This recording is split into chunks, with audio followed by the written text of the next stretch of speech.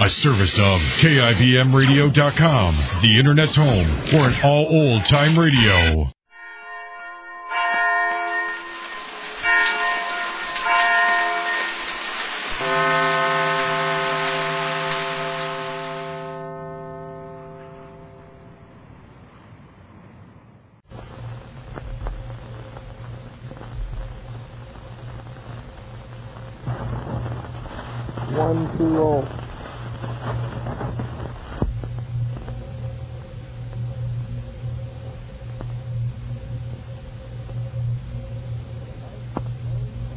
The Life of Mary Sothern, the human story of one woman's love and how it affected her life and the lives of those she loved.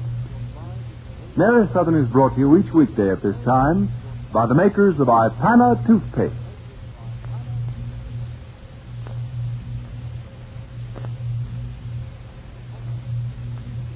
Often, you will see a good-looking girl, fashionably dressed, with lovely hair and skin, who is beautiful until she smiles. It's pathetic when such pretty lips part only to reveal a smile that has been ruined because of neglected teeth and gums. Yet that girl probably had her warning. A trace of pink on her toothbrush. Pink toothbrush, the sign that her gums were becoming flabby and unhealthy, a condition that may lead to many mouth disorders, dull, dingy teeth, and a smile that has lost its beauty. That girl should have seen a dentist and followed his advice. And that's what you should do if you see pink on your toothbrush. But your dentist will probably tell you that nothing serious is wrong, and he'll probably add what many other dentists have told their patients. That the soft foods you eat these days don't give your gums sufficient exercise. So you should massage them with Ipana, a toothpaste made specially for massage as well as for cleaning your teeth. This gives your gums more exercise, so it helps make them firmer and healthier, your teeth brighter, your smile more attractive. But for goodness sake, don't wait for pink toothbrush before you start Ipana, I-P-A-N-A, Ipana and Massage. Get a tube of Ipana and start using it tonight. First, brush your teeth and see how they gleam. Then put a little extra Ipana on your brush or fingertip and quickly, gently massage your gums. And feel the very first time you use Ipana that way, a stimulating tang. A feeling that this famous Ipana technique is helping to give you better oral health, and that's the very basis of sound teeth and a more beautiful, more alluring smile. So by all means, get an economical tube of Ipana toothpaste from your druggist today.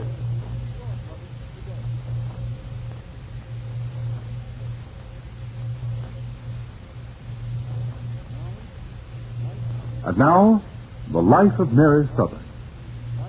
If the truth were only known, there is probably another man in every woman's life.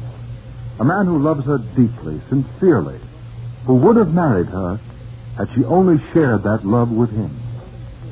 So it is with Mary Sothern and Dr.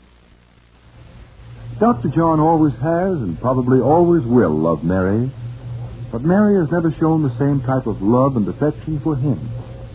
Yes, she loves him as a true friend, but not in the way John would have her. Yesterday, when John was discussing her husband's situation, she accidentally stumbled into the young doctor's arms. For a moment, John lost all sense of balance. Mary in his arms was too much.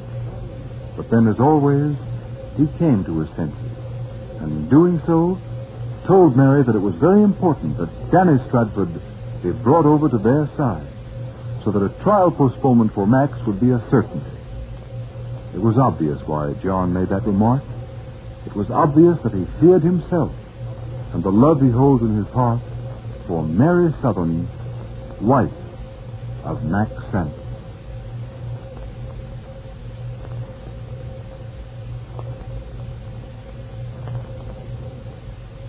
Before joining Mary Sothern, let's look in at the Prousts for a moment.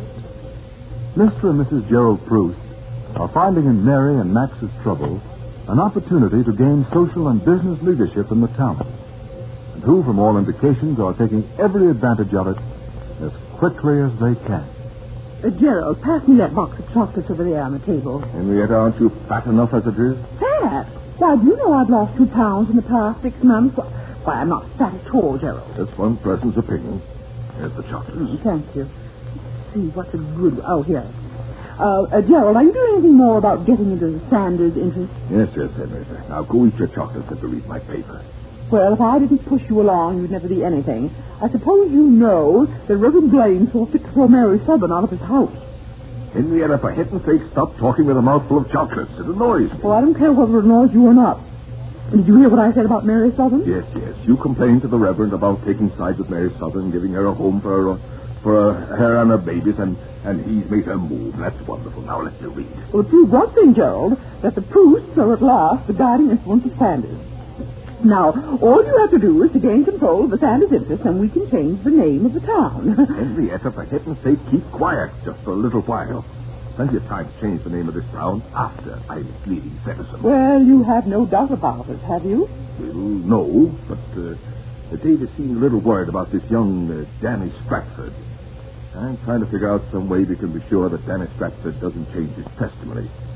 Bring over to Mary Sothern, the Reverend, and this quack Dr. Benson. Well, if you just confide in me once in a while, I might have something to suggest. How can you think of anything if Davis and I can't? Can't go to the boy and just offer him money. It's not that kind. No. We've got to think of something better than that. Something more subtle. Well, you never could be subtle. No. Henrietta, don't make me lose my temper. Oh, shut up, Gerald. Why is this Danny Stratford against Max Tilley when his father and all his friends are with him? What's the reason? Max's sister is his wife, Phyllis Stratford. She had a baby just at the time Max became involved in this gambling business. Danny thinks the excitement caused her a lot of trouble. The young girl may never walk again. Pitiful thing. Wonderful thing to tear the jury's heart out, you know. His wife. Is our famous Dr. Benson attending her? Certainly.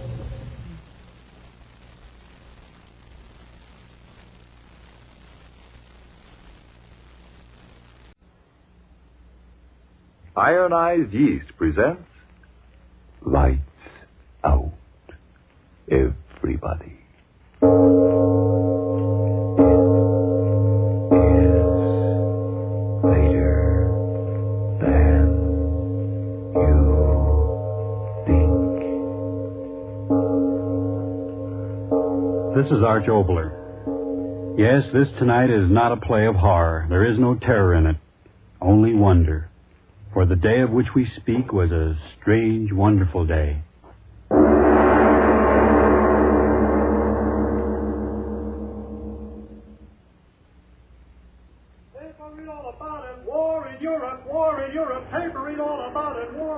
Express to the observation roof, going up. In here, Eve. Yes. Face front, please.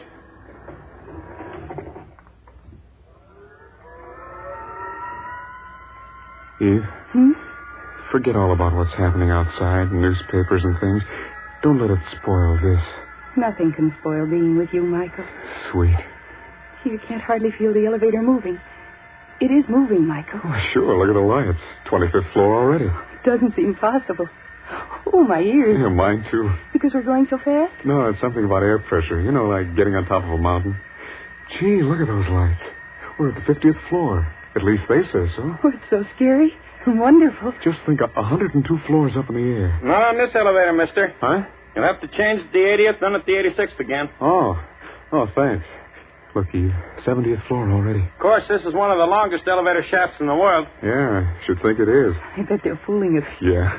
I heard an extra paper out that the war's going... Please. Huh? If you don't mind, we don't want to talk about those things. Oh, yeah. I don't blame you. Well, as far as we go. Where do we... Next elevator right over there, sir. Thanks. Better hold on to my arm, Eve. Yes. Why does everyone have to talk about the war all the time, Michael? It's just the way it is, I guess. Going up. Come ahead, Eve. Watch your step, please.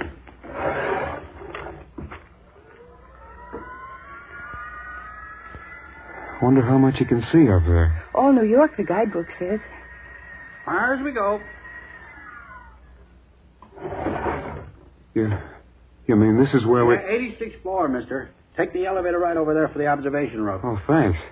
Come on, Eve. Oh, but, Michael, we no sooner got in than we got out. 6 floors higher. At least he says so. I guess this is the place where we get the... Going up. Come on, Eve. We'll never get closer to heaven. Observation roof, next stop. 102nd floor.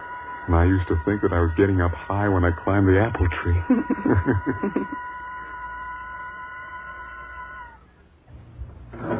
Observation roof, 102nd floor. Gosh, Express is right. All right, Eve, this is it. Will the wind blow? Will it be all... Oh, Michael, it's all glassed in. Yeah. Oh, Michael, how wonderful. Gosh. Michael, come over here. Huh? Look, the ocean out there. I can see the Statue of Liberty. Oh, it's wonderful. And you didn't want to come up here. It's like the world right under it. You're not scared a bit, are you? Oh, why should I be? It's just wonderful. Oh, look over here. Hey, will you quit running around here like a doodle bug? What's the bridges over the river? Which one is that? Oh, I don't know, Brooklyn or something. Oh, so many buildings. I had no idea New York was so spread out. So many buildings. So wonderful. Yeah, from up here. What? What did you say, Michael? I said it's all wonderful from up here. But get down there and, well, I bet it's like one of those Hollywood, glamour stars when she gets up in the morning. Michael, what do you know about things like that? Well, I know you're super colossal or something when you wake up. Oh. You are. Your eyelashes sort of flutter and then you stretch out just like a little pup dog. Like a pup dog? Michael, is that romantic? Oh, I don't know the words. I just know that I'm gladder every minute that you married me. You married me. Now, don't argue with your husband. Husband? Eve, lips are so soft. Yours aren't. Glad no one else is up here. All right, Michael. $2.20 to make love to me or to see the sight. I married a beautiful cash register. Mr. Smith, will you let go of me? Oh. You're going to see me for 99 years, and maybe this is the last time we'll ever be able to get away from the farm and see New York this way. And we... Michael. Huh? Look over there. Hey, how do you like that? Clouds. Where did they come from? Oh, the usual place clouds come from, I suppose. But so quickly. Well, we're up plenty high. Look at them. They're coming right at us. It's a strong wind, I guess. Oh, Michael, this is so exciting. Up in the clouds. Made to order for you and me. Uh-oh, rain. Well, there goes the rest of our day. Sure a good thing they got this place glassed in. Oh. Eve, it's only lightning. Oh, no. Oh, you've been in thunderstorms before. Michael. Eve, what is it? The clouds. They're fighting. Huh? Look at them. Fighting each other. Well, is that any reason to be afraid? Gosh, thunderclouds always sort of boil around. Like armies. Fighting. Eve, what kind of talk is that?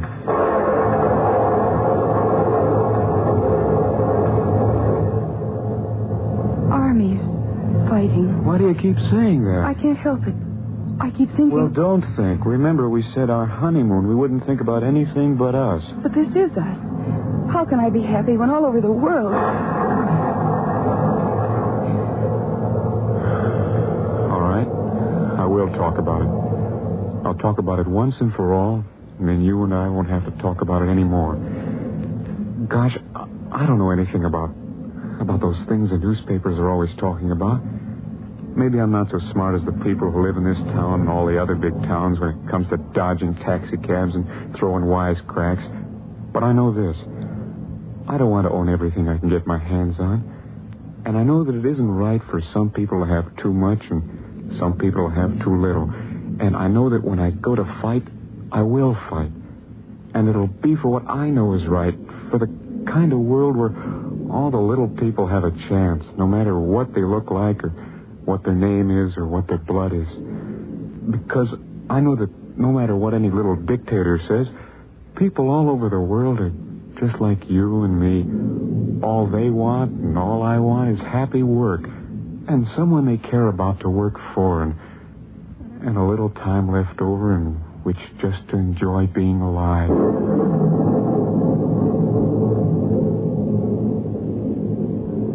I love you, Michael.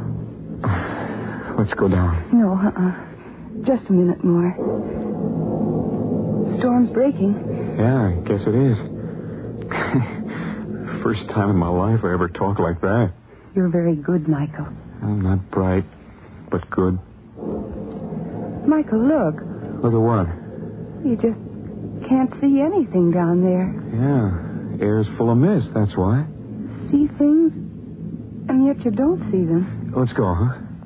All right. Hold on to my arm. If it's still raining when we get down, we'll take a taxi back to the hotel. All right. I guess this is the button I pressed to get the elevator up here. Well, that ought to bring them up. Gosh, thunderstorms and everything. It's been some experience, hasn't it? Yes. Yeah, I sure jumped out of my skin when you screamed. I mean, when you saw those thunderclouds. I didn't scream, Michael. Well, you certainly did, kind of. I sure don't know much about women, I guess. I mean, you were afraid of the clouds, and then you weren't afraid of the thunder and lightning. Clouds were horrible. Oh.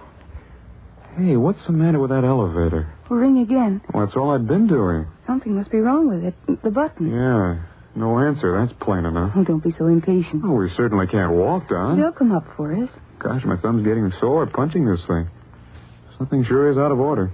Maybe we had better walk down. 102 floors? No, I mean just to the next landing where we can get the next elevator. See, stairway. Oh. Okay, I guess there's nothing else to do about it. Come on. Don't walk so fast, dear. Oh, what a life. Oh, it isn't so bad walking downstairs. You're swell. Here, take my arm. Down we go, Mrs. Smith. You know, elevators are all right, but me, I'll take the good old-fashioned horse. Crazy.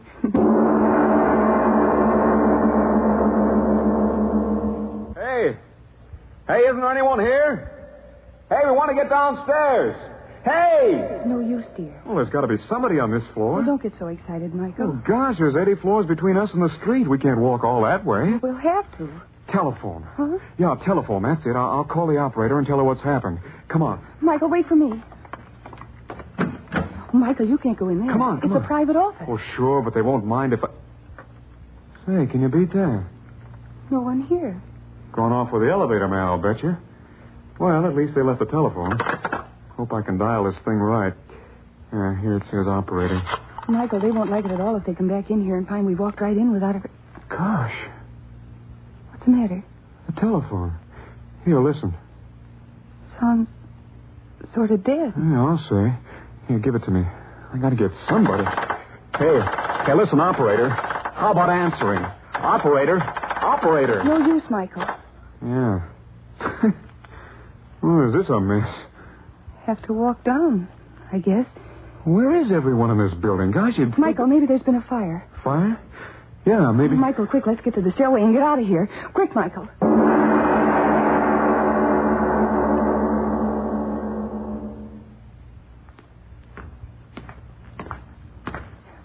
How far have we gone? Oh, 5 or 6 floors, I guess. Hold tight to my arm. We have to walk.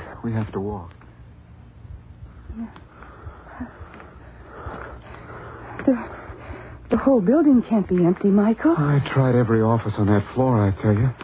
There was no one. No one. Oh, gosh, this is the scariest thing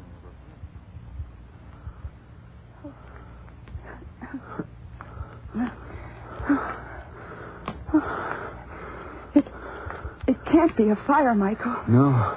There's no smoke or anything. But where is everyone? Michael, where? I don't know. Honest, I don't know.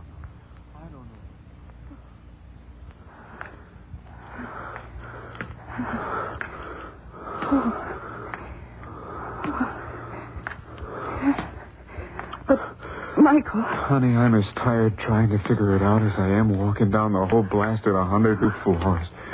Floor after floor, offices all fixed up as if people were working in them, and no one there.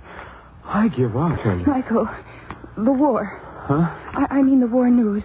Everybody ran out into the street. No, Eve, does that make sense? A whole skyscraper emptied out just to grab newspapers? Michael? About a war that's all the way over the ocean? Oh, that makes about as little sense as everything else. Well, this is it. Are we? So help me, the main floor. All out. Oh, gosh, my legs. No, Michael, don't sit down. Hurry.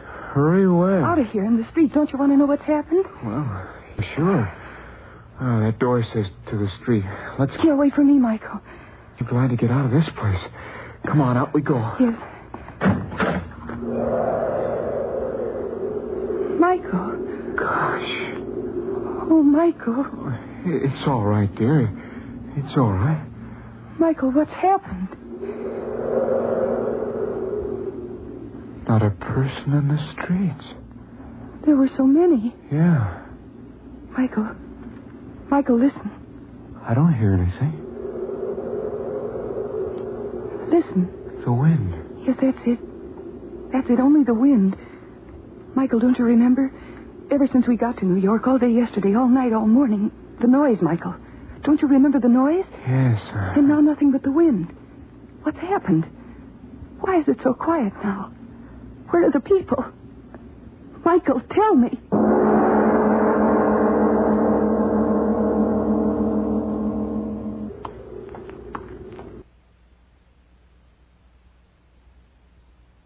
Ladies and gentlemen, let's take a moment's intermission from tonight's Lights Out story. The amazing adventure of a young couple who suddenly find themselves apparently all alone in a great city skyscraper.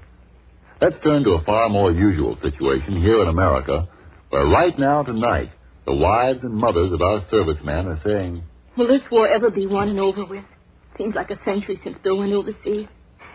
Sometimes I think I can't live another day without him." I know how you feel, dear. I want him back home, too. But our wanting him won't help bring him back. We've got to do something about it. What do you mean? I mean, we've got to put more money into war bonds. Our men are on the attack now, and we've got to help them. We've got to be on time with enough, not too late with too little. But I figured so close. I'm already putting every penny I can spare in the bond. Besides, you know I need a new coat. But Bill and millions of other American boys need planes and guns and tanks. More of them and better ones than ever before. The more we send them, the better we back the attack. By putting more of our money into war bonds, the sooner they can win with the least loss of their lives. I see what you mean. Why, they say that's how we were able to take Sicily so quickly. Because our side had the best and the most equipment. Yes, and don't forget taking all of Europe is an enormously bigger job than taking Sicily. Our fighting men aren't holding back, and neither must we. They need our dollars and war bonds as desperately as they need our guns. Our military men say that by going over the top with this third war loan, we can shorten the war by many weeks, maybe months. That means the saving of thousands of American boys. By the extra war bonds you and I buy this month may save Bill's life. And I'm going straight out and buy war bonds with every last dollar I've been saving up for other things. I don't need a new coat or anything else. 1/1,000,000th as much as I need, Bill. And now back to our Lights Out story of The Word. The boy and the girl walk along the city streets, and there are no other people, just the two of them.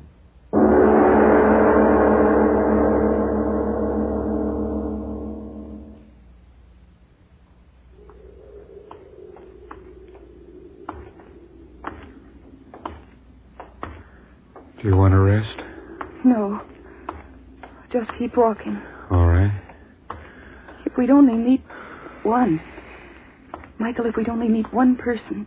You Someone. stop it. Of course we'll meet someone. We've got to. There's millions of people in this town. Millions, I tell you. Not a living thing. Horse, dog, There's nothing. an explanation, I tell you. There's an explanation for everything. Everyone's gone somewhere. That's all. Gone somewhere. Where have they gone, Michael? Careful, automobile. Standing still. Like all the rest. Crazy people leave their cars standing right in the middle of the street. But they'll come back. They got to. Millions of people, I tell you. People, where are you? People. Hey, somebody come out, blast you. Come out, people. No. People, can't you No, hear me? please, I'm Michael, talking stop. to you. You're frightened. People, where are you? Empty streets. People, Stop can't yelling you at come them, out? Michael. People, where Michael, are you? stop. People. Stop. Oh, Eve. Hold me. What's happened to us? What? No, I gotta stop asking questions. I gotta keep going. I gotta find someone. They'll tell us. Here. What? Tremble. What is it, Eve? Michael, I just thought Thought what? all these empty streets. Michael, listen to me. What if there is no one else? Huh? What if you and I are the only ones left?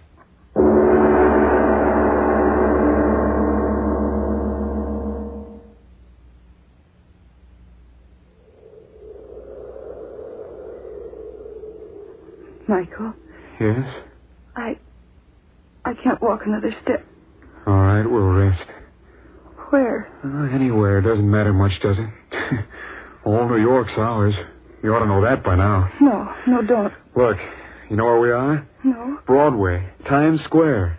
Well, I give you Times Square. It's all yours. Wedding present. Yeah, yours. Shops and big signs and all the taxi cabs and buses and cars standing around. Yours, Eve. Yours to have or to lose or burn up. Michael, please. I'm sorry, honey. Guess I'm a little goofy. Let's keep going, huh? All right. Tired? Yeah. It's going to get dark soon. Yeah. Will there be light? Nope. How do you know? I tried the light switches all along the way. I won't be afraid in the dark. Well, I guess that's one advantage we've got coming from the country. There'll be people there, won't there? I don't think so. Why do you say that? Well, when we went to that store before, there were radio sets, battery ones. I tried them when you weren't looking. There was nothing on the air. What does that mean? It means what you said before. Maybe it's true. We're the only... Yeah. Somehow I'm not as frightened as I was. Me neither. My head, I'm just all mixed up, that's all. They left the doors open and the automobiles right in the middle of the street, and everything's just as if they stopped right in the middle of what they were doing. But why? Why? That word's got me dizzy, chasing around in my head. Michael. Millions of people. Where have they disappeared to? If we only had some idea, any idea. Michael. What's the matter? Why? That newspaper. Right at your feet. Huh? Pick it up. The headline.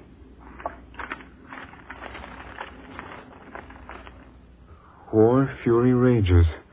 Armies march in Europe. Well? The headline. Well, what of it? The same one as this morning. Couldn't that be the answer? Answer to what? What are you talking about? Why they disappeared? Eve, get hold of yourself. What's a war thousands of miles away got to do with this? Maybe it's the same over there. People gone? Yes. Let's keep going. No, the curb. Let's sit here.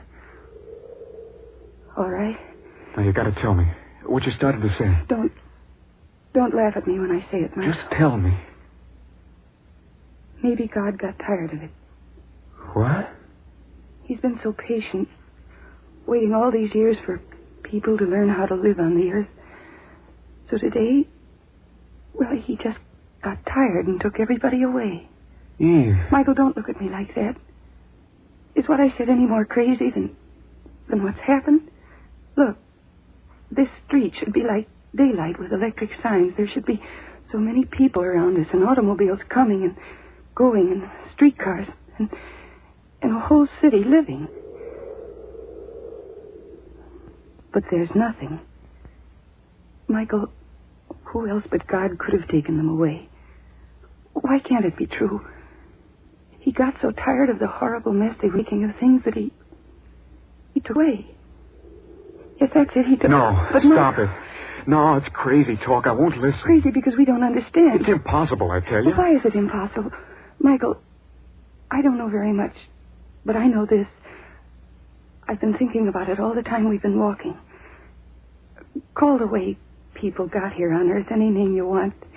But no matter how you say it, when you really think about it, it's all a miracle. Things joining in the empty air and growing, burning and cooling. The animals growing out of things that couldn't move. The animals changing for millions of years until there were men. I tell you, it's all crazy and impossible, and yet someone made it happen. So why not this? Yes, if he made men, why couldn't he get tired of the way they were doing things and destroy them? I can't believe it's you talking. Michael, I think I'm saying the truth. Someone made mankind, and that someone just destroyed them. Then what are we doing here? We're flesh and blood like the rest. Maybe he just forgot us. Or maybe... What? Oh, it doesn't matter. Tell me. Maybe you and I... Well? Maybe he wanted just a couple of people to start over with. You say crazy things, and then you say crazier ones. What if it's true, Michael? Think, what if it's true? The things you said up on the roof during the storm, those good things. Maybe he heard them and liked them. Getting so dark. Maybe he heard them and liked them. I'm awfully tired. Let's find a place to sleep. All right. I'll help you up. Where'll we go? Any place. We can go any place now. Yes. Let's hurry. It'll be terrible on the streets when it's very dark. Yes. No, wait, Michael. Huh? Why should we hurry and be afraid? Who can harm us now? You're right. All the harm is out of the city now. Michael, you don't quite believe all the things I said before. But tomorrow when the sun is shining again and we really know that this happened and isn't kind of a dream, you'll believe then, won't you, Michael? Maybe. You're thinking something. Tell me what. Well, if what you think did happen, maybe he left a few more people like us at different places on the earth. I mean, plain ordinary people to join together and make a new world. We'll have to help run things. Michael, yes. But Eve, we don't know anything about running a world, you and I. We're just you and me. How can we do better than they did? The millions of them. Maybe by remembering something they sort of forgot. What? It's just to do unto others as they should do unto you.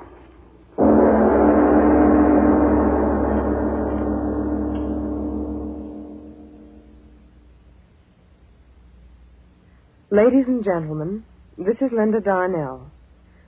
I speak to you now while your hearts and minds are full of tonight's play, because what I'm about to say to you is close to what you've been hearing.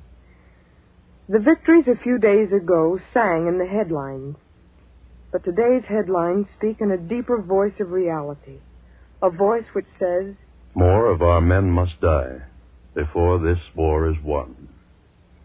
If that realistic thought is unpleasant, you and I can do something about it. We can give our men all of the finest war equipment possible, when they need it, at the time they need it. And the time has come now because the attack is now. It's hard to conceive, isn't it, of any decent human being wanting to make profit out of this war. So, if there's extra money in your pay envelope, spend it in the only manner that will enable you to face the future with a clear conscience.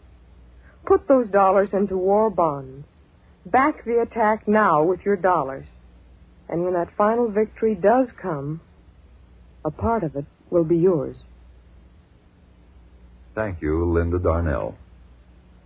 Ladies and gentlemen, the makers of ironized yeast were happy to devote their entire commercial time on tonight's program to the third War Loan Drive, in cooperation with the drug, cosmetic, and allied industries. Now, what of next week, Mr. Oboler? Well, first, a word of thanks to Linda Darnell, and of course, to Mercedes McCambridge and Byron Kane for tonight's beautiful performances. Next week, well, one of the strangest plays we've ever had on the Lights Out series. It's all about a very lovely lady producer out here in Hollywood. Yes, I said a producer, a motion picture producer who gets into the maddest mess that anyone got into since little Musso decided to become unwilling partners with the little Adolf. So, for a thrill, a chill, and a laugh, be with us next week for The Producer and the Thing.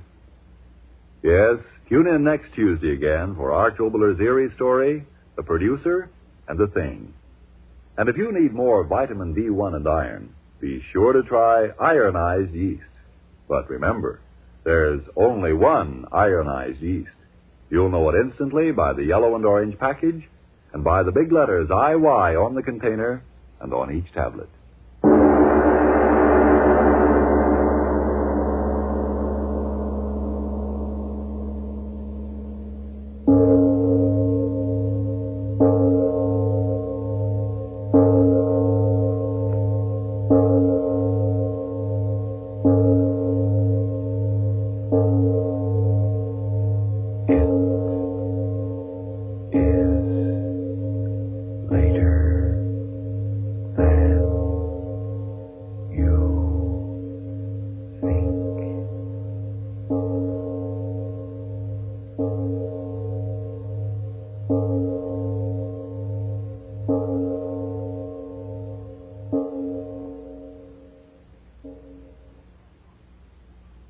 If you're planning on moving this October, don't go into a spick and span new home with dirty, stained furniture. Get it clean with Energine. Energine cleaning fluid gets out grease spots, spruces up home furnishings in a jiffy, to say nothing of saving money, time, and your furniture. So buy a large economical container of Energine cleaning fluid and keep things clean with Energine. This is the Columbia Broadcasting System.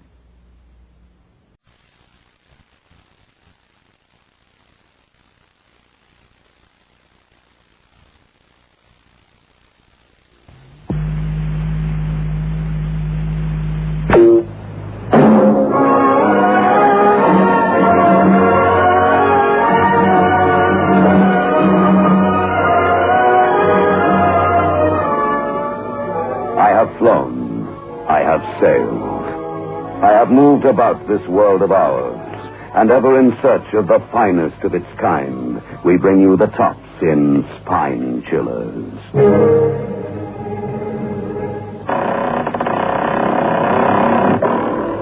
The Creaking Door.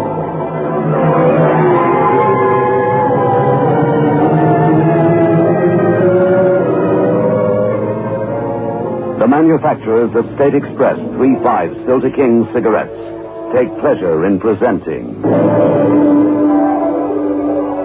The Creaking Door.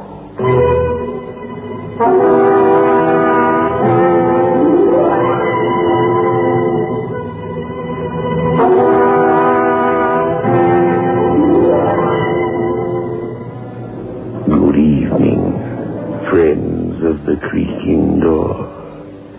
The Creaking Door is open. So do come in. Do you subscribe to the view that some of us have power over the life and death of someone else? John does. He knows when people are going to die, and that can be most upsetting for all concerned.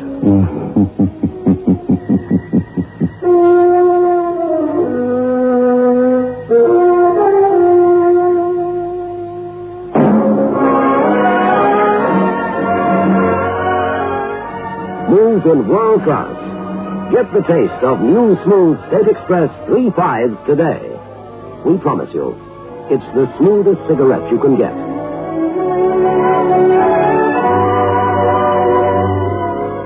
It's a blend that has been perfected after years of constant research by our master blenders. And the recent development of an entirely new process which gives you an even smoother 3/5 smoke. We promise you, it's the smoothest cigarette you can get. Move in world class. Get the taste of new, smooth State Express 3/5s today.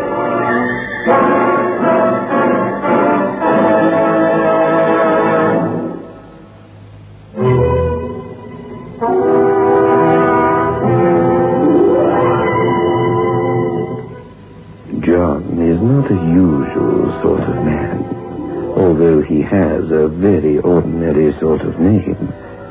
John Smith. What could be more ordinary than that? But he is a most unusual man, really. Take his blood group, for instance. His blood group is Group AB. Very rare indeed, as the doctor is pointing out to him. Only 2% of people belong to Group AB, Mr. Smith. I know my group is very rare. And this young girl is dying. She must have a transfusion as soon as possible, otherwise she will die. There's absolutely no doubt about that. But surely I'm not the only person with this type of blood in the area? No doubt there are other people, but we don't know everyone's blood group offhand, just like that. We depend, as you know, on blood donors. You're the only registered donor in this area. But there must be someone else. Believe me, Mr. Smith, there isn't.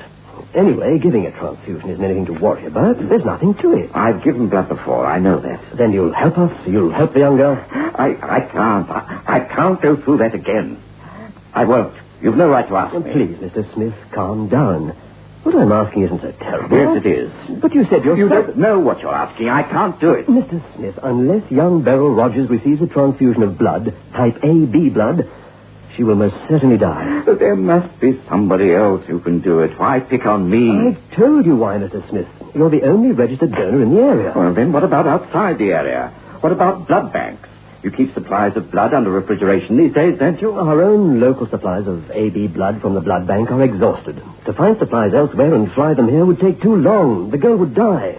Oh, hang it all, man. All I'm asking you to do is give a pint of your blood. That's all. Not your life. No. That's not what you're asking. And you don't know what you're asking. I can't do it. I can't. Very well. And then there's nothing more I can do. I can't force you, I'm afraid. There is, unfortunately, no law which says that one must give blood. But I hope, Mr. Smith, that you'll be able to live with your conscience after tonight. After this young girl dies because you won't help. And I hope you can face yourself in the mirror each day. It wouldn't be saving her. Don't you understand? It wouldn't. It would be only postponing something which might as well be ended now. This girl's life is already ended. Unless you can find someone else to help. You're the only one, Mr. Smith. I've told you before. You're the only one, her only chance. Then if I'm her only chance, she hasn't got one. You refuse to help her? Yes. Mr. Smith, this is a free country. You have every right to say that. You must have a very good reason for letting a young girl go to an untimely death like this. I have. Won't you tell me what it is? You wouldn't believe me. Nobody believes me. I promise. I listen with an open mind. You see, the girl's father is waiting outside to hear your decision. I'll have to tell him something. All right. I'll tell you. I'll tell you what's been making my life a nightmare for the last 3 years. I first registered as a blood donor about 3.5 years ago. As you said, my group is the rarest. There aren't many donors. But also, there aren't so many people needing transfusions. So it was about 5 months before I was called on to help. He was a young man. Derek Evans. I still remember his name. He'd been badly cut up in a motor accident. They phoned me from this hospital at about 2 a.m. I came along here and gave 2 pints of blood. It saved young Derek's life. At least that's what we all thought. But it didn't save his life, really. It only saved him a far more horrible death. 2 or 3 days after I'd given the blood, I came along to the hospital to see how he was getting on. By this time, he was sitting up in bed, looking quite well again. I was interested to see the man whose life had been saved by my blood, I suppose. But also, I felt I had to see him. You see, Doctor, my blood was flowing in his veins. Already I felt a strange sort of kinship with him. I sat on the chair beside his bed and smiled at him.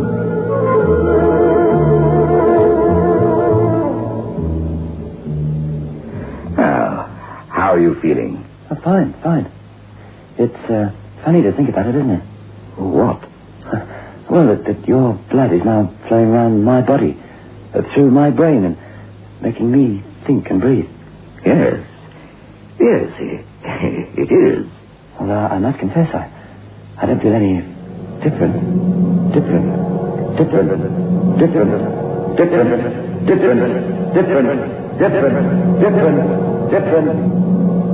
Come on, darling. Jill, come on. This part's quite solid, but now she's well over the worst. Wait. Help! I'm sinking. Look, don't come any nearer. Throw me a rope. Help! Jill, help! I'm in the quicksand. I'm sinking. Help!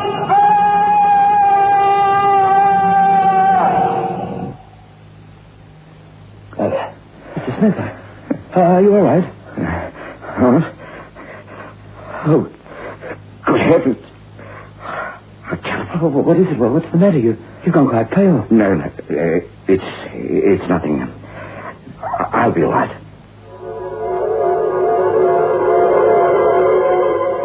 But there was something, and I didn't dare tell him.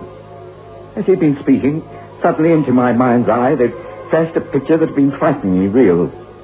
It wasn't as if I had imagined myself somewhere else or anything like that. I'd been completely aware that I was sitting in the hospital ward. But in the front of my consciousness, it flashed a picture of young Derek Evans and a girl walking beside him. He'd suddenly stepped into a quicksand, and as I watched, horrified, I'd seen him sucked down into the morass.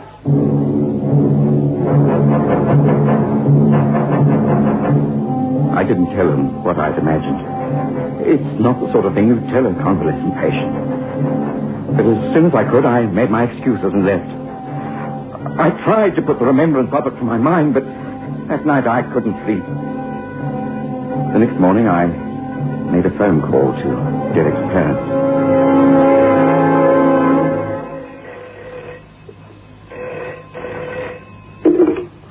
Hello? Mrs. Evans? Speaking. Who's this? My name isn't important. I wonder if you can tell me, has your son Derek got a girlfriend? My son's engaged to be married. Who is this? Please, this is very important. Could you tell me what his fiancée's name is? Really, Please, it's very important. Well, I don't know what business it can possibly be of yours, but her name is Jill.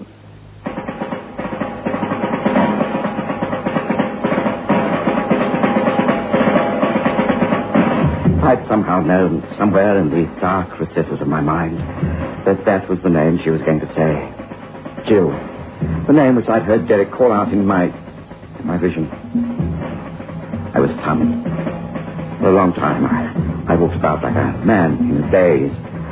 Was it possible that the fact that my blood was flowing in his veins had somehow given me the ability to see into Derek's future? It seemed too unbelievable to contemplate. Finally, I decided to return to the hospital and tell him the whole story. It might well be nothing but nonsense, but at least he should be warned, I thought. I phoned to check when I'd be allowed to see him.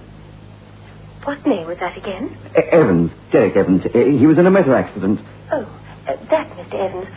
I'm afraid it will be no use coming to see him, sir. Why not? He was discharged from hospital 2 days ago.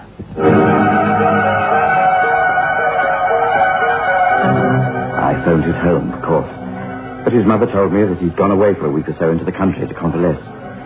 She must have been a little suspicious of me making odd phone calls by this time, because she refused to tell me if I could get in touch with him. But looking back, it wouldn't have been any good anyway. At the time, I told myself that I was behaving hysterically over nothing, and tried to put the whole thing from my mind.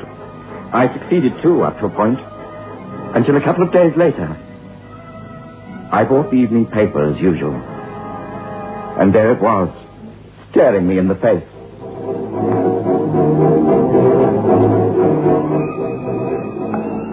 A young man, Derek Evans, was drowned today in a quicksand, not far from the village of Medside. His fiancée, Miss Jill Worthing, who was with him, escaped unharmed. So now you see, Doctor, why I'm not going to give this young girl any of my blood.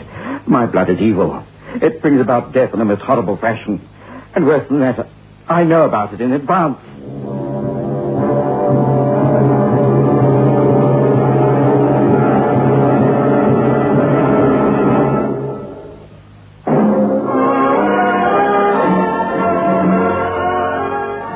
Move in world class. Get the taste of new smooth State Express 3/5s today. We promise you, it's the smoothest cigarette you can get.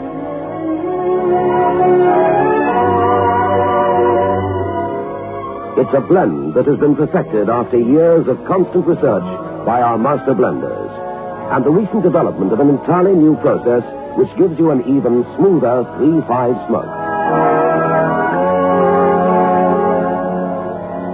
We promise you, it's the smoothest cigarette you can get. Move in world class. Get the taste of new, smooth State Express 3/5s today.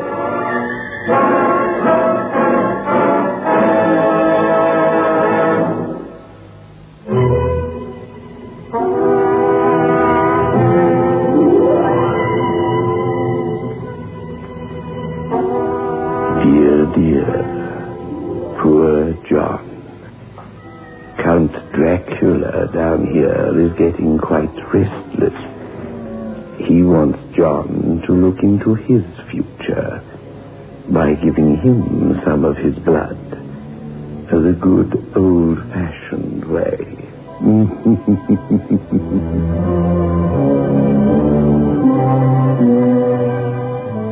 Then you're quite adamant. Oh, for heaven's sake, why can't you leave me alone? You don't seem to understand what you're asking. I've told you it's happened 4 times in the past, and each time I've lived under a terrible shadow of doom until the person concerned has died. But look, if you believe what you say to be true, then one can take precautions.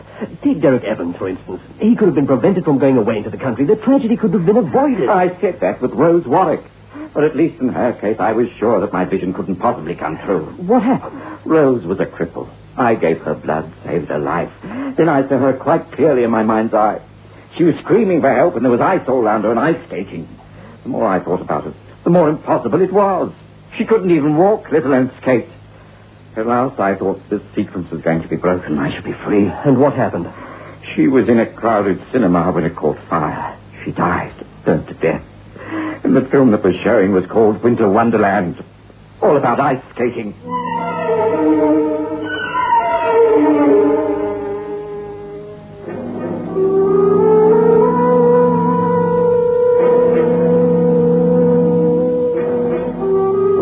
Well, what? Are you going to save my daughter's life, or are you going to let her die? I can't do it, Mr. Rogers. Maybe your daughter Bella will live without my assistance. That's quite impossible. And we only have about 15 minutes left at the outside. I can't do it. You're a monster, that's what you are.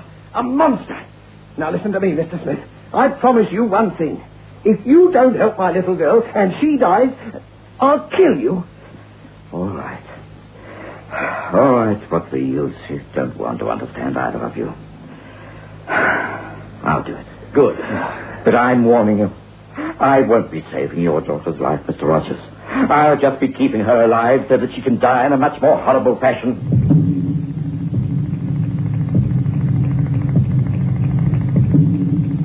How's the respiration? Normal, Doctor. And the donor? I'm fine. Don't worry about me. She's already getting some color in her cheeks. All right, nurse, remove the needle. Very well, Doctor. Mr. Smith, I can't thank you enough. Enough. Enough. Enough. Enough. Enough. Enough. Enough. Please, leave me alone. Don't. I can't sleep. Don't kill me. Please.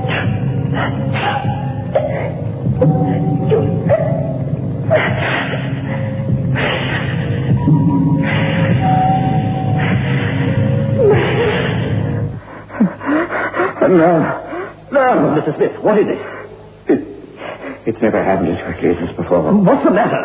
As the nurse was removing the needle from her arm, I saw it. What did you see? The man was standing with his back to me. I couldn't see his face, but hers. It was terrible. Poor girl. What? What did you see? This man had his hands round her throat, and he was strangling her. I haven't saved this poor girl, Doctor. She's going to be murdered.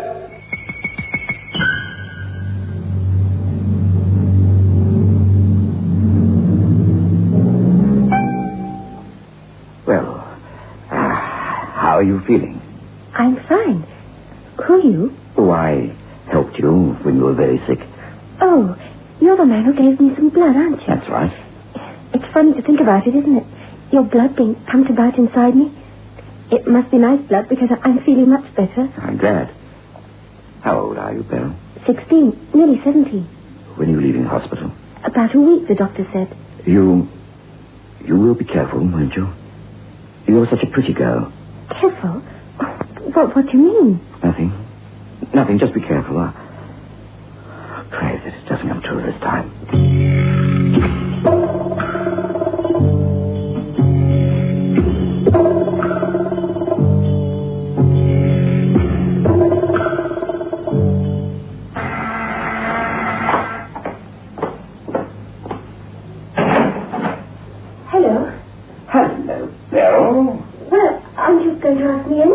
Of course. Come in. How are you? I'm very, very well. Now, come in here. There's a fire. Thank you. Well, sit down. Tell me what you've been doing with yourself the last 4 months. You were very nice to me while I was in hospital. Oh, nonsense. It's just... You told me that if ever I was in trouble, if ever I needed any help... Of course, there's nothing wrong, is there?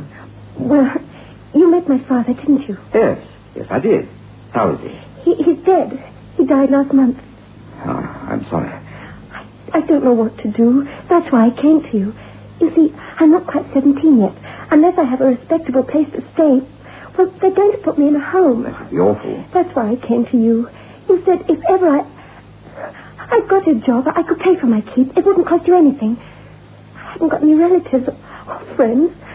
My mother's been dead for years. I've tried to work out what I should do. You're the only person I could think of. Please, won't you help me? No. Now, don't cry. Of course I'll help you. I've been thinking about you quite a lot these last 3 or 4 months. Keep an eye on you.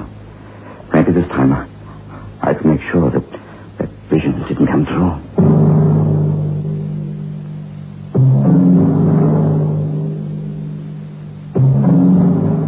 She moved in.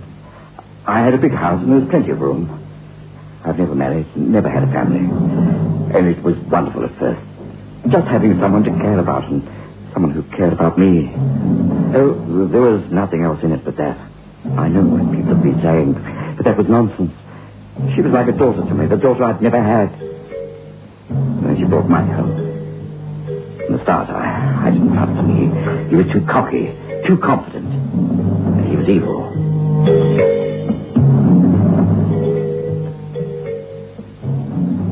Uncle John, this is Mike. Oh, pleased to meet you, I'm sure. How's it going? We're going out for a drive. Yes, of course, Paul. Don't be too late back, will you? Oh, don't worry, Mr. Smith. I'll bring her back safe and sound.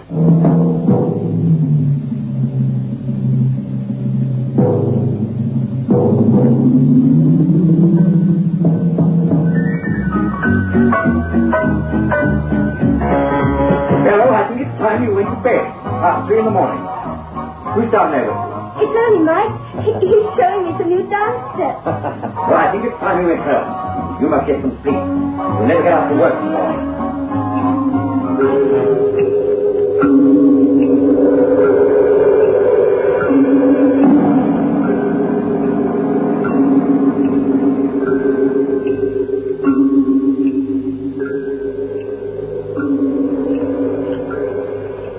Come on, just another little kiss. I ought to go in. He'll be waiting up for me like he's not... What do you worry about him for? He's not your father. He's been very good to me. Well, I've been good to you, haven't I? Listen, why don't you and me go away for a few days, eh? Go away? What do you mean? Oh, nothing wrong, but we can have a ball, just you and me. Get away from this guy Smith telling you what to do all the time, what time to come in, who to go out with. What about it? He's not going anywhere with you. Now, come on in, Bill. Get to bed. You're not to see this man again. Now, wait a minute. You heard me, Bill. Now, come in. I'd better go, Mike. Good night. Well, I'll see you tomorrow. Oh, no, you won't. I'll see that you have nothing more to do with her. Now then, what's the meaning of this? What was he talking about? Going away together? Well, I heard you. You've got no right to listen in on my conversation. No, haven't I? No, you haven't. You're not my father, or my husband, or my boyfriend. While you stay in my house, under my roof, you try and behave like a respectable person. In that case, it's time I left. What are you talking about? I'd pack my bags and go. Mike will look after me.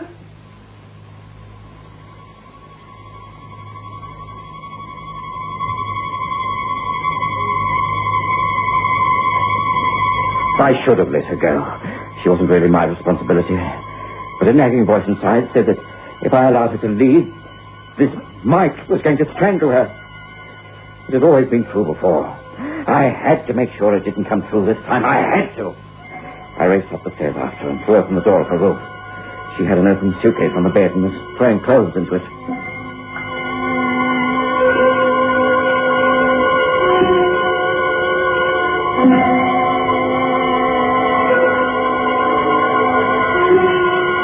What are you doing? You can see what I'm doing. Now leave me alone. You're not leaving. Yes, I am. And you can't stop me. I can't I? I'll see you do as I tell you, you little tramp.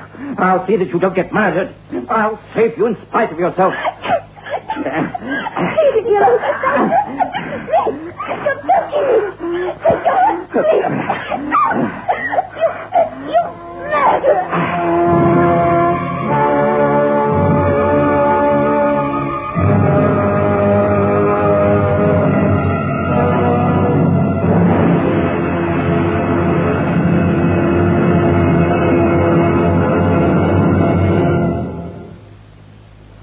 I don't know what came over me. I must have seized her by the throat. I don't remember any more. Till she was lying at my feet. She was dead. My vision had come true again.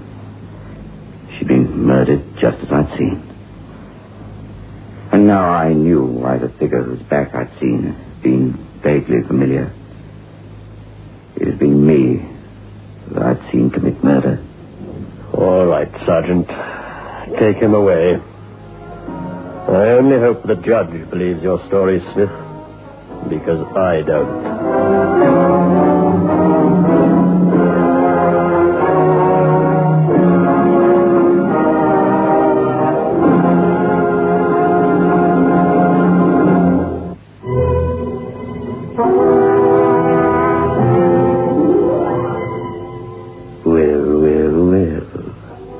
Policemen can be very suspicious at times, can't they? Anyway, don't worry too much. We'll make John Smith very cozy down here. I'm sure he'll find that he has a few blood brothers, in fact.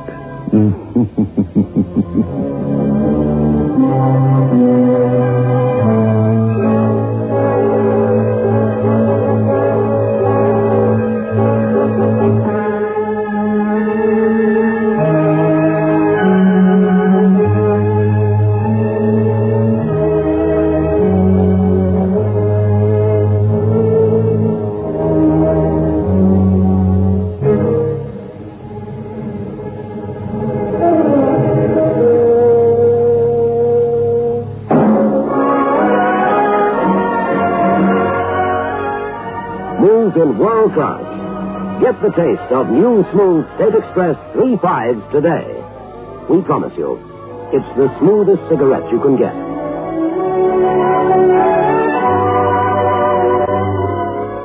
It's a blend that has been perfected after years of constant research by our master blenders. And the recent development of an entirely new process which gives you an even smoother 3.5 smoke. We promise you, it's the smoothest cigarette you can get. Move in world class. Get the taste of new, smooth State Express 3.5s today.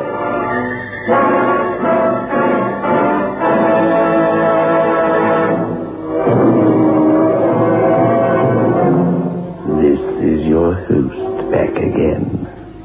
Just a reminder of our rendezvous next week. Where are we going? Through the creaking door, of course.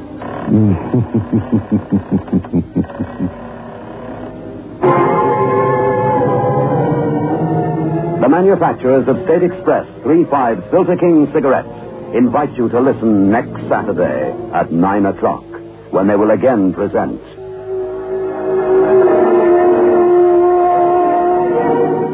The Creaking Door. The Signal Oil Program, The Whistler.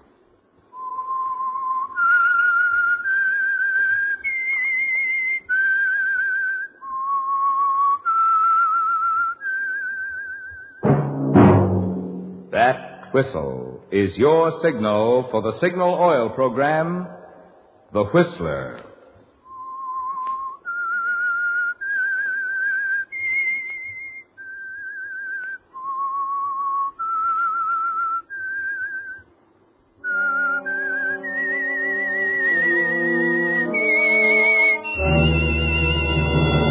I am the Whistler, and I know many things, for I walk by night.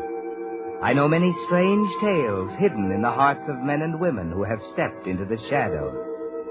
Yes, I know the nameless terrors of which they dare not speak.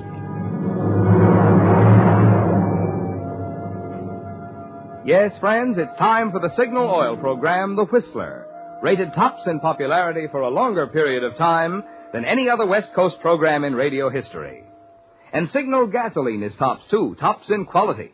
It takes extra quality, you know, to give you extra mileage. And Signal is the famous Go Farther gasoline. So look for the Signal circle sign in yellow and black that identifies friendly dealer-owned Signal stations from Canada to Mexico. And now the Whistler's strange story, Concerto of Death.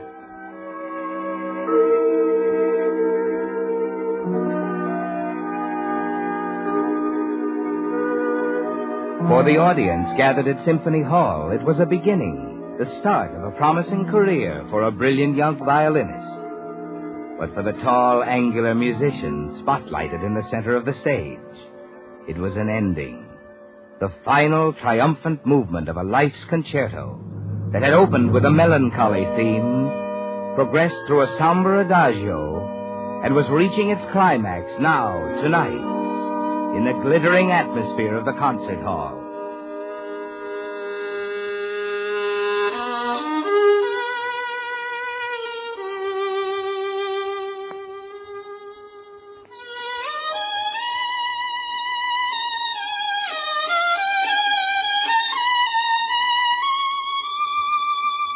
Yes, Victor Carroll, American violinist, was making his debut. But the theme that had run through his entire life's concerto had its beginning many months before. In Italy, after the end of the war, in a tiny, austere cottage that clung to the terraced hillside above a war-weary village.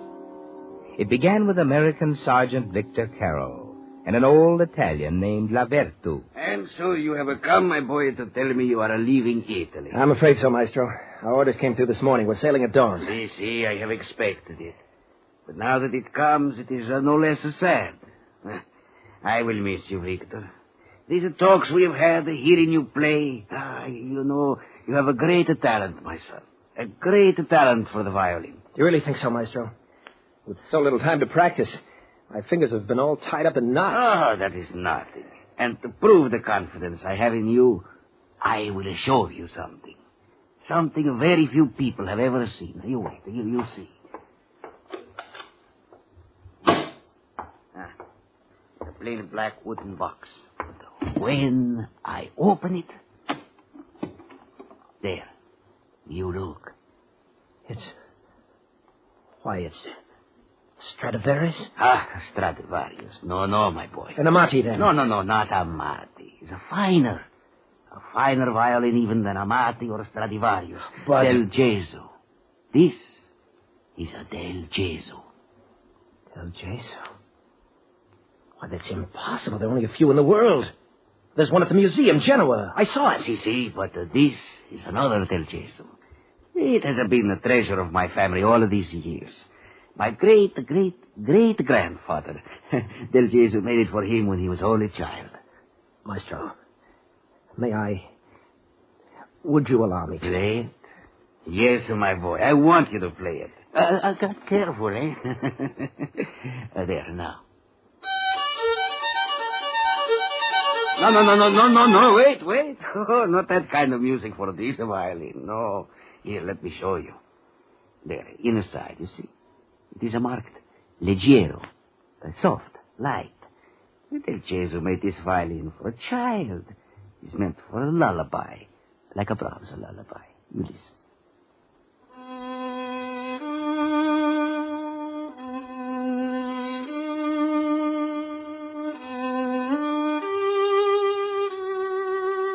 It's beautiful. Beautiful. With a violin like that, I could... You say something, my boy? Maestro, you have no family, no one close to you. You're very... Well, you don't have many years to live. The violin will be buried with me, if that is what you're thinking. But an instrument like that, beauty like that... Listen to me. Victor, I have thought of it many times. I will leave my Del Gesù for the whole world to enjoy, I have said to myself. But they would only put it in a museum. They would place on it a price. The value of music, measured in dollars. No. I've protected with my life. My Del Gesù will die with me. No. Victor, what is it? You look at it, Deah. Violin, it can't die with you. It mustn't. I think I should not have shown you the Jesu, Victor. You're right, Maestro. You shouldn't have shown it to me.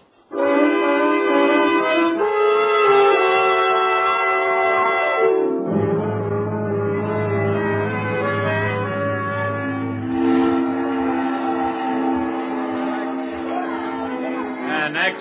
Drexel Roger, Private 35942-336. Any perfume, silk, jewelry, furs? Nope. Okay. Next. Carol Victor, Sergeant, 347-20170. Any perfume, silk, jewelry, or furs? No. Okay. No, wait. Yeah? That in that old black box. Just a violin? A fiddle? Yeah, a fiddle. You guys will pick up the dime this junk. Okay, go, boy.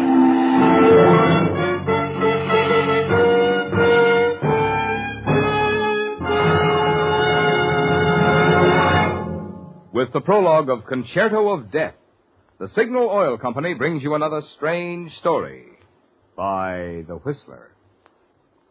Friends, you've been hearing a lot about improved tires, but tonight I want to tell you about a completely new type tire, just announced this month in the Saturday Evening Post. And now at your Signal dealers. It's the new 8-rib Super Deluxe tire by Lee of Conshohocken, a name famous for over 40 years for top quality. And believe me, you can actually see and feel the extra quality in this new Lee Super Deluxe tire. You can see the extra rubber in the broad, flat 8-rib tread that's packed with so much extra mileage, Lee gives you a 15-month guarantee against road hazards, plus a lifetime guarantee against defects. And you can feel the difference in quicker stopping and greater non-skid protection, in easier steering and turning, and the way they absorb road shocks. Oh, but here's the best part. These new Lee Super Deluxe tires not only cost nothing extra, but right now, Signal dealers are offering special trade-in allowances plus liberal credit terms. That's why any way you look at it, for quality or value, your best tire buy today is the new 8-rib Super Deluxe Lee tire at Signal service stations. And now, back to the Whistler.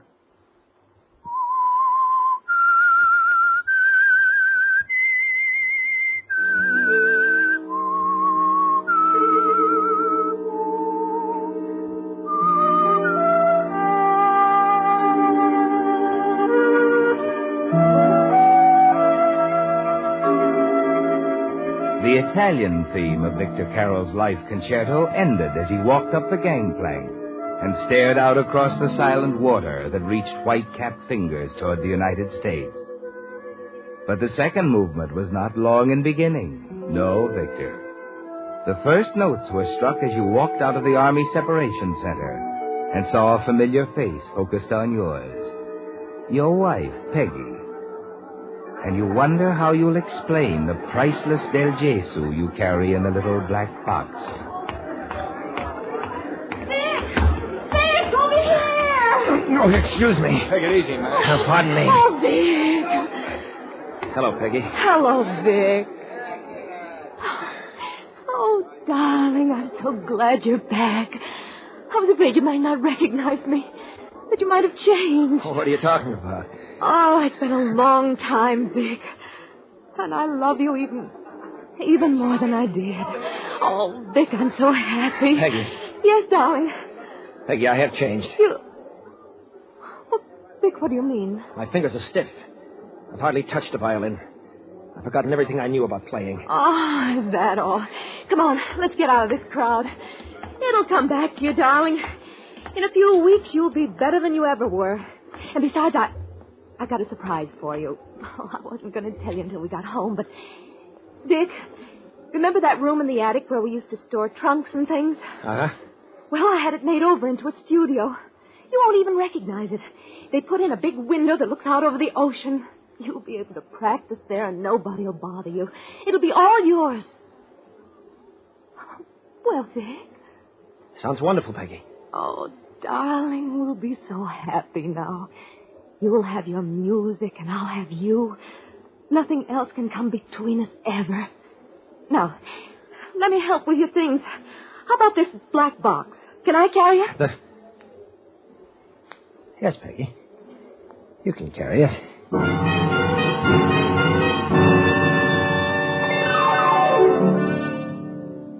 You follow her to the car, still feeling like a stranger somehow, still wondering how much you can tell her, if anything. Outside, pulling away from the curb, you happen to glance back. A dark little man in a striped suit and crushed felt hat is looking after you, staring curiously. You're certain you've seen him before, but you're not sure just where. You twist around in the seat to get a better look. But Peggy swings the car around a corner, and he's lost from sight. Everything all right, dear? Yeah. Yeah, sure. Everything's fine.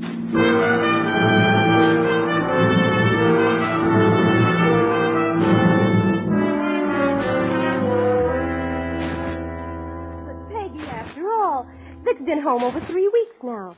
We've asked you over several times. Clint's so anxious to see him, and... Well? Yes, I know, Lisa. Is something wrong? Is Vic mad at us? Have we done anything? No, it's... Well, Vic hasn't wanted to see anyone or be around anyone. I guess it's the war. Something that happened over there. We've got to give him a chance to come back to us. Of course, dear. Vic? Yes. Oh, it's lovely. He plays up there for hours, alone like that. I told you I built a studio for him in the attic. Mm-hmm. Lisa, I'm afraid I just don't understand him. You poor kid. And you know, it's funny. But I've never been inside the studio since he came home. What's he hiding up there? The stolen crown jewels or something? Oh, someday Vic will come out of whatever's bothering him. Then I suppose we'll all have a good laugh about it. Of course, dear. I'm sure we will.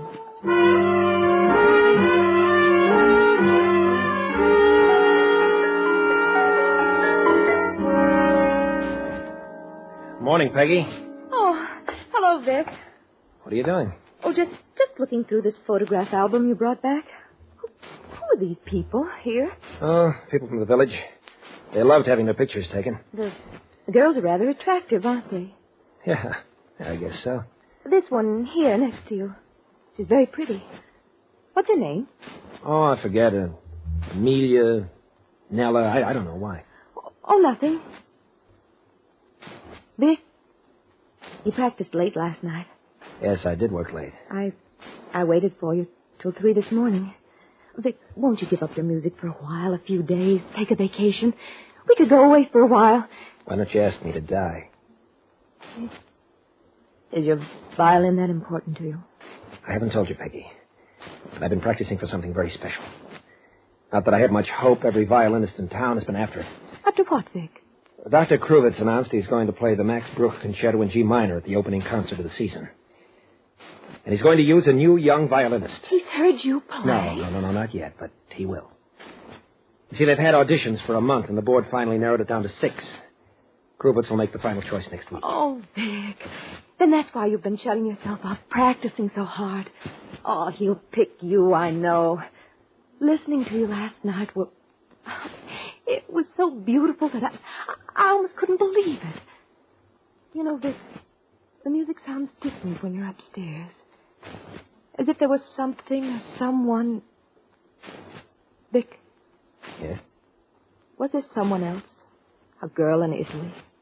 Someone you remember? Someone you played to at night there in the attic?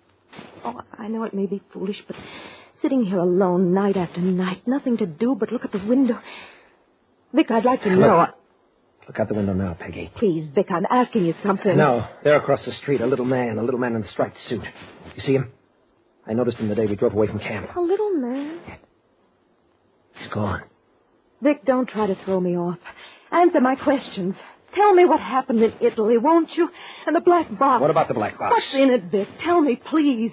Is it keepsake memories of her? Vic, where are you going? Upstairs. No. No, Vic. You can't just walk out every time I ask you something. I won't let you. Let me go, Peggy. Vic, I want to come into your studio, listen to you play. I want to share, Vic, whatever it is. There's nothing to share, Peggy, nothing at all. I'm working. I audition for Kruvitz tomorrow. You know that. I'm coming upstairs with you, Vic. No. No, you're not, Peggy. You're going to stay down here. Because if you ever go into that room, I'll leave you. Did you hear me, Peggy? I'll leave you.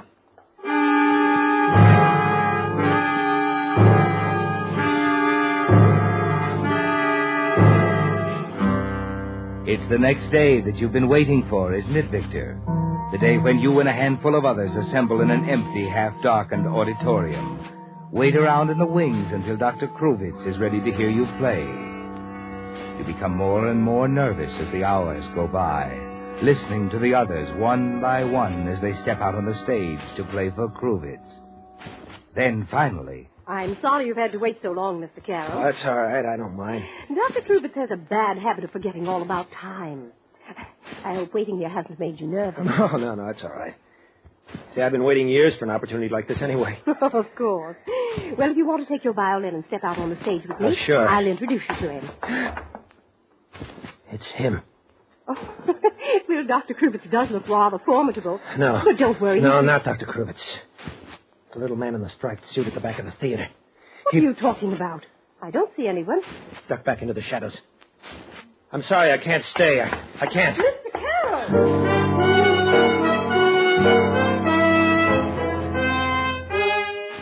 No, Victor, you can't wait. You remember now, don't you, where you first saw this strange little man in the striped suit? It was in Italy, at Maestro Lavertu's. You're certain of it. But you hurry home to look in the photograph album and make sure. Yes, there it is. The same round, dark face staring up at you from the photograph. His name comes back to you now. Dino Brovelli. You saw him many times at Lavertu's place. I'll get it, Vic. No, wait, Peggy. Dr. Kruvitz. Well, do I just stand here or do you ask me in? Well, of course, come in. So you are the young man who is so impatient. The young man who cannot wait, not even for Kruvitz. Well, I don't blame you. Who is this? Oh, excuse me. This is my wife. Dr. Kruvitz. You, Maggie. Oh, you're married. I approve of marriage. Well, why did you run out on me, Carol? Come, an explanation. Well, I it's know, just... I know. You heard others playing, and you were nervous. Well, a good musician should be nervous. Perhaps even you felt inferior to some of them. A good musician should be humble. And perhaps you were angry with me for making you wait so long. Well, a good musician should have fire. So, you may be a good musician. We shall find out. Get the fiddle. Come, get the fiddle. Wait, here, right now? Of course. Why do you think I come? I'm a thoughtless old man. I do things stupidly. 6 musicians all at once, one after the other. Ah, such noise. Who could play? Who could sound well? But here, perhaps, one of them will play and will sound well. Huh, Mr. Carrot?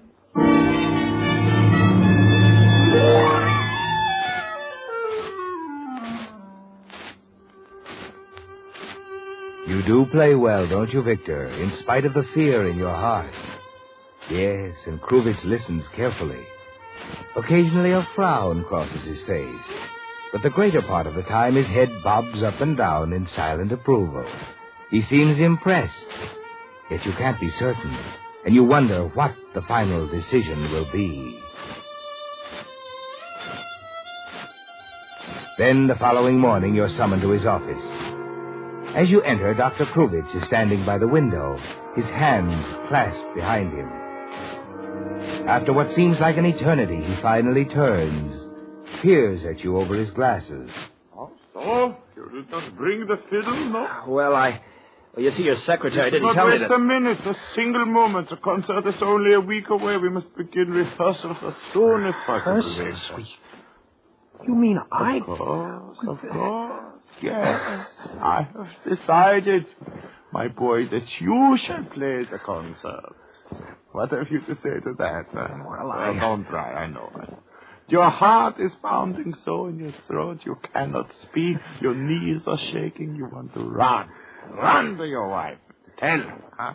Yes, I know. Well, Dr. Cruz, I don't know how to Go, thank you. I'll give you 1 hour. Tell your wife. Then we begin the rehearsal. All right, sir. And one more thing. Yes. The fiddle, yours. A good instrument, yes, but perhaps we should try to borrow something else for the concert. Not a Stradivarius, but a Ruggieri. Well, that won't be necessary. I have a friend. He has a very fine violin. Good. For this concert, the best violin we can get.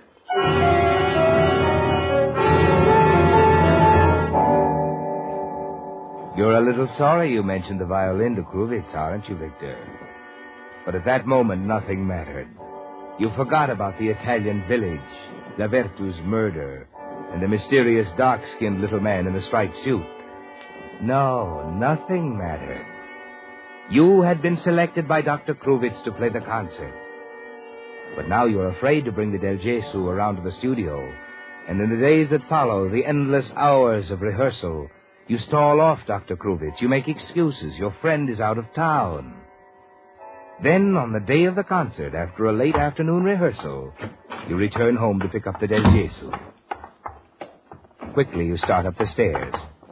You stop suddenly on the first landing. Someone is moving around in your studio. Peggy. Yes, perhaps she isn't spending the afternoon with the Presbys after all. Peg, I warned you not to... Good afternoon, Signora Carl. Standing in the middle of the room is the small, heavy-set man in a striped suit. At his feet, the black box open. And on the table is the Del Gesù. What are you doing here? I was curious, Signor. Now that I have found what I was looking for, well, we have much to talk about, no?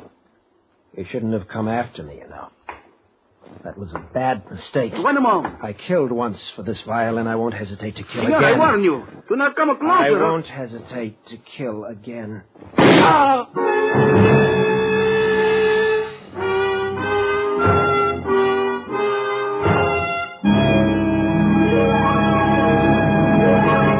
The Whistler will return in just a moment with a strange ending to tonight's story. Meantime, here's good news. Brand new, up-to-the-minute road maps have just arrived at signal service stations in time for your summer trips. And, friends, pardon my enthusiasm, but these new signal maps are without a doubt the finest I've ever seen. Prepared by Rand McNally, they have all the latest road changes and conditions, as well as many places of interest not included on ordinary maps. Jumbo in size and printed in full colors, they're easy to read and have the new accordion fold for easy handling. In addition, these new signal maps have handy extra features, such as enlarged sections of metropolitan areas. Also, a radio log showing where on the dial you'll find your favorite programs as you travel. Plus, a Western States mileage chart and a list of interesting places to see. Yes, Signal Oil Company has gone all out to bring you the finest road map obtainable. And now they're yours for the asking at any Signal service station. Now, back to the Whistler.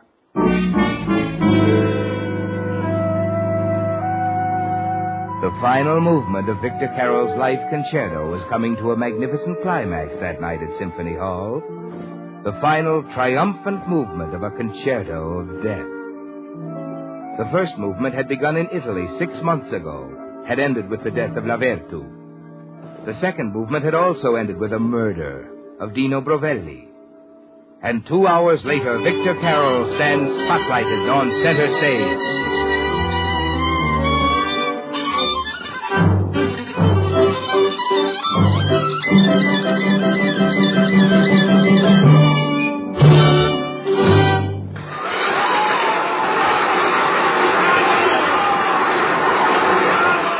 Yes, the concert was a triumph, Victor.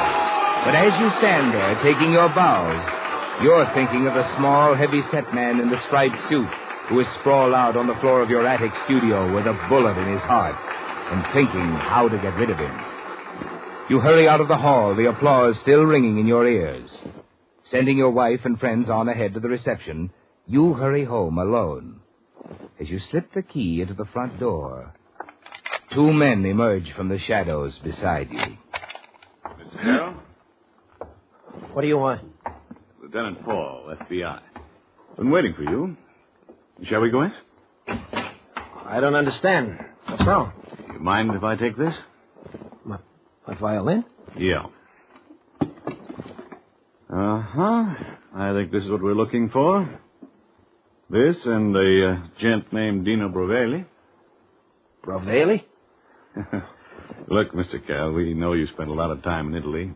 Made a lot of friends there. People like this guy, Brovelli. No, I don't... Not that I blame you.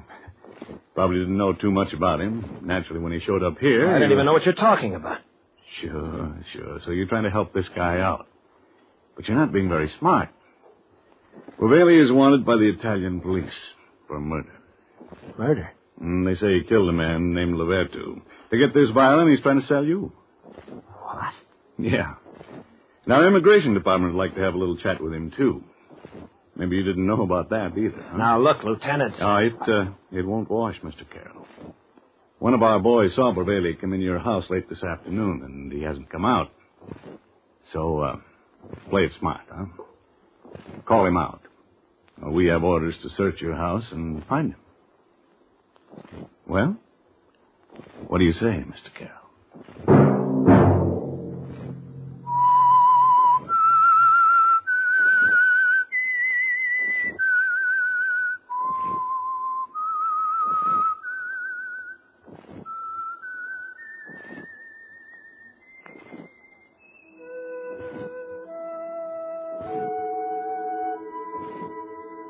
Let that whistle be your signal for the Signal Oil program, The Whistler, each Wednesday night at this same time. Brought to you by the Signal Oil Company, marketers of Signal gasoline and motor oil and fine quality automobile accessories. Signal has asked me to remind you, to get the most driving pleasure, drive at sensible speeds. Be courteous and obey traffic regulations. It may save a life, possibly your own.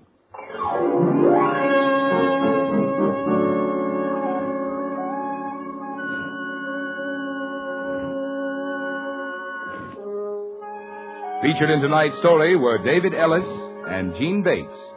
The Whistler was produced by George W. Allen, with story by Frank DeFelitta, and music by Wilbur Hatch, and was transmitted to our troops overseas by the Armed Forces Radio Service. Next Wednesday, for a full hour of mystery over most of these stations, tune in a half hour earlier. Enjoy The Saint, as well as The Whistler. This is Marvin Miller speaking. This is CBS, where 99 million people gather every week, the Columbia Broadcasting System.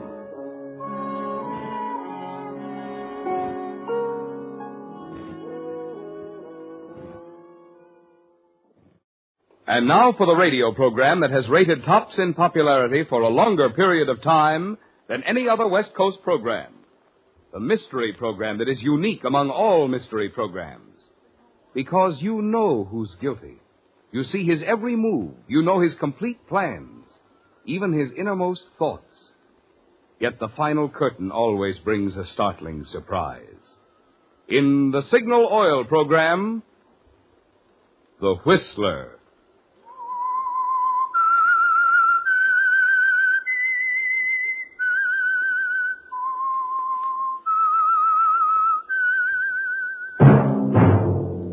That whistle is your signal for the Signal Oil program, The Whistler.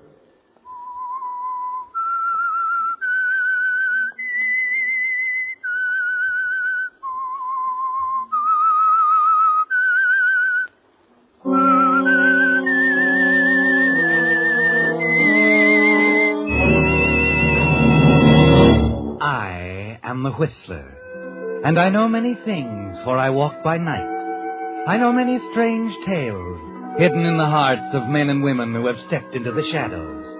Yes, I know the nameless terrors of which they dare not speak. Yes, friends, it's The Whistler for the tops in entertainment. And for the tops in gasoline quality, it's Signal. It takes extra quality, you know, to give you extra mileage. And Signal is the famous Go Farther gasoline. So look for the Signal circle sign in yellow and black that identifies friendly independent signal stations from Canada to Mexico. And now the Whistler's strange story, Small Town Girl.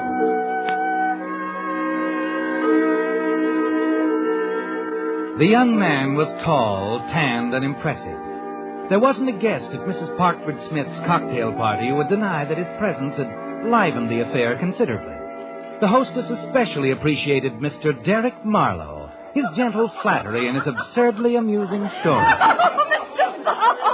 Oh, Derek, you know that isn't true. It couldn't have happened that way. Oh, but it did, Smitty. And the story was a rage on the continent. Bob Leland was there. You remember, don't you, Bob? Yes, Derek, I remember. You and Bob must have had some rare old times together during your student days. Oh, we did. We did. We were always thinking of ways to break loose. Eh, Bob? Yes, we were. Now, Bob, in the interest of Anglo-American relations, you should have introduced us all to Derek a long time ago. Sorry, Mrs. Oh, it's all right, dear. We've made up for lost time. You are going to have to speak to him, though, Bob? Speak to him? Yes. I resent the fact that he hasn't let any of us in on his new business venture. Now, we don't mix business and pleasure. Now, I believe you Americans invented that slogan. Oh, yes, but we don't live by it. It's really quite the opposite. That's right, Marlowe. Well, another time, perhaps. Besides, I think we have all the money we need now. Derek. Yes? I'm going to have to run along. Could I see you a minute first? Certainly. Now, don't you keep him long. Remember, you're going to tell us the story about the Dutch. We can go out on the terrace. You're being very mysterious, old boy. Okay, Derek, you can drop it. You're not the crown prince in front of me. This is where you get off. Oh, now, my dear boy, you can't mean that. But I do. I'm fed up, understand? Tired of having you use me as an entree to impose on my friends, to cheat them out of their money. Really, Bob? Can I help it if your friends enjoy my company? They wouldn't if they knew the truth about you. And, do they know the truth about you, Bob? About that slight matter of your prison term during your 4 years of study in England? Never mind. Oh, it's all right. I'm not complaining, you know. After all, if we hadn't been cellmates at dear old Wandsworth... You don't frighten me anymore, Marlowe. I think I do. I've noticed that family reputations are just as important here in America as they are at home. Perhaps. But I'm warning you right now. Stop fattening Mrs. Smith for the kill. She's not putting a cent into any of your deals. On the contrary, I expect she'll insist on investing quite heavily. And if she doesn't, well, perhaps your father could be persuaded to put up a few thousand. My father? If you ever dared to go that far, I'd... You'd what? We'd better understand each other right now, my dear ex-cellmate. I'll go as far as I like with anyone I choose to have you introduce me to. And there's nothing you can do about it. Not a thing.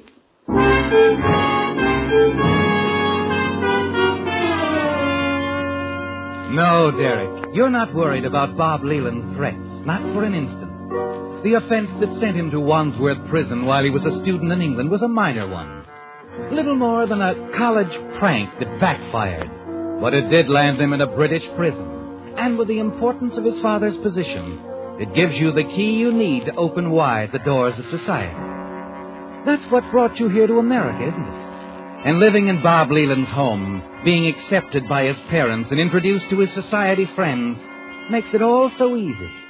A few more weeks of gaining their confidence and you'll be satisfied to leave Bob alone, to move on out of his life, a much wealthier man than when you arrived.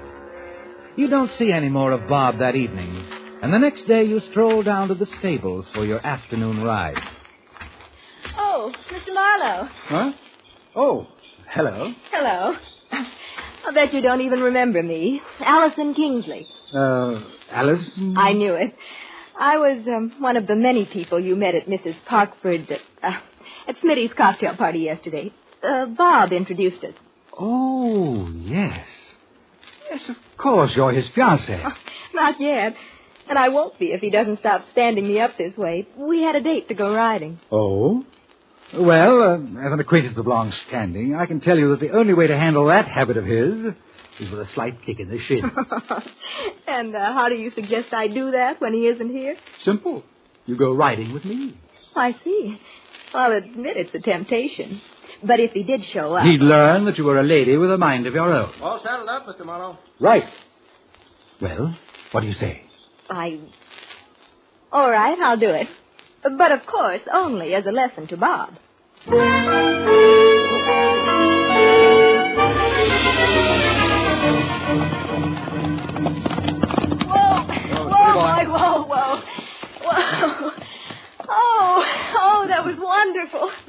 ride very well.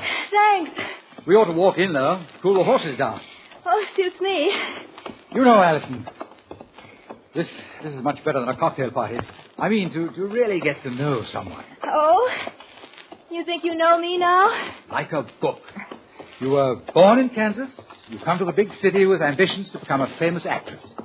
You're a model by profession, awaiting the day when you'll get the big break. Unless Bob Leland talks you into marriage before that happens. Now you're making fun of me. Not at all. I admire you. In fact, I wish I could see you again, Allison. Here now, just how hard do you want me to kick Bob's shin? He might not like it if... Oh, Bob wouldn't mind, not with me. I'm the best friend he has. I'm even staying at his home until I return to England. Yes, I know. How about dinner, Allison? Perhaps tomorrow evening? Well, I suppose I should convince Bob that I'm not just sitting around waiting for him. Supposing I call you, what? All right, Derek. Call me and we'll see.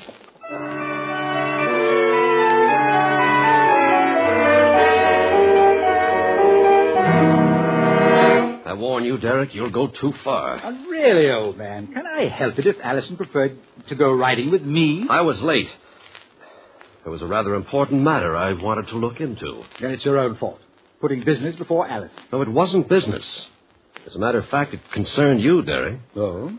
I got to thinking after our conversation last night. I decided to check on something, the little matter of your visa. What about my visa? I thought you'd been here a long time, too long. And I find out to my intense satisfaction that your stay in this country officially expires next week. Oh, yes? Yes. Well, don't weep any unnecessary tears for me. You see, I won't be leaving quite that soon. No? No. These official matters take time. The immigration authorities are frightfully busy these days. It'll probably be several weeks before they get around to their routine checkup. And by that time, I'll have things quite well in hand. Oh, I see. Except that it might not take weeks if someone called your overstay to their attention. You haven't done that, have you? No. I wouldn't if I were you. And why not? Because if you do, Bob, I'll kill you. What did you say? I said I'll kill you. You see, I've been planning this little visit to America for a long time. Ever since our college days together at dear old Wandsworth. And I won't stand by and see my plans destroyed. You really mean that, don't you? Try me, and you'll find out.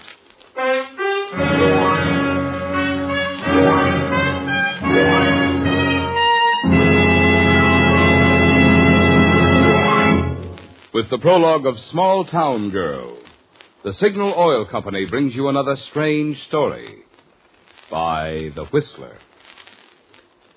But now a timely warning. Don't let your 4th of July weekend be spoiled by tire trouble, or even worse, by the kind of an accident that faulty tires can cause. There's still time to replace those smooth, dangerous old tires with new Lee Super Deluxe tires at your Signal service station.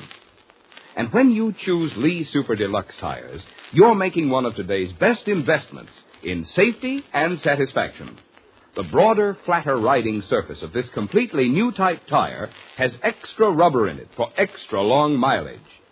And the 16 cleaning edges on the 8-rib tread guarantee quicker stopping plus greater non-skid protection.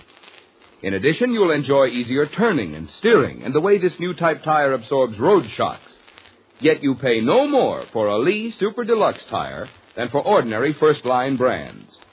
And right now, Signal dealers are offering special trade-in allowances, plus liberal credit terms. So stop by your Signal dealers tonight or tomorrow, sure.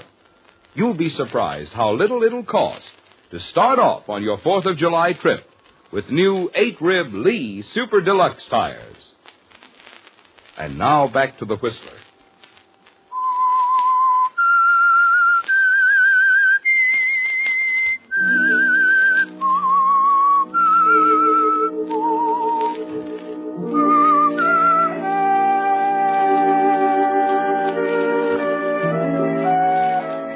That makes it a stalemate, doesn't it, Derek? You'll use the fine art of threat with Bob Leland, and now he has a threat of his own.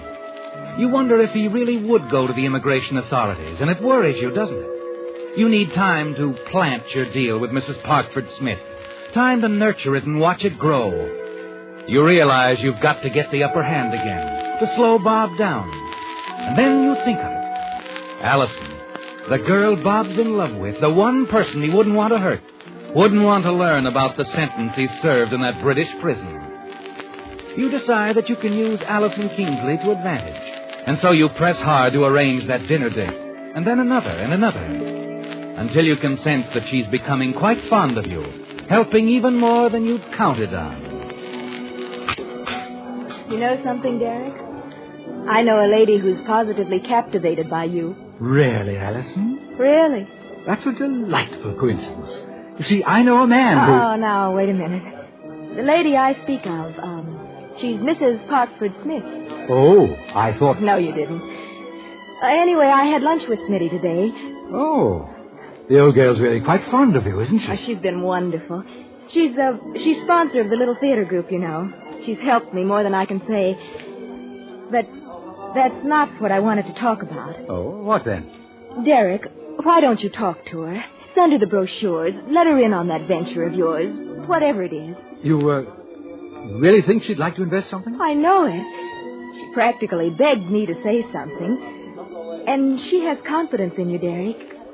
Just as I have. Allison, you're a very fine person. If I thought for a moment there was a chance... Derek, don't spoil anything. No, I mean it. You'll be sailing off to England as soon as you've wound up your business here. I've known that all along. You'd never let yourself think seriously about an American girl. But why not? Why not, Allison? We get along so beautifully. But it would tie you down, Derek. Perhaps keep you here in this country. Oh, keep me in this country, but... Why, yes. Yes, it might do that. Allison?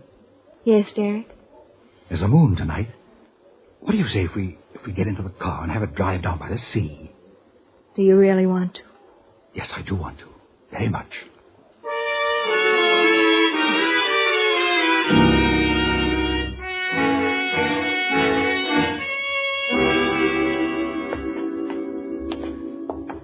Here we are. Right back to your front door, safe and sound. Had fun? Oh, it's been a perfect evening, Derek. I'll see you upstairs. No, I'm afraid we disturbed my roommate. She goes to bed quite early. Roommate? I didn't know you shared your apartment with anyone. Oh, yes. Emma Shoup, a girl from my hometown.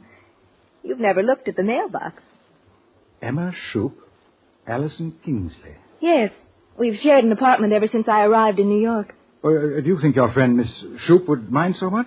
You know, you've never once asked me in. I'm afraid she would. Emma's a small-town girl. She's wonderful, actually, but she doesn't approve of some of my boyfriends, especially when they keep me out this late. Oh, I see. The ogre guarding the beautiful princess, is that it? Something like that. Well, perhaps I'll eventually get on her good side and charm her into submission. Perhaps. Well, anyway, it's pretty late tonight. Good night, Derek. And thanks again. Not at all. You know, Allison, I hope we can have many more evenings together. Derek, sometimes I don't know whether to believe you or not. I'd like to be sure, but... You can be. You can depend on me, Allison. I mean what I say.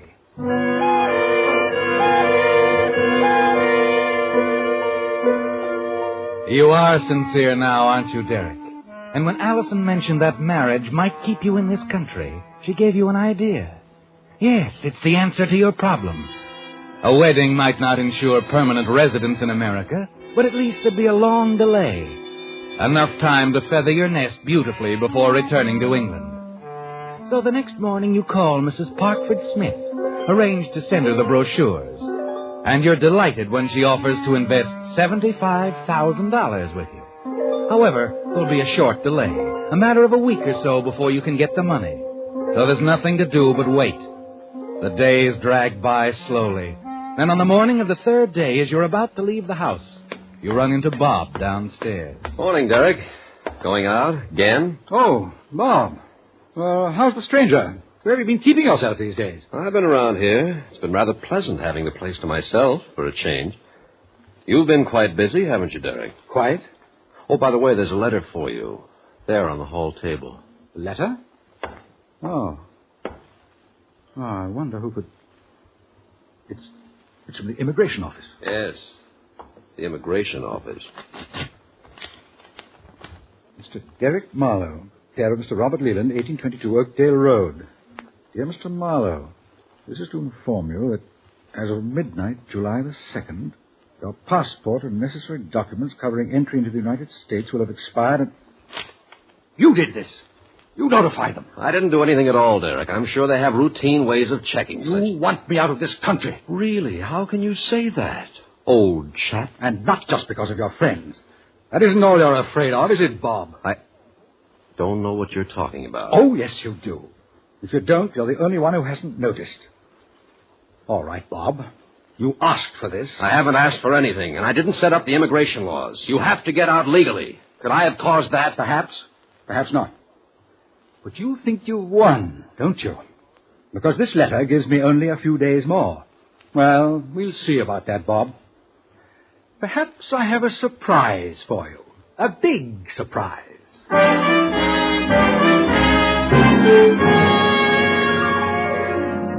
There's still a chance, Derek, to stay with your scheme. To get your hands on Mrs. Parkford Smith's $75,000. Only you'll have to propose to Allison a little sooner. You hope Allison won't think you're rushing things as you hurry to her apartment, anxious to have everything settled before the immigration authorities pay a call.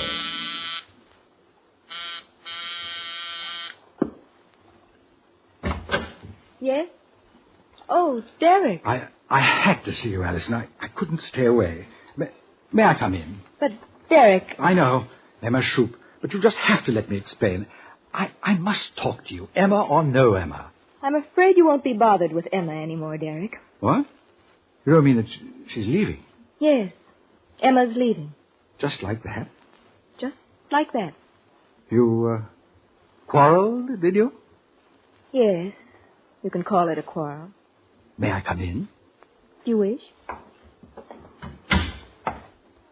So, dear old Emma's moving out. Going back to the small town, is she? Yes. She's going back where she belongs. She's packed and ready to take the train for home. In another 15 minutes, she'll be pulling out of Pennsylvania Station. Well, can't say I'm sorry. No. I don't suppose you would be, Derek. Look here, darling. I didn't come here to discuss Emma Shoup. Allison, the reason I had to see you rushed over here like this, well, it's something I've got to ask you. Right away. Oh? Allison, the other night, what you said about my staying in this country. Well, I've decided I like it here. I like it very much. I see. Do you know why? I haven't the faintest idea. Allison, darling, you're not making this any easier for me, but I love you. I want you to be my wife. I want you to marry me. Marry you? Why are you laughing? You don't love me. You never have. You've been using me to get to Smitty, to strike at Bob in some way. I don't know what it is, but Bob's in some sort of trouble, isn't he? And you know about it. No, that isn't it, Allison. Don't tell me you're his best friend, or anyone. Allison! You see, Derek, Mrs. Smith wasn't quite as gullible as you assumed. Those brochures you sent her, the entire proposition, she had her attorneys check it thoroughly. They also checked on you. She called me about it. So, what are you going to do? I've already done it. You'll have a visitor any day now, Mr. Derek Marlowe. From the immigration office. I've told them all about you. You? You told them? The moment I found out, yes. You made a fool of me. An absolute fool. What's the matter, Derek? Can't you take a bit of your own... Derek, what are you going to do? You made a fool out of me.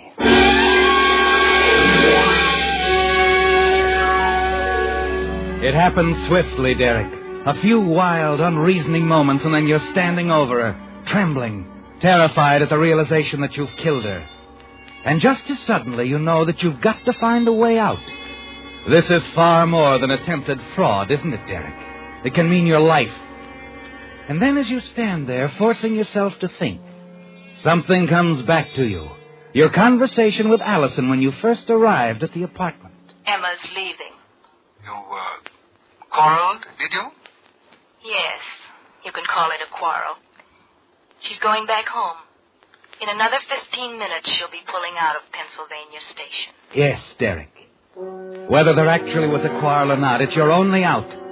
And you're certain that you can make it seem that way. You slip out of the apartment quietly, leave the building without being seen. 20 minutes later, you're back, and on your way to Allison's apartment with the house manager. Terribly sorry to bother you like this, Mrs. Fremont, but when Miss Kingsley didn't answer my ring... You say you heard someone in there with her a while ago? Yes, they seem to be quarreling. Oh, any idea who it was? Well, I'd rather not say. Well, we'd better talk to her.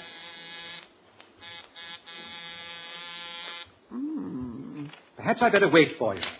All right. She might be laying down. I'll just... Mr. Barlow. Mr. Barlow. Yes? What is it? Oh. Good Lord. She's dead. The poor thing's dead. Somebody's killed her. Don't get excited, Mrs. Fremont, and don't touch anything. We've got to call the police right away. The police, yes. And when they get here, I may be able to help. I'm quite sure I know who did this.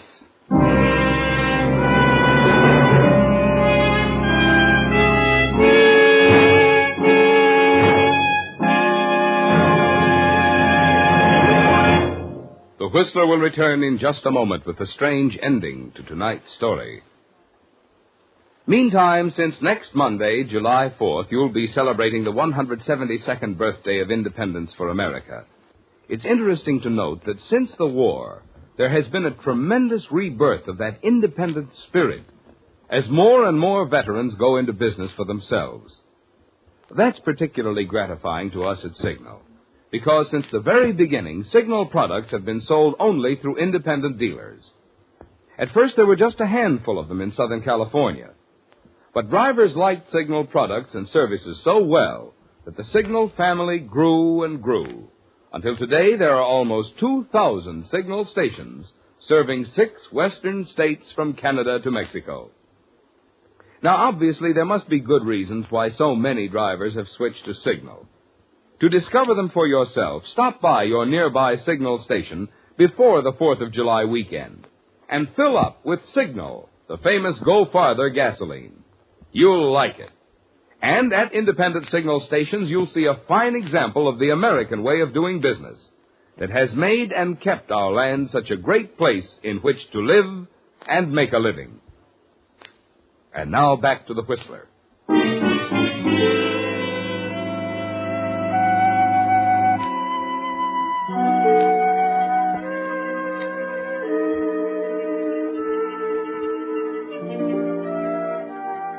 It's working perfectly so far, isn't it, Derek? The police had very little to ask in the preliminary investigation. And at headquarters, waiting outside Lieutenant Anderson's office, you have plenty of time to go over and over the story in your mind. Exactly what you must tell them. Yes, Derek, you have all the answers. And you had no trouble giving them convincingly when the routine questioning began. And, well, that's all there is to it, Lieutenant. You can understand how shocked I was when Mrs. Fremont called me in and I saw poor Alice. Yeah, sure, we know about that. Now, let's see if I've got this straight. You went to the apartment the first time and heard her arguing with a roommate. Could you tell what the argument was about?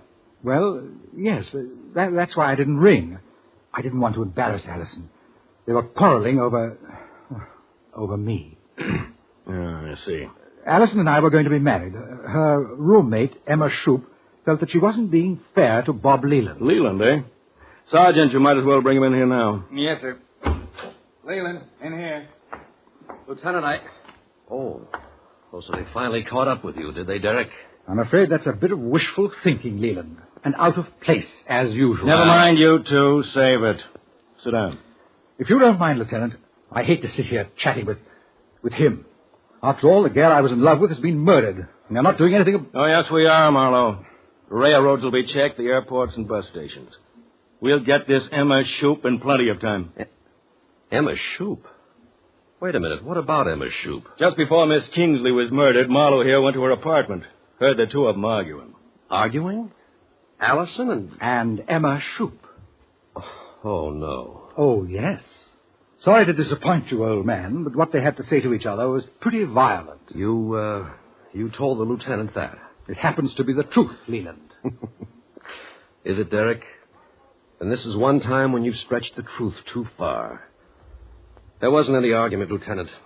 There couldn't have been. No? And why not? Well, I guess it was the sort of thing only a small-town girl would do. But when Emma Shoup first came out here from Kansas, she stumbled on a simple trick to protect herself from phonies like you, Derek. She put 2 names on her mailbox. Her real name, Emma Shoup, and the name she hoped to make famous. Allison Kingsley. That's right, Lieutenant. Emma Shoup and Allison Kingsley were 2 names for the same girl.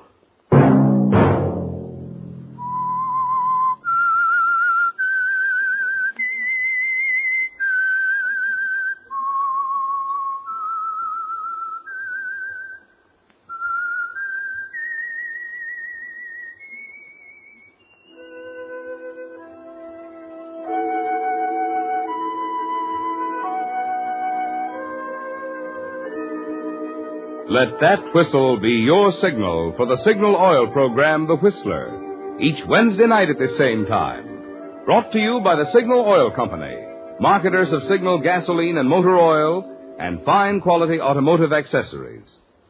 Signal has asked me to remind you, to get the most driving pleasure, drive at sensible speeds, be courteous, and obey traffic regulations. It may save a life, possibly your own.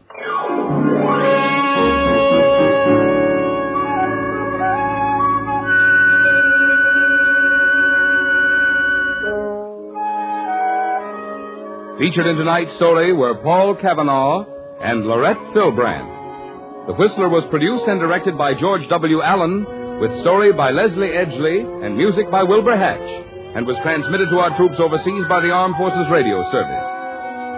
Remember, next Wednesday at the same time, another strange tale by The Whistler. Marvin Miller speaking. This is CBS, where 99 million people gather every week, the Columbia Broadcasting System.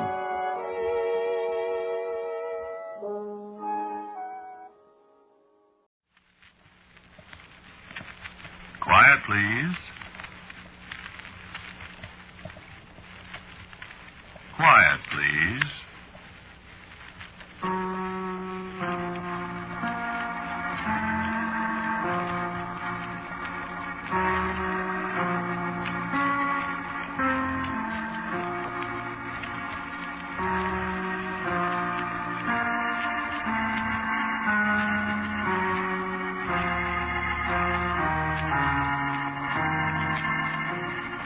Mutual Broadcasting System presents Quiet Please, which is written and directed by Willis Cooper and which features Ernest Chappell. Quiet Please for tonight is called A Night to Forget.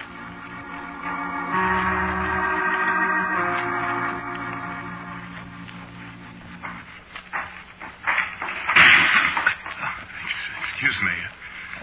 It's dark in here. Find the doggone lights. Where's the lights? There aren't any lights, John H. Who's that? It's me.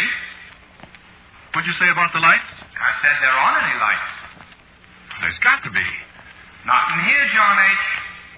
Isn't this Studio 15? You kidding? This is the morgue.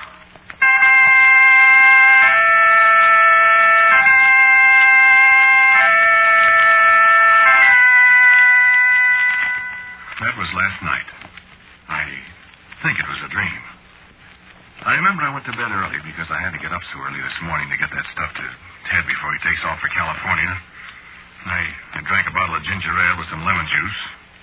I read Variety for about 15 minutes. Then I went to sleep. Must have been no later than 10:30. Then this happened. You know how it is sometimes when you get in the dream and you don't think you're dreaming, and when you wake up you wonder whether it happened or not? Well, I was walking down the hall to Studio 15 for this broadcast, and when I went in, it was all dark. And I stumbled around trying to find the lights, and I hit my shin on something. And then this voice in the dark talked to me. You kidding? This is the morgue. I'll be darned if I can figure it out. I think it was a dream, all right. But my shin hurts where I barked it. It's all black and blue.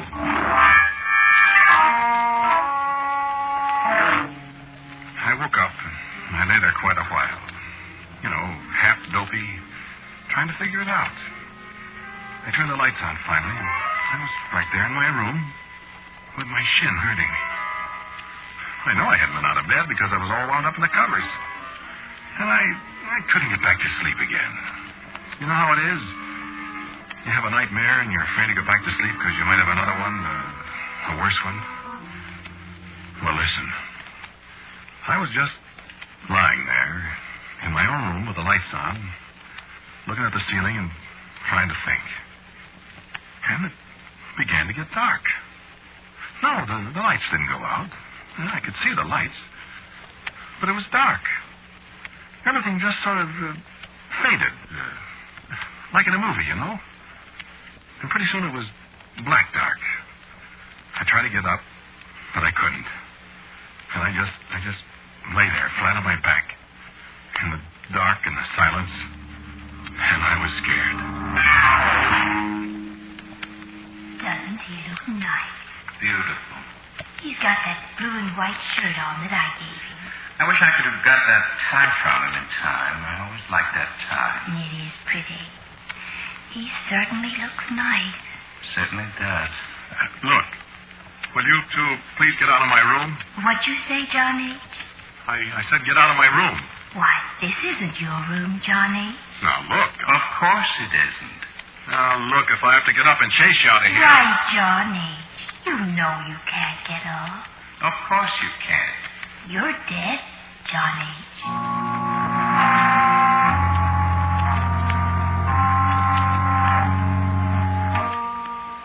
And then it got, well, undark. And pretty soon it was just the same as it was before I fell asleep. If I did fall asleep.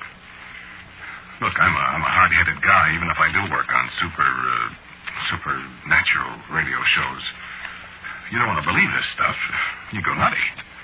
Only, well, sometimes I always sleep in pajamas.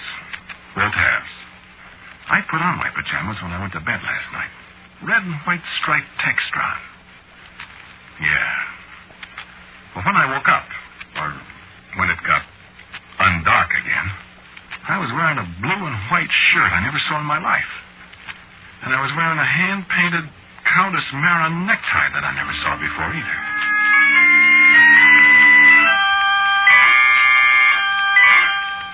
So this is too good.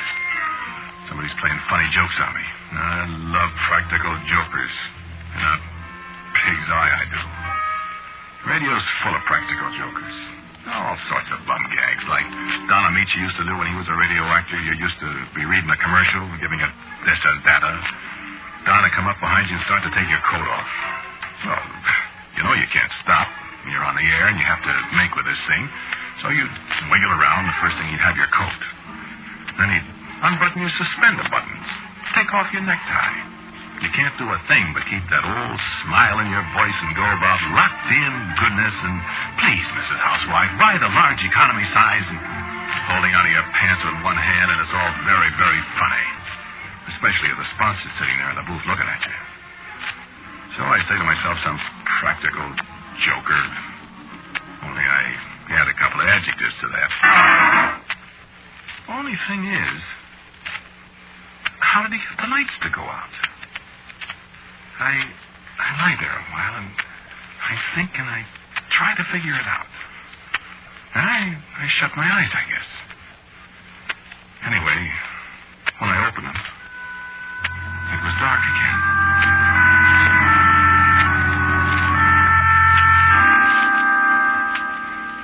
I am walking around in the dark, and the ground is springy underfoot. There's a cool wind blowing. What are those things? Those white things. Why, they look like gravestones. They are gravestones. Will you stand to one side, please, Johnny? Excuse me. I gotta get to work, see? This is an extra special rush job. I gotta get it done right away. Did you say something, Johnny? I was just going to ask you, what is this place? My goodness, John H., this is a cemetery. Cemetery? Certainly. Would you move your foot a little? What am I doing in the cemetery? What do people usually do in the cemetery, John H.?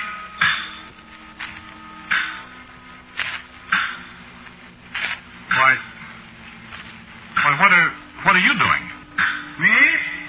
I'm just chiseling your name on this gravestone.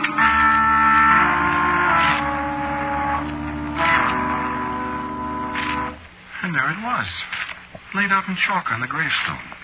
John H. And I shut my eyes. When I opened them again, I was lying on my bed. Well, you know what people mean when they say their mind reels. Oh, boy, I do. I rubbed my eyes, and I felt like sand on my fingers. It wasn't sand, though. It was marble dust.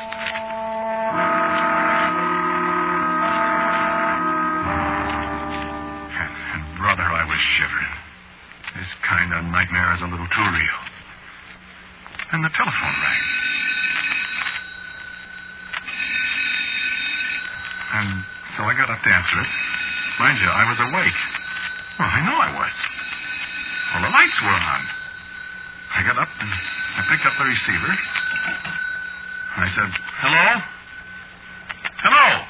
Sure is too bad, isn't it? Sure is. I never heard of such a thing. Hello? Hello? Poor old John H. This is John H. Hello? Poor old Al, I'd say. It's tougher on him than on John H. Al? Al who? Al April.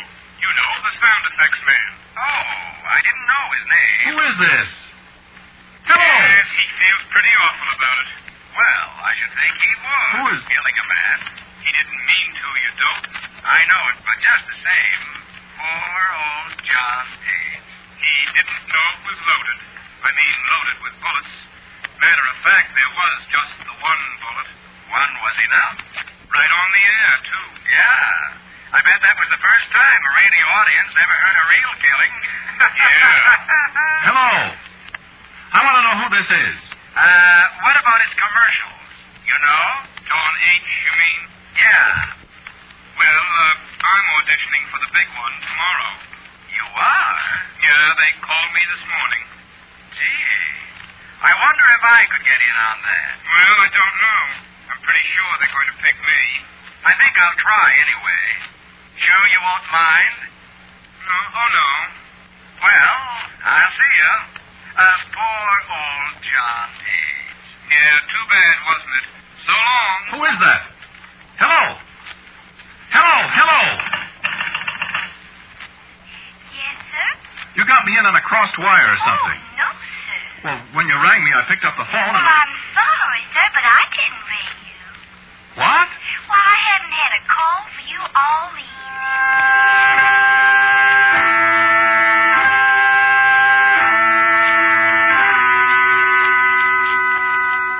Now, that wasn't a nightmare. Or a dream. That happened. Even if the operator did say she didn't ring me. Whoever it was playing a joke on me, they fixed it with the operator so she'd say that. Didn't they? All right, that's the way I figured it, too. So, this was about 11:30. At 12:30, the manager of the hotel called me on the phone. I hate to wake you up at this hour of the night, John H., but I thought maybe radio registry or somebody might have called you and couldn't get you, see? And I know how important it is for people on the radio to get their calls. What are you talking about? Well, I just thought you might want to call registry and see if they've been trying to get you, see? I don't get it. Oh, excuse me. See, something happened to our telephones about 10 o'clock, and nobody's been able to get a call in or out of the hotel since then.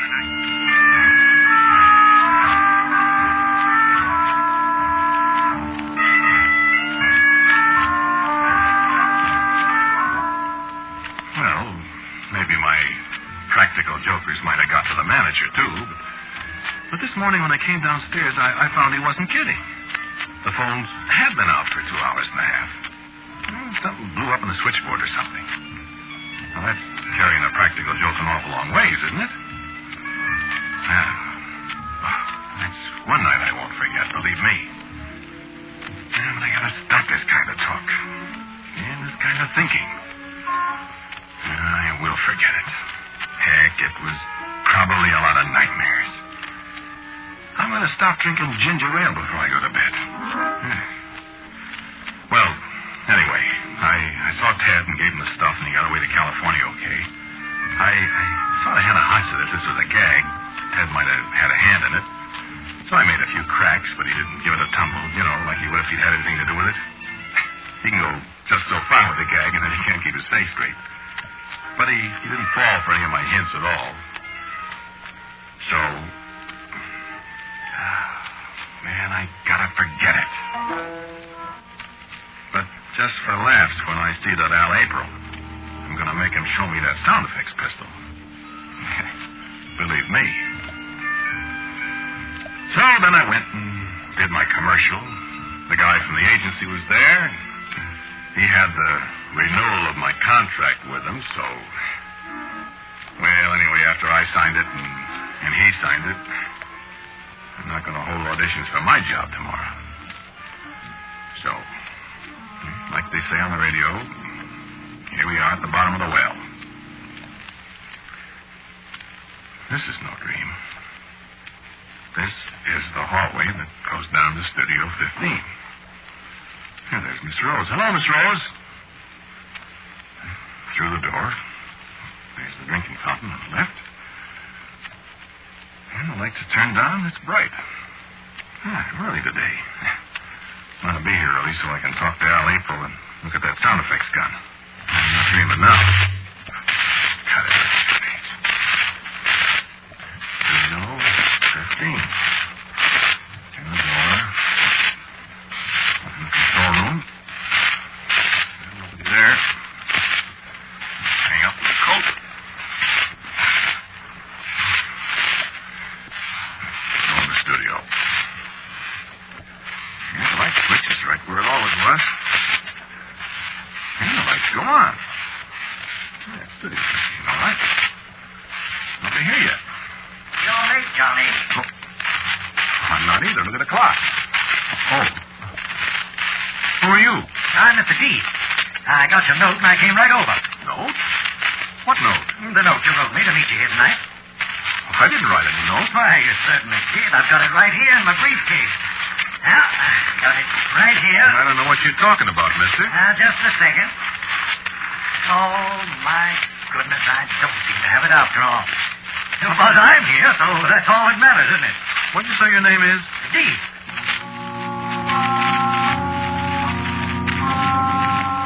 Well, what'd you want?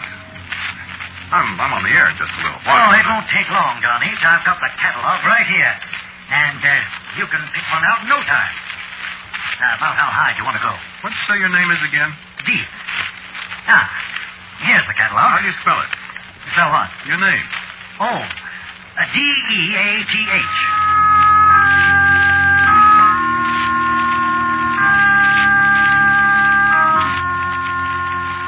Shall we sit down here at the table where I can spread out the catalog? Listen, Mr. Death, or whatever your name is, this gag has gone just about far enough. Why, what gag, Johnny? Your gag. My friend's gag. I'm tired of it. Suppose you scram. What are you talking about, Johnny? I don't indulge in gags. Not in my business. And what is your business, Mr. Death, pronounced Death? I don't know whether you're trying some of your radio humor on me, Johnny. You drag me all the way down from the Bronx to let you pick out a coffin. A coffin? You think I'm in the grocery business? Listen, Now, this one here you wouldn't want. Man as well-known and prosperous as you, Johnny, you wouldn't want to be found dead in this one. No, sir, you wouldn't be found dead in it. Eh? Look, Buster, I don't want a coffin. Then why did you sign an order for one and pay a substantial down payment? I didn't. All right. Now, let's get this settled. This model, 23, code name Tired. This will set you back $441.23. 10 Tax included, of course. I don't want it. Something a little more expensive, perhaps, eh? Ah, here's a dandy. Codename Sleepy. Solid rosewood. Well, practically solid. Hand-polished silver alloy handles, nylon lining in your choice of color. I don't want it. Okay. Ah. Well, what do you know about this for a coincidence? Huh? By George, I didn't know this model was in the book. Look at that. What? Look at the code name. Code name? John H.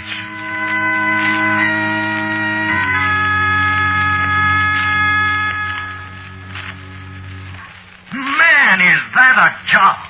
You know, I haven't seen this model yet. Look how it's streamlined.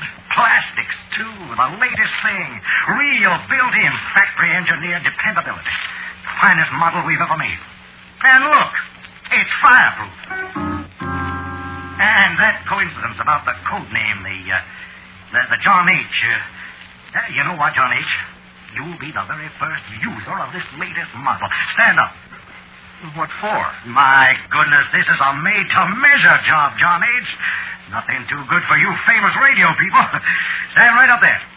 That's it. Now, let me see. Dimension A. My, you have broad shoulders, don't you? Now, let me put this down. There. Listen, mister, please, I'm going to get it absolutely right, John H. I tell you, I can hardly wait to see you in it. Stand still. Listen, this has gone far enough. Just hold the tape, huh? Now, let me see. 3 inches above your head. Now, 6 feet 4 inches. I didn't realize you were that tall, John H. How much do you weigh? Well, let's see. I've lost 17 pounds since I went on the diet. My. You must tell me about that. If we have time. 17 pounds, and that makes it... 191. Oh, my gracious, I can save you a little money then. The oversized models carry a 4% discount, you see. The little ones are harder to make. You're very fortunate, John H. Now, as a plaque on the lid. See here?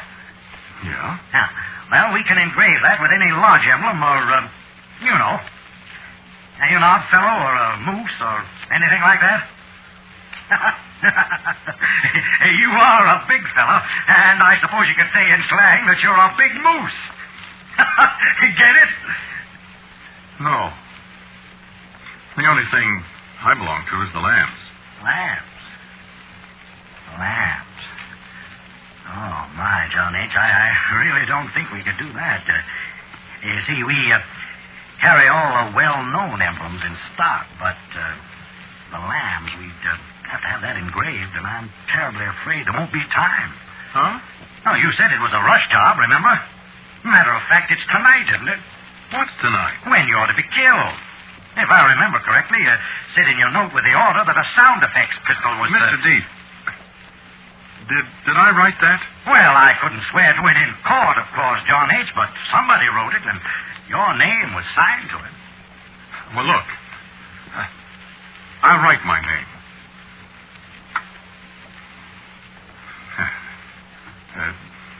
Is that the signature? Absolutely identical, John H. Yes, sir, absolutely identical. I remember the curlicues on the H. I don't understand. It's perfectly simple. You're going to die, and you need a respectable, refined, late-model coffin, that's all. Are you sure I'm going to die? Cheer up, John H. Of course you're going to.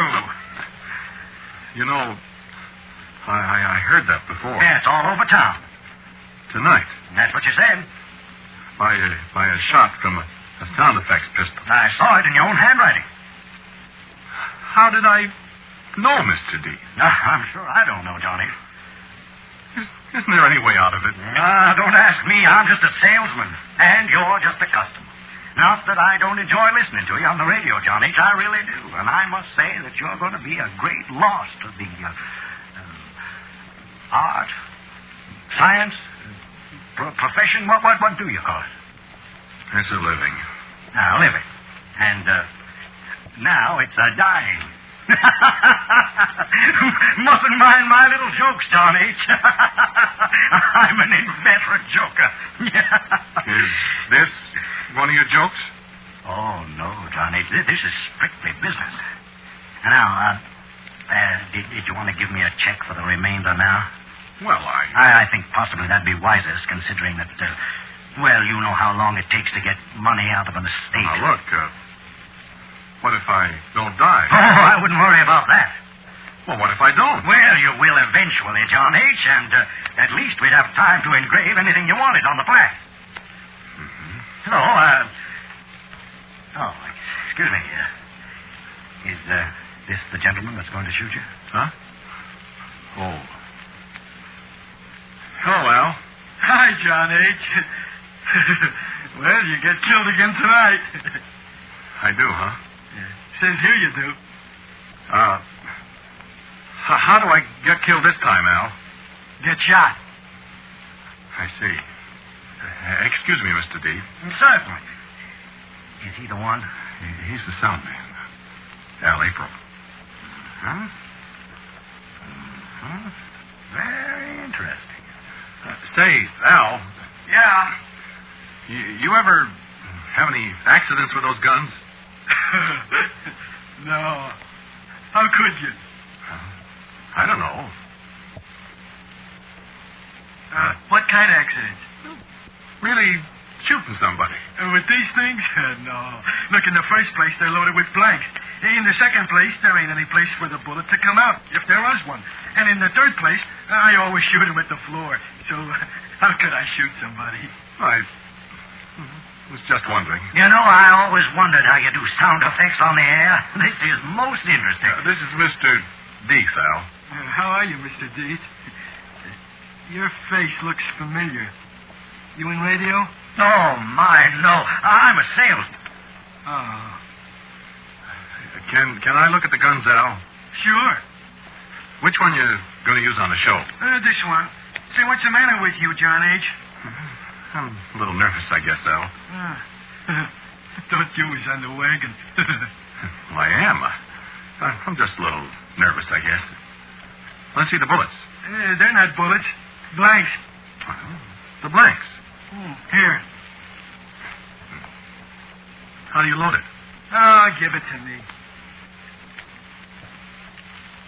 There. Can I shoot it? Sure. What do you want to shoot it for?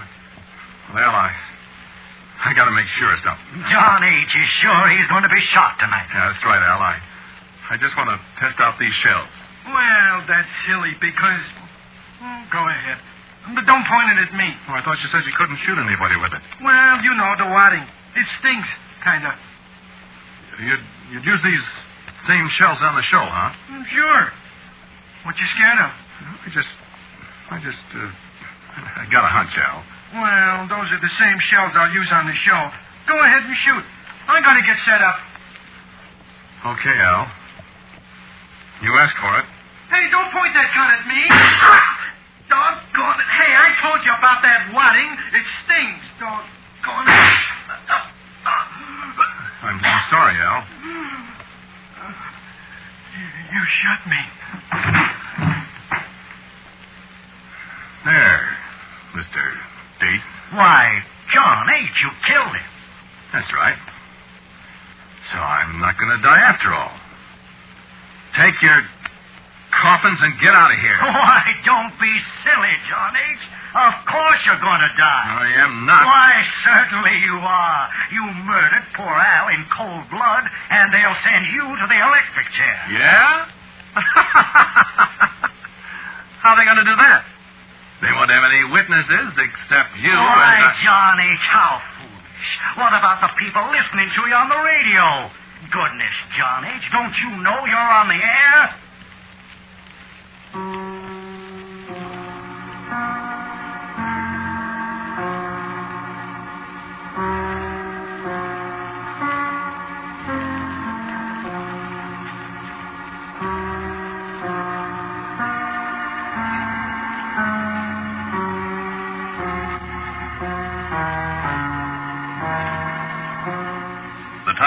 Quiet Please story you have listened to is A Night to Forget.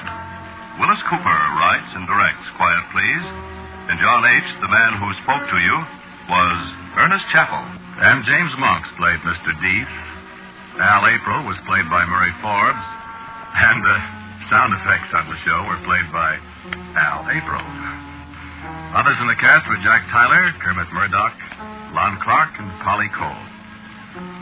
Original music for Quiet Please, as usual, is played by Albert Berman. Now, for a word about next week's Quiet Please, here's our writer-director, Willis Cooper. Tonight's show is the 40th in the series of Quiet Please. Next week, for the 41st, I think I'll call the show after the name of our series. Let's call it Quiet Please. And so, until next week at the same time, stand quiet, please. I am quietly yours, Ernest Chappell.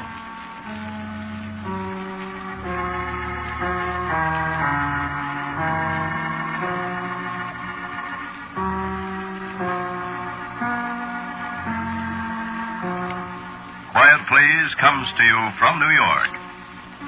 This is the Mutual Broadcasting System.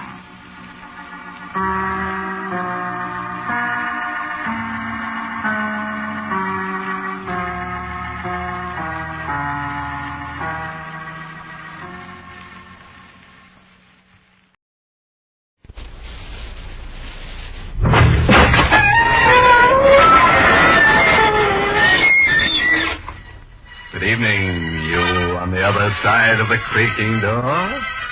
This is your host to welcome you into the inner sanctum. Well, you may as well relax. Wipe the perspiration off your brow and listen. As the lads who dumped their victim into his own icebox remark, we'll chill you.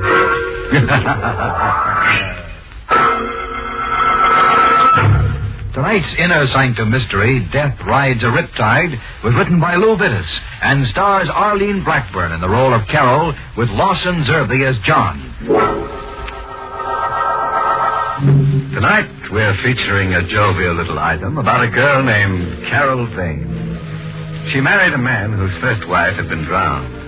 After a little while, she discovered that she herself was in hot water over her head. It's the night that John Vane has brought his new bride home. Home to the cliff house above the ocean. Well, Carol? Cliff House is very beautiful, John. Yes, it is. A bit lonely, perhaps. I could never be lonely with you. Oh, darling. Let's go in. All right, dear. A bit musty. We'll get the place aired, though, first thing in the morning. How does it get this way after they've been shut up for a while? Of course they do. Oh, the place hasn't been open since Margaret died, John. Yes. John, you mustn't be self-conscious about it. Well, it wasn't very tactful, my mentioning her. John, I love you. Tact doesn't belong. I'm sorry. Darling, the hour's late and your husband... What? John! It's all right. There's someone with a very bad sense of humor throwing stones. That wasn't supposed to be funny. John, you've got the stone. Yes. There's something wrapped around it. Paper. Let me see it. No. Please, John. Well, I don't imagine I could keep it from you indefinitely. Keep what from me? Here's the stone. Oh, the paper. It's a note addressed to me, John. It would be. It says, to the new Mrs. Vane. If you listen carefully, you can hear the waves beating against the cliff. The waves in which the first Mrs. Vane died. Did she fall? Or was she pushed? Listen. It isn't signed, John. No. You can hear the waves. Oh, I'm sorry. That's silly. But the note was so nasty. You're not to pay any attention to things like that note. You're not to pay any attention. I won't, John. I won't. Can we go to sleep now? Of course. It's true that Margaret was drowned, but it was an accident, wasn't it? Wasn't it, John?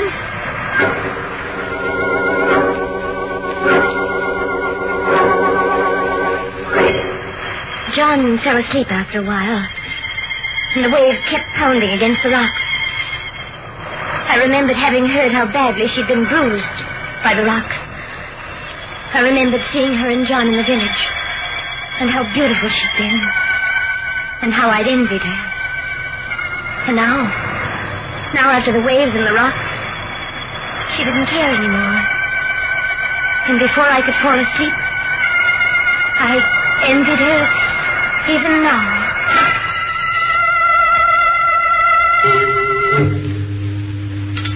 Well, that was a very fine dinner, darling. John, Yes? exactly how did Margaret die? Carol, there's no I point. want to know. She was drowned. She was a good swimmer. Even good swimmers get drowned. What happened, John? Oh, I think it'd be wiser if you'd forget about Mark. All right. There's a beach below Cliff House. It's there at low tide only. A beach and a ledge. Nice place to swim from, the ledge, at low tide. But when the tide comes in, beach and ledge are covered. The tide's strong then, and there are rocks around. Margaret got caught by high tide. That's all. You mean she stayed down below on the ledge longer than she should have? That's right.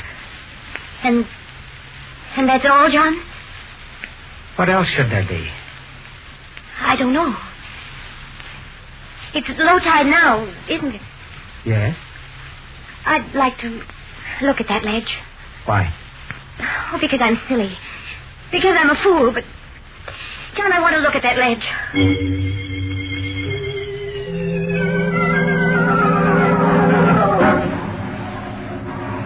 There are steps leading down, aren't there? Yes, I had them built some years ago. Carol, we should go back to the house. This business is idiotic, morbid. But we're at the ledge now. The tide's down. The ledge is broad and safe, isn't it? It is. At high tide, I suppose it would be covered. Yes. Cracks in the ledge. Seaweed caught in the cracks. From the times the ledge is covered by the water, I guess. And... What is it? This was wedged in one of the cracks. This? Oh. Yes, John. It's part of a heel. A woman's high heel. So it is. Oh, the tide's rising. Let's go up. All right. Part of a woman's high heel.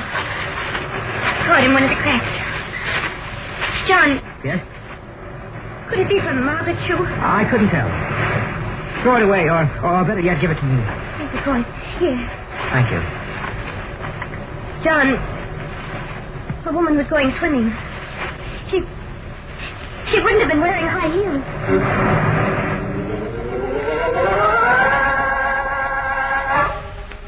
We didn't speak on the way back from the ledge. And once back at the house, John found it stuffy or something, I suppose. He muttered at me and went out into the night. The night that had become so suddenly, of so intense a darkness. John?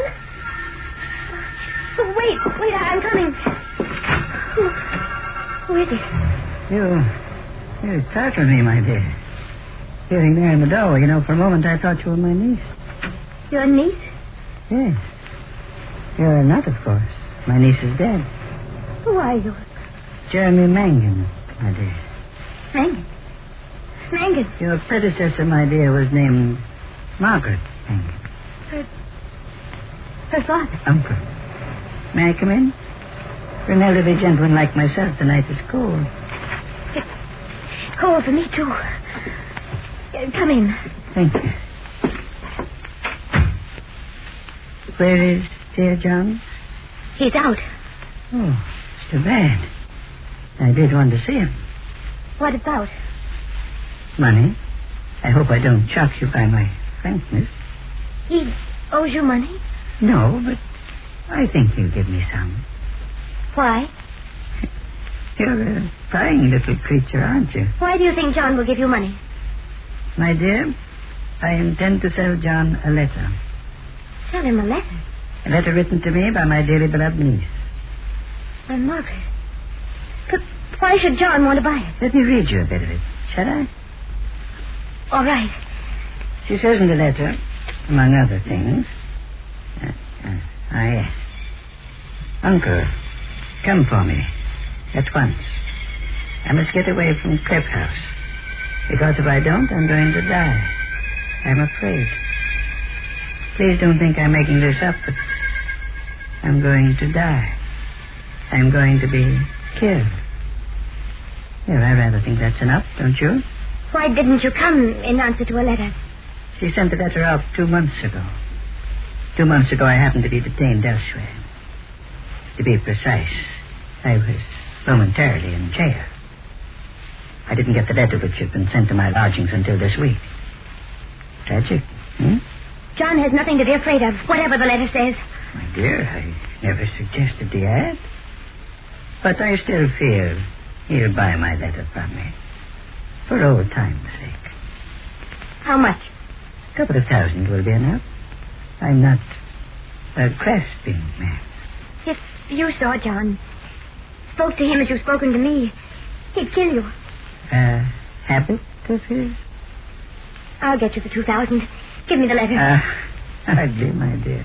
Not that I don't trust you. Well, then? I'll be at the hotel in the village.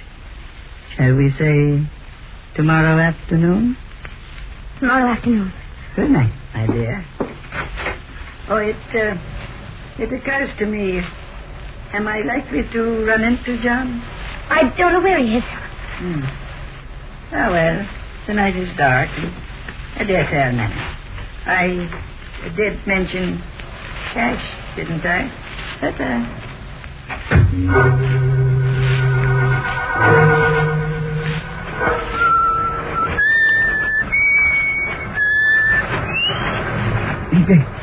Bless my soul. You startled me. Standing there at the edge of the cliff, Hey, be careful. I'm on. You devil. I won't go over the cliff. No.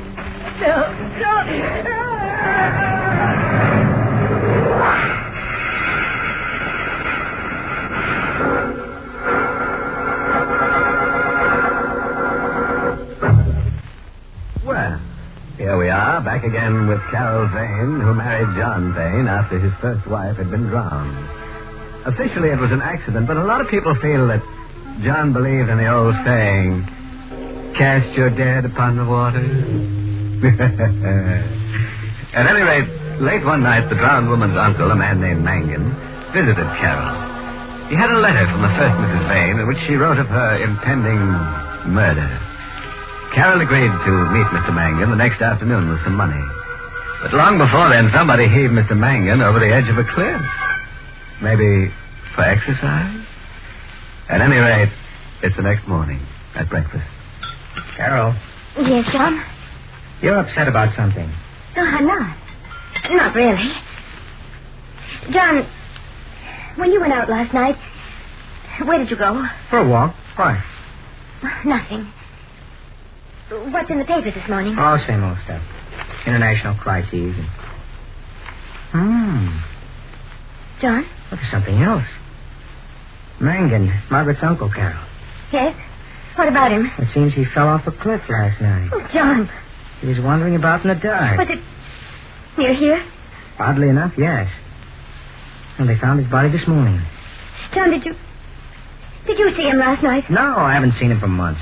Why do you suppose he came here? I've no idea. Where is he now? Probably at the morgue, what they call the morgue. Penny's drugstore in the village. I think we should go down there. Why? Well, you knew him. He was your wife's uncle. I never liked him. Still, it would look better. Carol, what are you thinking? How his death, his accidental death, fits. He was lying on a table in the back of Fanny's drugstore. The fall hadn't marked him much. Nobody had gone through his things yet. So while Fanny and John and I stayed at the dead body, I gasped. Carol. I feel faint. Mr. Fanny, could you get me something? Of course, Mom. Be back in a minute. Oh, John. Oh, I just remembered. Tell Mr. Fanny not to get ammonia. I can't take it. But, all right. Mr. Fanny, please be sure to get something. I loved my husband. So I went over to where the dead body lay and put my hands in his pocket. And I found the letter. Carol. He fixed something. Here. Oh, thanks, John. You're white. Shaking. Oh, maybe this stuff would help. Feel any better? A little. If we can leave now. Of course. Carol, Yes? what did you take from Mangan's dead body? I told him nothing. I lied. Later that evening, he went upstairs. There was a fire burning in the fireplace, and I threw the letter in. Carol, what's that? What? In the fireplace, that paper. Nothing. Just wait. I think I'll take a look at it before John, time. please don't. Carol, let's go. No, John, I love you. I don't care. No, I want to get that paper. I don't want to hurt you. But I must get... It's all burned, John. All but a tiny piece. A tiny piece of paper. The end of a letter. Signed Margaret. A letter from my wife. My dead wife. I didn't want you to see it. Why? Because in it she wrote silly things. What kind of silly thing? I don't remember, John. You got the letter from Mangan after he was dead. How did you know he had the letter, Carol? I didn't know. You got rid of Penny and me so you could get at Mangan. Carol, how did you know Mangan had a letter from Margaret? He told me. Then he was here before he fell. Yes, John. Did he tell you what was in the letter? No. Did you read the letter before you burned it? No. Then why did you burn it? Because I was jealous. I still am. Have everything to do with Margaret. You loved her before you loved me. You're telling me the truth, Carol? Why should I lie about it, John? Why?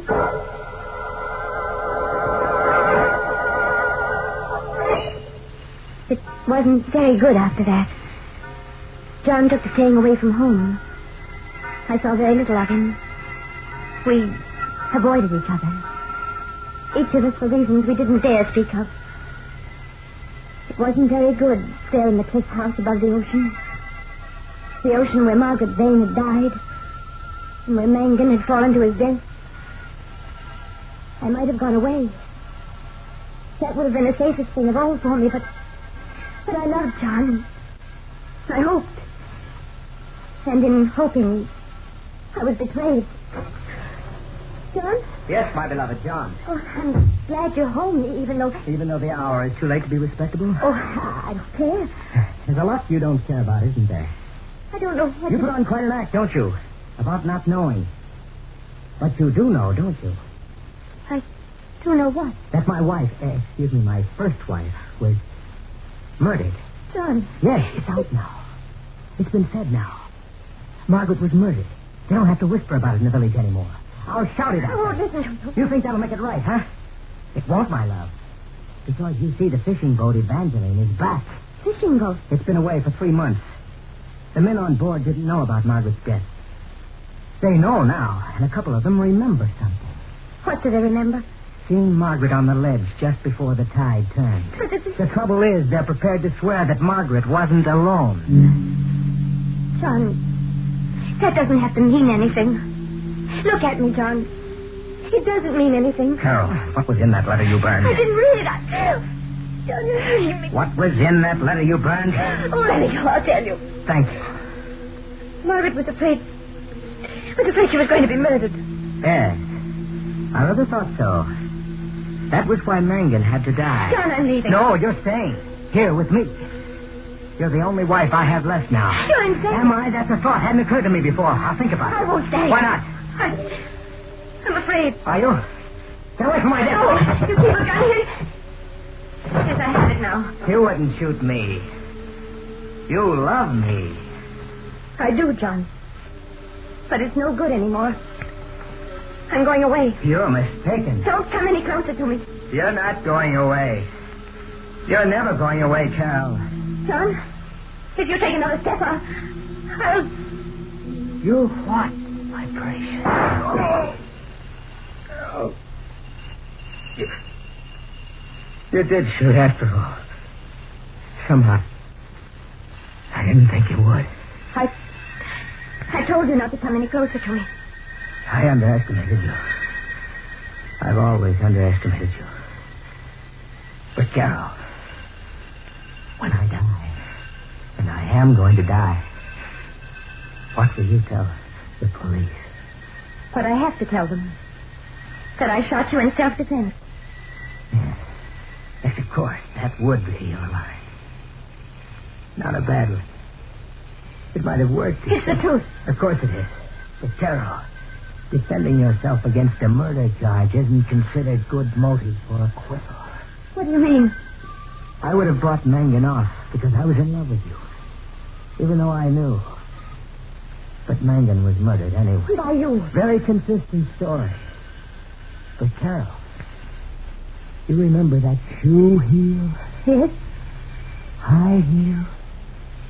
Woman's shoe? You know where it is now? No.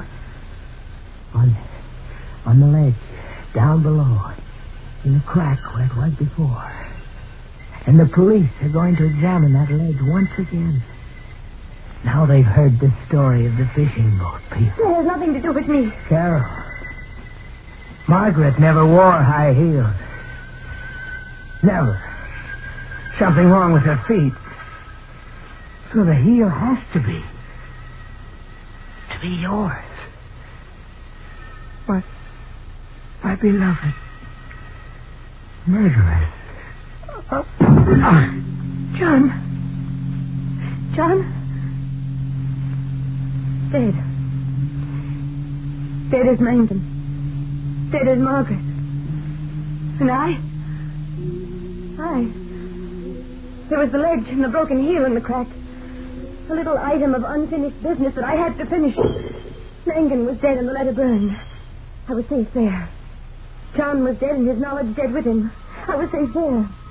The men on the fishing boat hadn't seen the second figure on the ledge clearly enough to identify. I was safe there.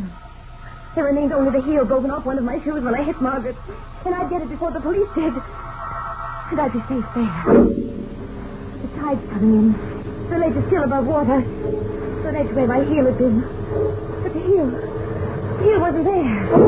Maybe I mistook the place. The ledge is hard. I began to hunt over it. There isn't too much time. The tide's coming in. The Riptide that had battered Margaret against the rock. The heel was down there someplace and I had to find it. If I couldn't. The waves began breaking over the ledge. The water began creeping over its surface. And the shoe heel that would hang me. That would hang me wasn't there. But now I realized. Son had lied. The heel wasn't on the ledge at all. There was one. Escape. Run. But the waves are higher now. But it's over the water. I turned around. I fell.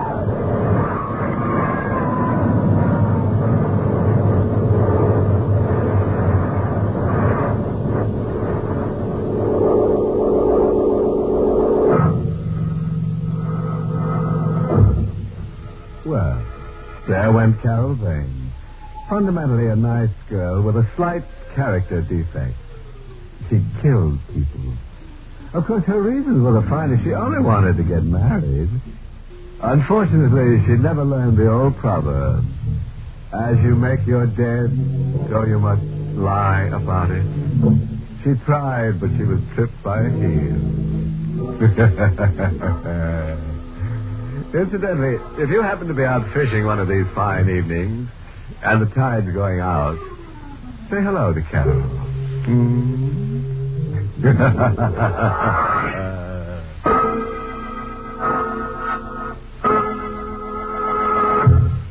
We invite you to join us again next week at this time for Inner Sanctum. This is the United States Armed Forces Radio Service, the voice of information and education.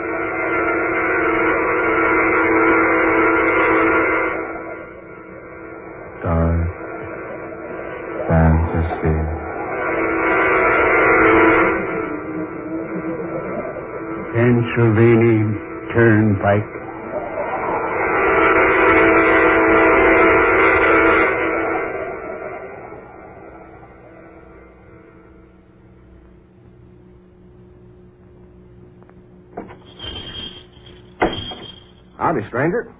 Howdy, mister. Mind if I come in and sit a while? Nope, reckon I don't. Gets sort of dad-blame lonesome along this highway. Much obliged. My feet wouldn't hold up another mile. You hitching? Yep. Going fur? Don't know. Come fur? Yep. Come a right smart piece.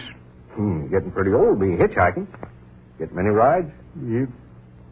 Had anything to eat lately? Not much. Coffee smells good. It is good. Make it myself. How about a cup? Warm you up. All right. Matter of fact, I'll have one with you. Got any manse bread? Any what? Manse bread. Never heard of it. No. I forgot. Reckon you never have. Here you are, mister. Nice and hot. How much? Oh, just a nickel. Well, what a nickel is, but take it out of that. Much obliged. Hey, hold on. This ain't no nickel. What's that, mister? I say this ain't no nickel. It's a gold coin. Hey, don't you know it's against the law to have gold in your possession these days? Against what law? Why, well, we went off the gold standard years ago. Everybody turned in their gold, well, they turned into the government, and, well, they got silver in exchange. I see. You best return my coin. Well, this coin is old, ain't it, stranger? Somewhat. Yeah, old. Got the head of the King of England on it. Can't see the date very well. See, 1700 and something. Take this coin instead. I gave you the gold one by mistake. Well, brother, I ain't making no mistake when I give it back to you. To my way of thinking right now, that gold coin ain't worth a plug nickel. Yeah. I think you'll find this one's legal tender. Yeah, thanks. How about a sandwich? What? A sandwich. I don't know what you're talking about. Now, you're a queer one. Here, wrapped up in this wax paper. A sandwich. Never seen nothing like that before. Yeah? Why don't you try one? On the house. Eh? I said try one. No charge. Yours. Oh. Thanks. Good coffee. Yeah. Got to admit it is. Folks around here always have a good word to say for Joe Davis and his coffee. Don't you know where you're heading for, stranger? No. Haven't the slightest idea. How come? You mean you're just roaming about with no particular end in mind? No. I've planned what I intend to do for years. Well, what are you intending to do? That I'll discuss with no one. Okay. Don't get the idea I'm nosing into your business. How's the sandwich? What's that? I said, how's the sandwich? Oh, this. Not so good. Tastes funny. Well, that's good boiled ham. Don't like it. Well, you got no kick coming. Didn't have to pay for it. I intend to pay you. Nope. No charge. But I always pay all my debts. Well, this is one you don't have to, stranger. Especially since you don't like the thing. I've paid every debt I ever owed. Except one. Well, one's not so bad. You'll probably get it paid off someday. Yeah. I'll pay it. I waited long enough. I can wait a while longer. Want more coffee, stranger? No. This is plenty. By the way, do you happen to know many people in these parts? Quite a few, yes. Ever run on to any folks with red hair? Red hair? Yeah. Well, let me think. No, can't say they have. Why? Oh, I'm just interested in folks with red hair. Are you? Only take rides in cars with men with red hair. Why is that? Oh, I got a pretty good reason. You see, the man I owe that debt to has red hair. Oh, has he? Brilliant red. Where are you putting up for the night? Ain't sure. Depends. Well, there's a tourist cabin about 2 miles up the Turnpike. Might stop in there. Place have many customers? Yep, quite a few along this time of year. I'll stop there then, have a look around. Mister, if you don't mind my saying so, you've got me puzzled. And so? Yeah, you sure have. Those clothes you're wearing. Never seen anything like him before in my life. You probably never will again. What do you mean by that? Oh, nothing special. You're sure the mysterious one? You better have another cup of coffee. No, thanks. Well, how about a cigarette then, huh? No, I'm old-fashioned. I smoke a pipe. Well, okay. Throw it up then. Say, what kind of tobacco is that? Eh? Oh, it's King's Choice. Never heard of it. No. Reckon you never have. Something new? Older than you are. Mm-hmm. Where can you buy it? Reckon you can't anymore. Oh, quit making it, huh? About 100 years or so back. Hmm? You wouldn't remember. Oh, you're ribbing me, huh? Of course I wouldn't remember 100 years back. Neither would you. You'd be surprised, mister. What do you mean? Nothing. Especially. I don't get it. Look, you smoking tobacco 100 years old. Nothing particularly remarkable about that, is there? I always say what's old belongs to the old. I reckon you're not more than 60. 60? Sure, 65 at most. My friend, suppose you take 60, double it, and add a century. What? Double 60 and add 100? Why, that's 220. Your arithmetic is excellent. Have a match? Match? Match? Where? Sure, match. Here you be. Thank you. You have a customer. Oh, yes. Generally somebody stops for a few gallons of gas along about this time. Better throw away that cigarette around that gasoline. Be back in a minute, old hammer. Yes, sir. A little gas? No, I'd like a little information. Well, got a lot of that, too. Can you tell me the way to Pine Knob? Pine Knob? What's that, tourist camp? No, it's a town. Pine Knob, Pennsylvania. Never heard of it. It's out this way someplace. Supposed to be about 80 miles out of Pittsburgh in this direction. Well, see, Pittsburgh's about 78 miles back. Well, then I should be pretty close. Never heard tell of no Pine Knob. Been living here, man and boy, for 40 years. Ain't never seen nothing of the place or heard tell of it. Well, I know it's out here someplace. I followed my directions here. I don't know whether to take that crossroad or follow the turnpike. Sorry, can't tell you, mister.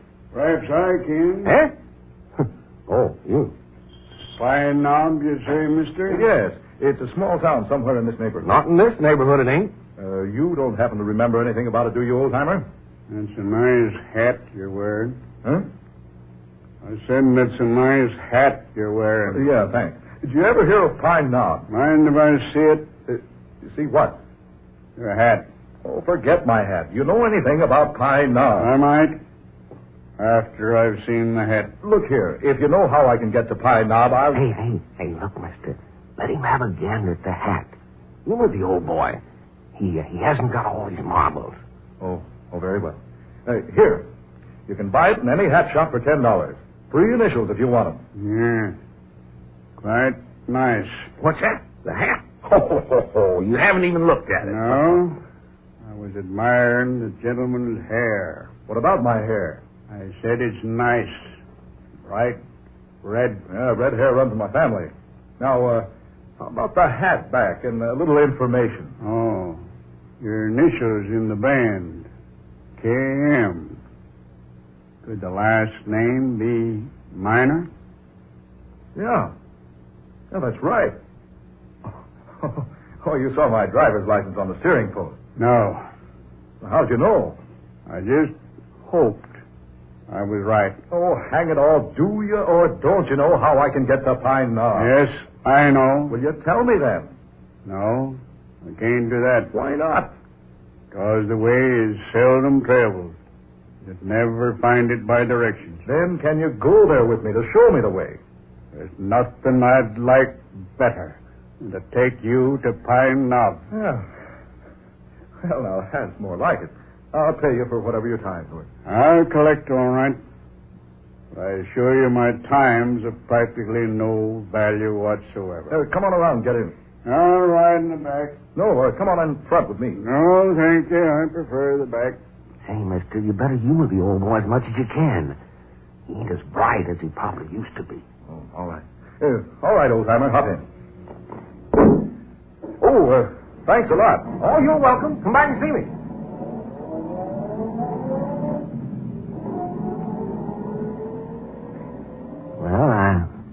see him come and I see him go. But that old gent beats anything I've ever set eyes on. Oh, the old man dropped his bag of tobacco. Almost half full. King's Choice. The Smoker's Friend. Raymond Tobacco Company. Established 1756.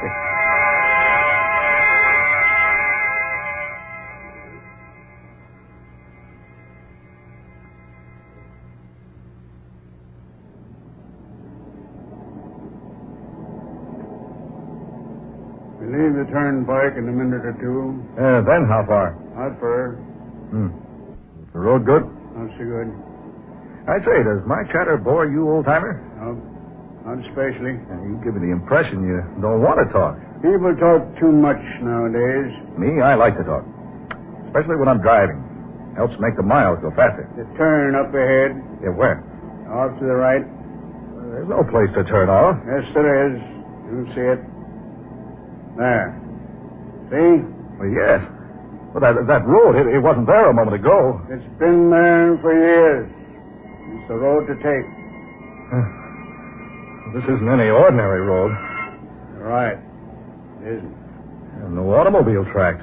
Never been an automobile on this road. I don't understand. You will, presently. Nothing but wagon tracks. That's right. Wagons. And a stagecoach. Stagecoach? Yes. You can see the hoof marks in the soft earth. Oh, I was noticing. 6 coal-black horses, the pride of Pennsylvania. What's that? Nothing important. I see. Look behind. Behind? Yes. Look, where's the turnpike? We have left it. Far behind. Oh, not far. Less than a half a mile. We should be able to see it from here. No. It's nowhere in view. And the buildings along the turnpike, where are they? All of that is past. Past? Yes. There is no turnpike. There are no buildings. Nothing but open prairie land. Trees. Hills. Tall grass. No fences. No other roads except this one. The only road for miles round. But where does it take us? The Pine Knob. That's where you wanted to go? Well, yes, but You asked me to show you the way to Pine Knob. This is it. Everything's changed so. Suddenly. Everything's different. Yes, naturally. But why? Did you ever ask yourself what time really is? Time? Yes, Mr. Miner. Time. I don't follow you. Suppose a long time ago something had happened to you. Suppose that incident was so important, so outstanding in your life, it was necessary for you to do something about it. I still don't understand. Let me put it into the present instead of the past. Suppose today something should happen to you. Suppose it is so out of the ordinary that you'd never forget it. Probably something you think needs revenge. Revenge? And suppose you decided your spirit would never rest until you'd found that revenge, even though many scores of years had passed away. I don't understand. Now, what would you do, Mr. Miner? What could you do but roam from place to place seeking that revenge? You're talking over my head. Am I? You certainly are. What I'm getting at is this. If you'd find yourself in just such a situation, time would suddenly have no meaning to you. You'd think no more about the past or the present or the future. Time would be something unknown to you. Things you call the future now wouldn't be future at all. Incidents you call past wouldn't be past. They'd be now, what you call present, all rolled up into one. That's a strange way of reasoning. Not so strange once you've experienced it. Have you ever experienced it? I assure you, Yes. You mean that things that have happened in the past are actually happening now? Precisely. And things in the future are taking place now, too? Naturally. One case being possible, the other naturally follows. Oh, just some philosopher's theory. It's much more than a mere theory. Oh, you know better than that, and so do I. What's happened in the past has happened. What's going to happen certainly isn't taking place now. Possibly I'll change your mind about that before this day ends. Oh, no. Not me, mister. By the way, you haven't told me your name. Names are unimportant. Only incidents are important. Yeah. You haven't said how you knew my name. That was quite obvious. Your red hair. The initials in your hat band. I still don't see how you There's knew. Pine Knob. Ahead. Yeah. Down in the valley. Yeah. Where did it get its name, Pine Knob? Because in the center of the town you'll find a little mound with 3 pine trees growing from it. It was under these trees that men have been trying for their lives. It's from them that men have been hanged. That's a pleasant thought. The town seems deserted. Yes, I suppose it is by now. What do you mean? You'll see. There. The stage office is over there. The stage is in. See? And across the road. Pull up here. Across from it. Yeah, right. So this is Pine Knob. I see. That man on the stagecoach with the reins in his hands. And that other man handing up that metal box. Quiet. Listen to what they say. All right, Hank. That's a gold. Better take good care of it. You know where they're going to get this gold? It's going right on through to Kelby. If anybody tries to stop the stage this trip, I'll be ready for them. Now, so long, partner. See you in a week. Come on, boy. Get up there. Gee, get up.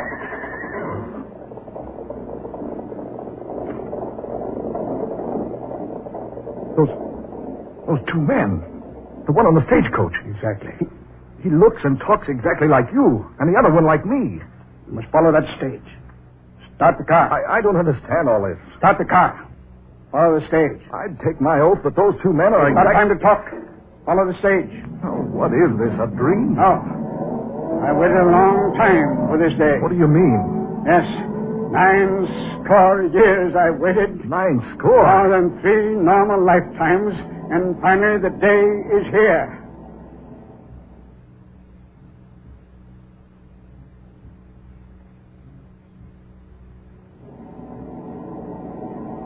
Look here. Whoever you are, would you mind telling me just what this is all about? Why are we following that stagecoach? Yeah. See? It's beginning. What's beginning? The stage. See? It stopped. Yeah. Something's wrong. More than you think. Drive right up behind it. Maybe we can help. No, there's nothing we can do. Stop right behind the stage. Yeah. Hey, look. Look at that man standing at the side of the stagecoach, talking to the driver. I'm watching him. He's the man with the red hair. The man who looks exactly like me. And the other one on the stage, he's the exact image of you. Quiet. Watch what happens. Listen. What's up, partner? Called me out of town, did you? Yeah. I sure did, Hank. I reckon I'd better take that gold. Take the gold? Why? Just take it. Hand it down, Hank. Hold on. Why do you want that gold, Ken? Stop asking questions. Just hand down the box. I don't think I'd better, Ken. Now, look, I mean business. You drawing a gun on me, partner? I mean business, Hank. Hand down that gold. You're robbing this gold. I'm taking it and clearing out. Here tell folks is settling out west. I aim to go there. Ken, I done trusted you like a brother. I never thought the day'd come when you... Hand me down the gold, Hank. This gold's going to Kelby. It ain't going no farther than it is right now. I'm taking it with me. Put away your gun, Ken. Don't argue with me, Hank. I'll shoot you if I have to. And by Ginger, you'll have to. I ain't handing down this gold. Keep those hands on the reins. Not on your life, partner. Don't go for that gun.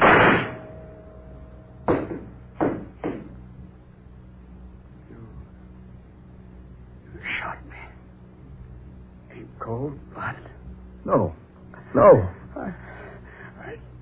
I didn't have a chance. You knew I didn't carry a gun. Just the rifle there on the seat. No. I didn't do that. I didn't shoot you. I wasn't going for no gun. You've murdered me. No. For heaven's sakes, this isn't real. I've never fired a gun in my life. You think it isn't real? No. Well, it can't be.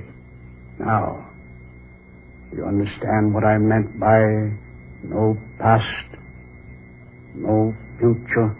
That man on the stage, you.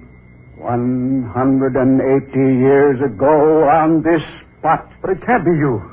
That man on the stage was shot. He fell. He's lying there on the ground now. You see? Turn around. See for yourself. Gone. Everything's gone. Everything but you and me. I didn't kill you. That man with the red hair, the one who spoke like you, looked like you, was the first member of your family to settle in this country. He was my partner. I trusted him. He murdered me. But I didn't. Now, the debt is about to be paid. No, you can't blame me for something that happened almost 200 years ago. I waited this long for my revenge. I won't let it pass by now. Get into the car. No, keep away.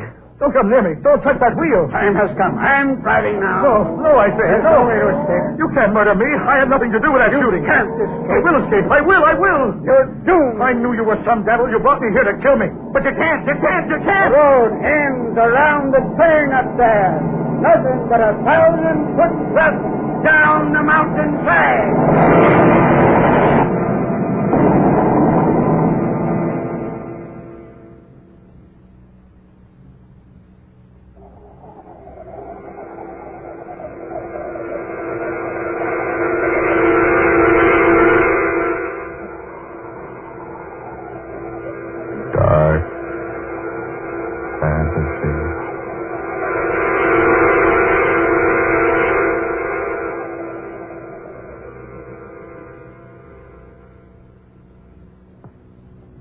Pennsylvania Turnpike.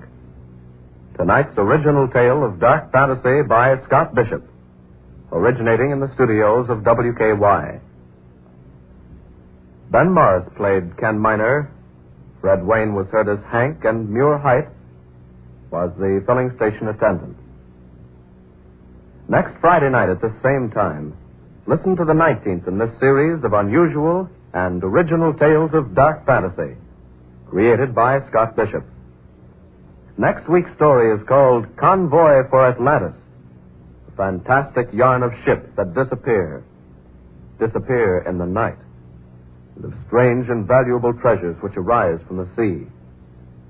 An adventure that takes us down to the very bottom of the mighty Atlantic Ocean for a special observation of the Convoy for Atlantis. Don't miss this weird tale of an ancient race that lives again on a mighty sunken continent. Tom Paxton speaking. Dark Fantasy comes to you from Oklahoma City. This is the National Broadcasting Company. Is acting up a bit, and your constant shouting at me isn't helping it any. I don't need to pay you to tell me my heart is acting up. What I want to know is, how much time have I got? Well, that's difficult to say. If you avoid all excitement, I think I can say a year, possibly 2. A year, possibly 2. Yes, but only if you do as I say. For one thing, there's no reason you should insist on remaining in this darkened bedroom month after month. Why, it's been a year since you've been out of this room. Are you going to start on that again? This living in complete seclusion is bad for you. You should leave this room and see people, take an interest in No, life. Dr. Jeffries. I won't have my maid pushing me around in a wheelchair, the object of everyone's pity. I prefer to remain in my room and have people think of me as I was, not as I am. As your physician, I insist. I said that I prefer to remain in this room, and that's final. Please, Mrs. Richards, your heart. Then stop trying to make me do things I don't want to do. Very well. Only I can't see why you refuse to have any visitors. It'll give you some interest in things. It may surprise you to know, Doctor, that I am expecting 2 visitors. Dee. What made you change your mind? I think it's time I drew my will. Before I do so, I want to get acquainted with my only living relatives, my former husband's nephew and niece, Gerald and Millicent. I haven't seen them since they were children, and I'm curious to see what they've become. I understand Millicent is an actress. An actress? You don't mean that your niece is Millie Richards, do you? Yes, have you heard of her? Why, of course. She's one of Broadway's leading actresses. I saw her in a play recently and thought she was excellent. She probably drinks and smokes and has been married a half a dozen times. I'm afraid I don't know anything about that. Before I draw up my will, I intend to learn everything about her and her brother Gerald. He's 22 and probably never worked a day in his life. Aren't you being unfair, judging them before you've even seen them? Oh, perhaps. But I'll give them both every opportunity to prove they're worthy of the Richards' fortune. They said they'd be here in time for lunch. They should be on their way now.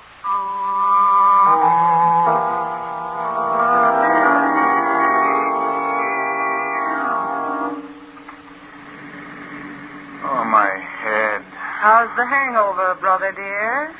Painful, I hope? Millie, what am I doing in your car?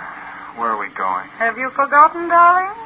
This is the day we were invited to visit Aunt Martha. You remember Aunt Martha? She's the one with all that money. Save it, will you? I'm in no mood for your witticism. Well, considering I spent half of last night looking for you under nightclub tables, you might be a little more grateful. I can recall doing as much for you. Where are we, anyway? About 20 miles from Aunt Martha's. Oh, my head. What a night. Yes, wasn't it, darling? Everywhere I went looking for you, they gave me IOUs you'd left behind. Exactly how much do you owe around town? Oh, 3 months ago, it was $11,000. That means you probably owe twice as much by now. Look, Millie, you've got to help me. If I don't clear up my debt soon, I'll be in real trouble. And what exactly am I supposed to do? You've got to lend me enough money to hold off my creditors. Lend you money? Oh. You may not know it, Gerald, dear, but I'm in far deeper than you are. But you were getting $1,000 a week for playing the lead, and why not be happy? How could you be in debt? It's really very simple. I was getting $1,000 a week. I was spending $2,000. Oh, that makes everything just perfect. Both of us so deeply in debt, we probably won't dare go back to town. Perhaps after this visit to Aunt Martha, we'll be able to go back to town in different circumstances. What do you mean? Have you forgotten Aunt Martha has something like $4 million? So what? You think she'll lend us money to pay our debts after not even seeing us for 20 years? Gerald, you're a fool. Why do you suppose she invited us to visit her? Because she's getting along in years and she has decided to make her will. Naturally, before she does so, she wants to see what we, her only relatives, are like. Millie, do you really think she'll leave us the money? If we make the right impression, there's no reason she shouldn't leave us all of it. All we have to do is convince Aunt Martha we deserve it. And how are we going to do that? By showing her we are simple, lovable, and unspoiled. You remember the original role I played in I Dream of Love? Yes, of course. You weren't half bad. Half bad? I was superb. The critics were mad about me. Brooks Archer said that in all his life... All right. You were superb. What about it? Well, I think I'll play that role for Aunt Martha. Just a simple, unsophisticated girl, unspoiled by success. Well, maybe you can get away with it, but you know I can't act. How am I supposed to behave? You just play the strong, silent type and leave all the talking to me.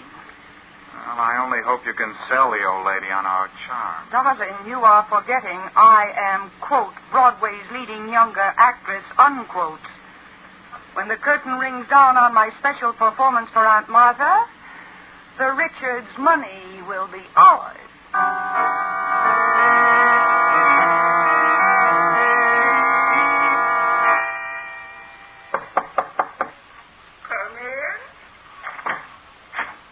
Miss Richards and Mr. Richards are here, madam. Will you see them now or later? I'll see them now, Philip. Yes, madam. Mrs. Richards will see you now. Thank you, Philip. Come in, Mildred, Gerald. Well, it's been a good many years since we've seen each other, hasn't it? Yes, it's been a long time, Aunt Martha. Yes, I've been meaning to call on you forever so long, Aunt Martha. But my work has always interfered, and just at the last moment. Well, what finally brought you here? Well, when you said in your letter that you weren't feeling well, I simply couldn't stay away. I'm very touched. Of course, the fact that you might get an inheritance has nothing to do with it. Why, Aunt Martha, what a thing to say. I'm not like that. Of course she isn't. Millie doesn't need money. She's one of the finest actresses on Broadway. Oh, I've heard. And what do you do for a living, Gerald? Oh, Gerald works for a Wall Street firm, Aunt Martha. Yeah. He works so hard. They pay him so little. I seem to remember that Gerald's father left him a sizable inheritance. What became of it? The inheritance? Oh, that was lost in poor investments. Yes. I see. I'm afraid there's a good deal about you two I don't know. I haven't done very much, and I haven't gotten very far, Aunt Martha, but Millie's really been a credit to the family name. Everyone's heard of her. Notoriety is hardly a guarantee. Why, Aunt Martha. Now, see here. I want you two to be my guests for a week. Frankly, I want to know what you're like before I decide how to draw up my will. Yes, of course, Aunt Martha. But I hope you'll take care of yourself so you'll live for years and years. Thank you, Millie.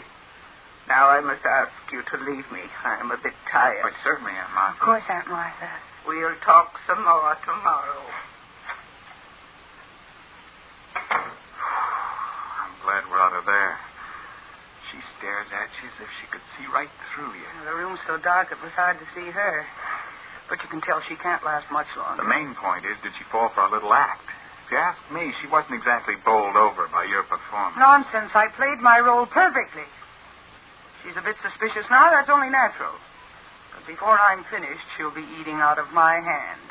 Well, I certainly hope you're right. Just give me a week, darling, and you and I will be heirs to the Richards' fortune.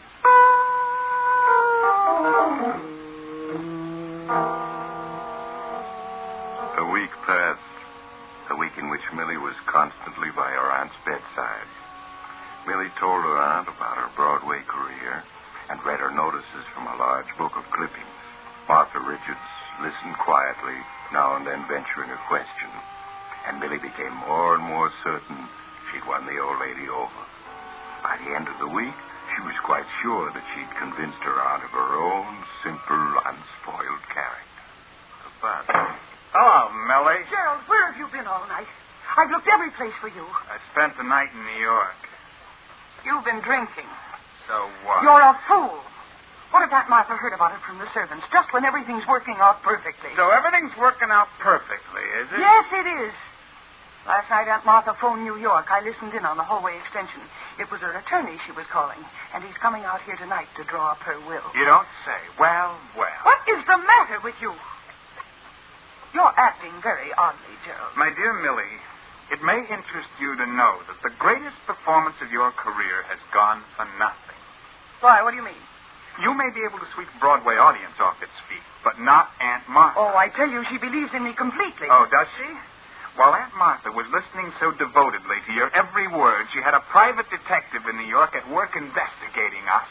She had a private detective? Yes, dear sister. While making the rounds of the nightclubs last evening, I learned that quite a few questions have been asked about us this past week.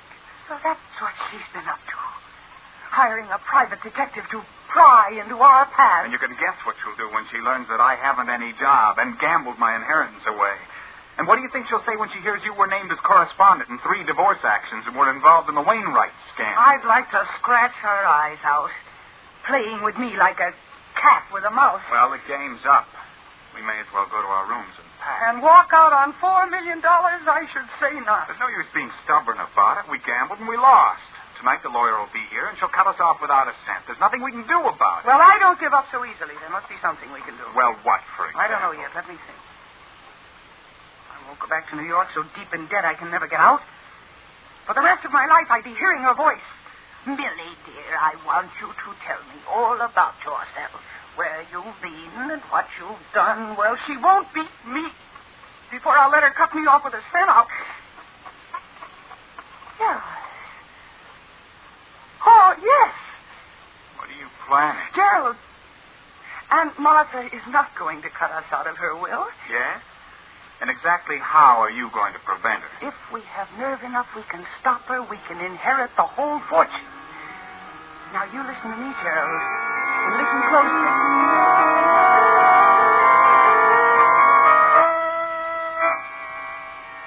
As Millie explained her idea to Gerald, his face whitened, but she scornfully beat down all his objections, and in spite of his fears, in the end, he agreed to do as Millie suggested. Then in the hours that followed, Millie locked herself in her room and practiced her aunt's signature and her aunt's voice until she was satisfied she could imitate both perfectly. After that, there was nothing to do but wait tensely and nervously until 8 o'clock that night, when Millie and Gerald quietly slipped down the hall to their aunt's room. Millie, we can't go through with this. It's crazy. Be quiet, you fool. It's the only way out. But what if we're caught? You know what that would mean. If you do as I say, we won't be caught. Now get hold of yourself and then knock. You know exactly what you're to do. Yes. Come in. Good evening, Aunt Martha. I hope you're feeling well, Aunt Martha. Oh, Millicent, Gerald, come in. Thank you. It's dark in here, Aunt Martha. Shall I turn on the light? No, that isn't necessary. I prefer the dark. Of course. Just as you say. Your voice sounds strange, Gerald. Is there anything wrong? Oh, no, of course not, Aunt Martha. How do you feel tonight? I'm a little tired tonight. Oh? Gerald, perhaps you ought to fix Aunt Martha's pillow. She doesn't seem very comfortable. Oh, you needn't bother. I'm quite comfortable, thank you. Gerald, fix Aunt Martha's pillows. I can't go through with it. I can't. I should have known better than to count on you. What are you two talking about? What's going on? Nothing. Nothing important, Aunt Martha. Here. Let me fix this pillow for you. But I tell you, I don't want it fixed. Oh, but you do. Millie, don't. Take that pillow away from my face again, please. Millie, don't. She's suffocating. Oh, be quiet. If you haven't the nerve to go through with this, I have. It's almost over. If this doesn't overtax her heart, nothing will. There. She's limp. She's not struggling anymore. I'll take the pillow away. She's still alive. How do you feel now, dear Aunt Martha? Is there anything more we can do for you? You'll kill me. Everything I've heard about you is true. But you won't ever get any of my money. Oh, my heart.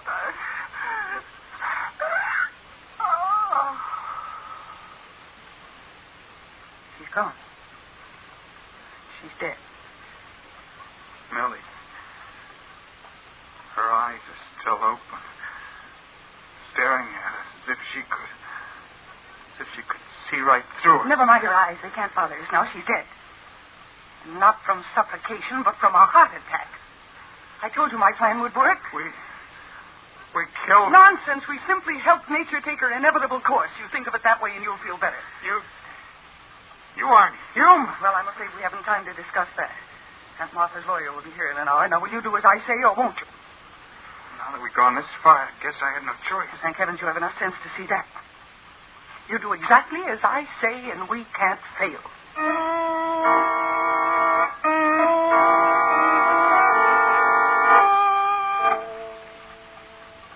Millie, the car just stopped in front of the house. It must be that lawyer, Jordan. Well, certainly is punctual. Are you ready for him? No. I need a little more shading under the eyes.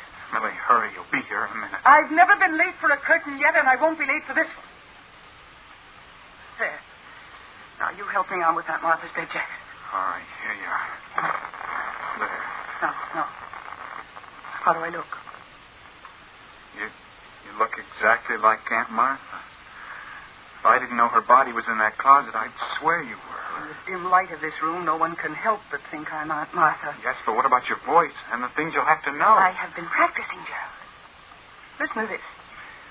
As mistress of this house, I answer only those questions I wish to answer, and I assure you I shall not be tripped up. There. How does that convince you I can play the starring role of Aunt Martha? Yes, I'm convinced. Millie, quick, get in bed. I hear someone coming. All right. Now, please stop shaking. I tell you, we can't fail. I shall give the greatest performance of my career. Come in.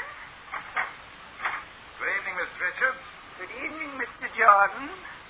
Please come in. Thank you. Hope you're feeling well. I'm 67 and I feel 87. Well, I'm sorry to hear that. I don't think, Mr. Jordan, you've ever met my nephew, Gerald Richards. Hello, Mr. Jordan. How do you do? Mr. Jordan, I want to have a will drawn up and signed tonight. Tonight? Well, surely you can't be serious, Mrs. Richards.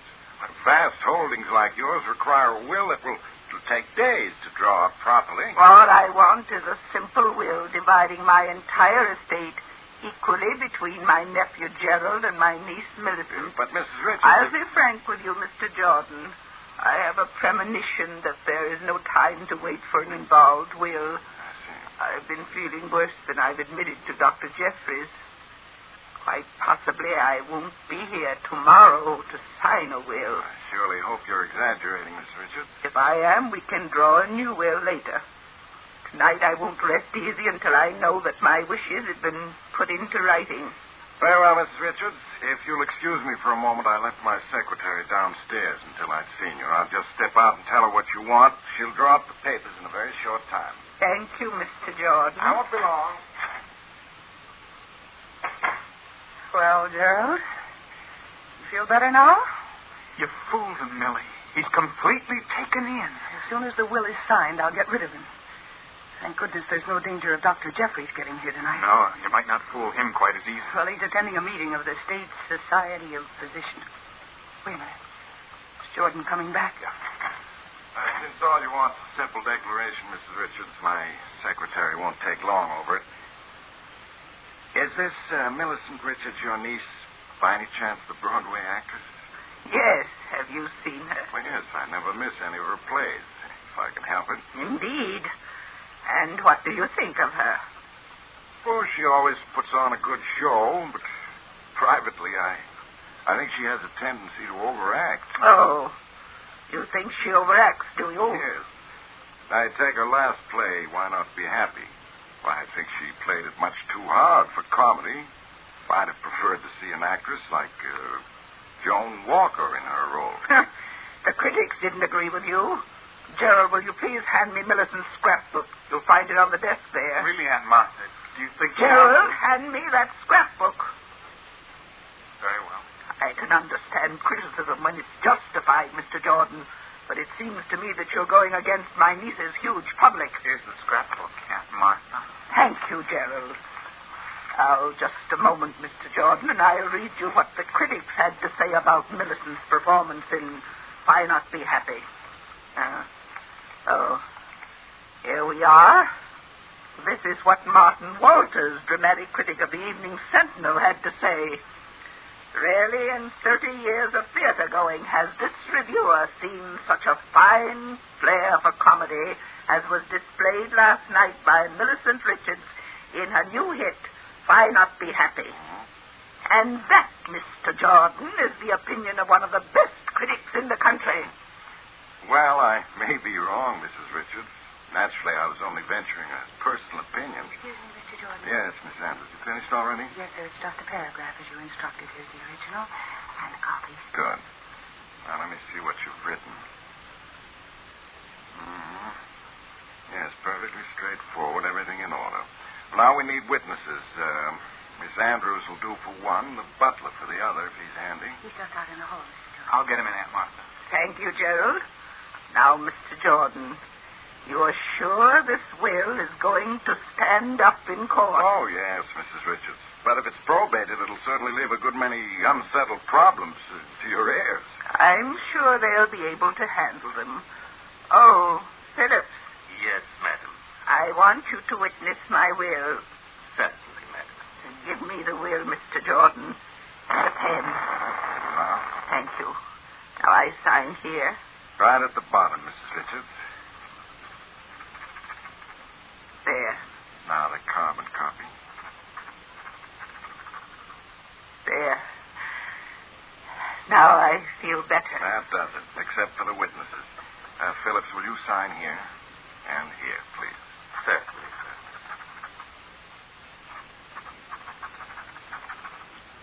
Yes, sir. Now you, Miss Andrews. Right, Mr. Jordan.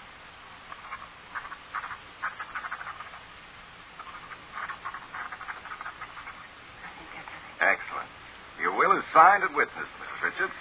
Oh, I'm glad. It wasn't too late. And now, if you don't mind, I'm very tired. I'd like to be left alone. Of course, Mrs. Richards. Phillips, show Mr. Jordan and Miss Andrews to their rooms, please. Yes, madam. If you'll just follow me. Good night, Mrs. Richards. Good night, Mr. Jordan. I'll see you in the morning, I hope. Of course you will. They're gone. And the will is signed. See, I told you it would work. So far, but we aren't through this thing yet. Oh, don't be a fool. The money is as good as ours. All we have to do is put Aunt Martha back in her bed and slip out of here, and tomorrow someone will find her dead, and you and I will inherit everything.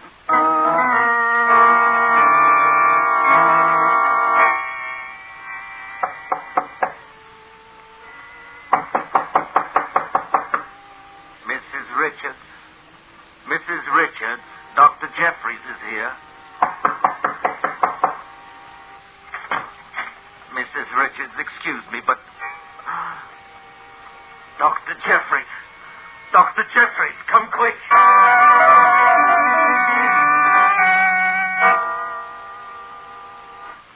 But it's so dreadful. If only we'd known, if only we'd been able to help her somehow. But to think of her dying alone in the night with nobody. Now there, Miss Richards, you must be brave.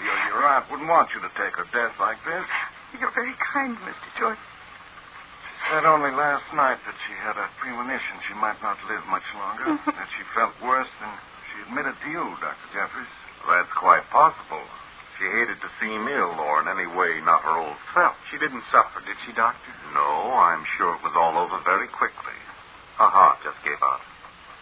She must have died shortly after you left her, for she's been dead about 10 hours. Now, I really didn't take her seriously when she spoke of not living through the night. She seemed so strong when we were talking, as if she'd grown younger. And she and I were arguing. It was quite like old times. You and Mrs. Richards had an argument last night? Well, not an argument, really. They were just discussing my sister's ability as an actress, Doctor. Yes, Doctor, that's all it was.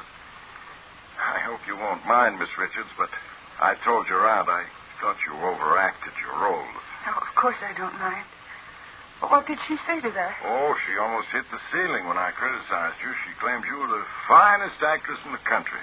Aunt Martha always was a dear. Strange that she should have said that, considering she never saw Miss Richards perform. Well, maybe she hadn't, but she opened a book of clippings about Miss Richards and read to me what one of the critics said about her niece. She did? She read you the review? Are you sure? Why, of course I'm sure. I see. And was Miss Richards present at the time? No, I wasn't there, Dr. Jeffries. Why? Because I think, Miss Richards, that Mr. Jordan's criticism was justified. You do overplay your roles. I beg your pardon. I never overplayed a role in my life. I'm afraid that you have. You overplayed your biggest role last night. Last night? What do you mean? Your Aunt Martha was an extremely proud woman, Miss Richards. She couldn't stand to be pitied. Just a year ago, she became quite blind. Aunt Martha was blind? What are you saying? Her eyes were... Yes, they seemed very bright and penetrating, but they were sightless. No one outside this house knew the truth. Mrs. Richards refused to leave her room, kept the light turned down low, saw almost no one. Thus she kept her secret. Oh, but if Mrs. Richards was blind, how could she have read me that notice last night? She didn't, Mr. Jordan. She did. An egomaniac actress, disguised as Mrs. Richards, read her own notice to you, then forged Mrs. Richards' signature to a false will. Isn't that so, Miss Richards? Go on, tell him, Millie. You were so clever. The greatest actress in the world. Nothing could go wrong. You had everything worked out to the smallest detail. Oh, be quiet, you fool. No court in the world will believe them. I'll give a performance that will sweep a jury off its feet. They'll never commit me, do you hear? Never.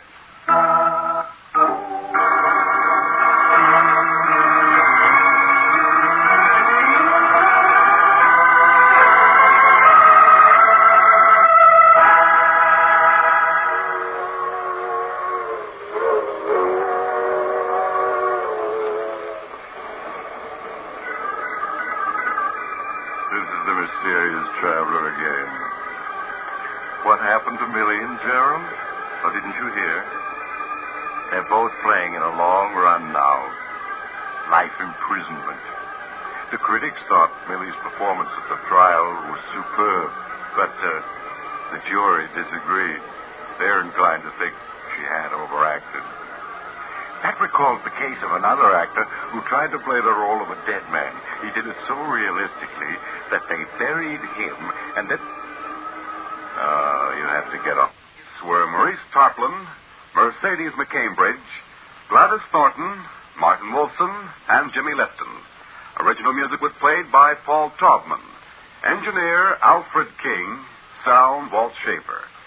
The Mysterious Traveler is written, produced, and directed by Robert A. Arthur and David Cogan.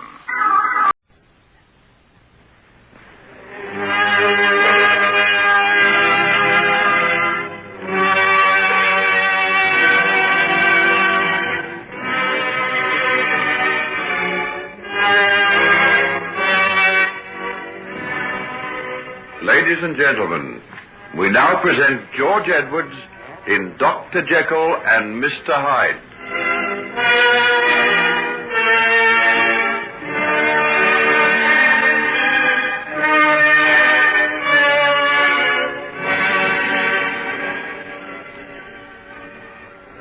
You mustn't eat it. I won't let you. What? Not let me eat a pasty that I've paid a guinea for? You've got some other reason for this. You're trying to get back on Sam for something. Sparza, what's come over you? I don't know, Mother, but I don't like this man. It was you who brought him to the house. Yes, but it were almost dark outside, and how could I see what he was like with him all wrapped up in a scarf half over his face? What are you talking about? Anyone would think the gentleman was someone we wouldn't care to ask inside. You didn't like him either till you see the guinea that he has in his purse. Shame on you, Mother. Is that the way you judge a man? And shame on ye that you talk to your own mother such a way. Sit you down, sir, beside the fire, and I'll be making you some tea. Sparza, you can go and tell young Sam to come some other time if it's a pasty he's looking for. What's this? Is it my name I can hear, Mrs. Cole? What? What's that fellow doing here? Eating your pasty, as you can see.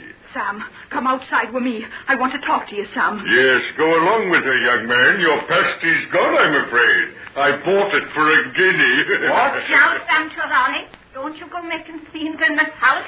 I'll not have it, you understand? Please, Sam, please. Oh, all right then.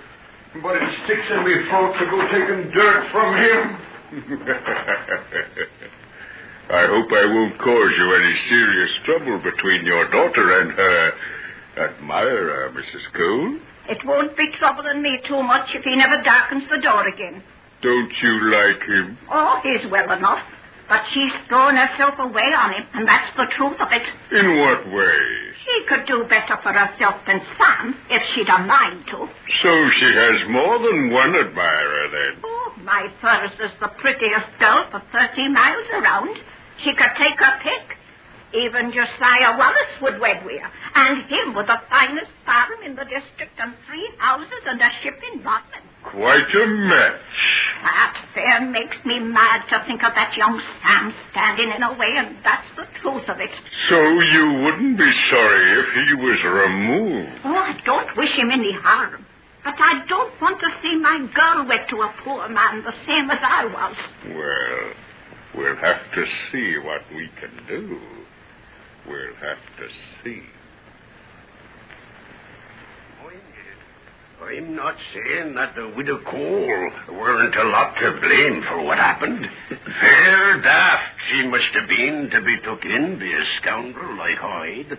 But was she taken in? Aye, there you be right. She were dazzled by his guineas, if you be asking me. And the good Lord knows he had a power of money in his purse. Papa, where's your shiver yourself sitting there dancing half the night? Let some gentleman leave. Oh, hold your noise, woman.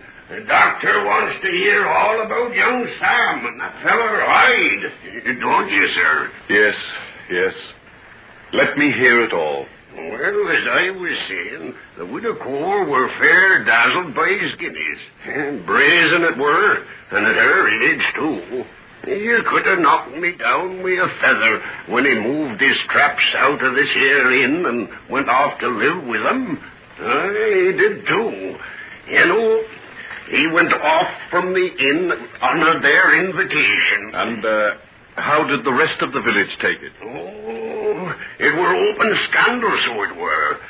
When she began to wear them flash clothes, bought, if you please, at Josiah Wallace's store in Bodmin, where things reached a pretty pass. The poor lass Thurzer could scarce hold up her head. You're never going to church in clothes like that. And why not? Isn't it time I had something decent to wear instead of the old rags I've had to put up with all my life? But, Mother, what'll folks be saying? They'll be saying that fine feathers make fine birds, no doubt. Well, let them, as long as the feathers be on my hat. Oh, you can't. Mother, what's come over you? How can you do such things? What things? Take presents for Mr. Hyde. Don't you know what folks be saying? Let them. I've wanted nice things all my life and never had a chance of getting them. Do you think I'm going to pass them by now because of a lot of wagging tongues? Put on your bonnet and let's be getting off. Parson don't like it if folks come late. I'll not be going with you. What's that? You heard. Put on your things this minute, or do I have to fetch you a slap across the ear to remind you I'm your mother? It'd take more than that to make me know that the woman's standing afore me now, dressed in them clothes that she got in such a way as any mother of mine. Take that for your toss. It's no use blubbering like that. I'll have no child of mine give me a lip while she's living in my house. Very well, then. I'll go. You'll what? Either that man Hyde goes or I do. And who are you, miss, to set yourself up in judgment of your mother? Would you be asking me to condone the things I knows are going on? Do you think I'm blind and deaf? I'll be asking you to mind your own business. What my mother does and what folks say about her is my business. And if I can do aught to bring it to your senses, I'll do it. You'd be a deal better advised to come to your senses yourself. Look at the fine length of silk he brought you home 2 days ago. And what did you do with it? Put it in the fire. The same as I'd burn any other of the devil's things he brings into the house. That man's a fiend. There's not been aught of happiness or peace or good about the place ever since the first minute he set foot here. Didn't he and Sam get into Holt's right away on account of the way he beat the poor dog? And what's that got to do with you and me? Has he ever said a word that's out of place or been anything except a perfect gentleman the whole time he's been stopping here with me? And have we done anything but quarrel and have ill feeling between us? Us has lived peaceable all these years. And will Sam come about the place when there's any danger of coming face to face with him? Maybe in time to come you'll be grateful to him for that. If you think you'll get me to marry Josiah Wallace that way, is that the reason that you had him here to stay? Because you knew it'd cause trouble between me and Sam? I had him here because he offered to pay me good money for the room. And I was sick of sweating and slaving on the farm for every penny I got. And right glad I was of the chance of getting some easy. What a pleasant domestic scene. Mother and daughter exchanging a few home truths. You devil, you devil. You see what you've done? See something, but perhaps you could reveal some hidden meanings to this pretty scene. Look at her. Is she the same woman that you saw when you first came here? Not exactly. But I can't say that the change isn't for the better. Can't you? Do you think she's better in them clothes and that hat and her face all painted and powdered? Oh, how can you? How can you? Why did you want to come and bring such sorrow onto us? What can you want? We're making a fool out of her. I have my own peculiar methods of enjoyment. I haven't never hated anyone in all my life before. But I hate you so much that I could take this knife and stick it into that black heart of yours. So true as heavens above, I could. Stop it! Stop it, I say! Clarissa! So, you meant it, did you? You tried to stab me. Don't. Oh, let me go. Not till you get down on your knees and beg my pardon and say you're sorry. I won't. I'm not sorry. I wish I'd killed you. I'm very strong. I can break this wrist of yours. I shouldn't like to have to do it, but I will. Oh, let her go. Don't do that. Get out of my way, you rattle fool. And now, my pretty little vixen, will you get down on your knees and do as I say? No, I won't. I hate you. That's better. Now we're getting to it. Down you go, both knees. Now, your head on the ground. Right down until it touches my boots. No. Then one twist more, and that should be enough. I thought it would be. Now say you're sorry, and I'll let you go. I'm sorry. You're a nice, kind gentleman, and I'm grateful for what you've done for Mother and myself.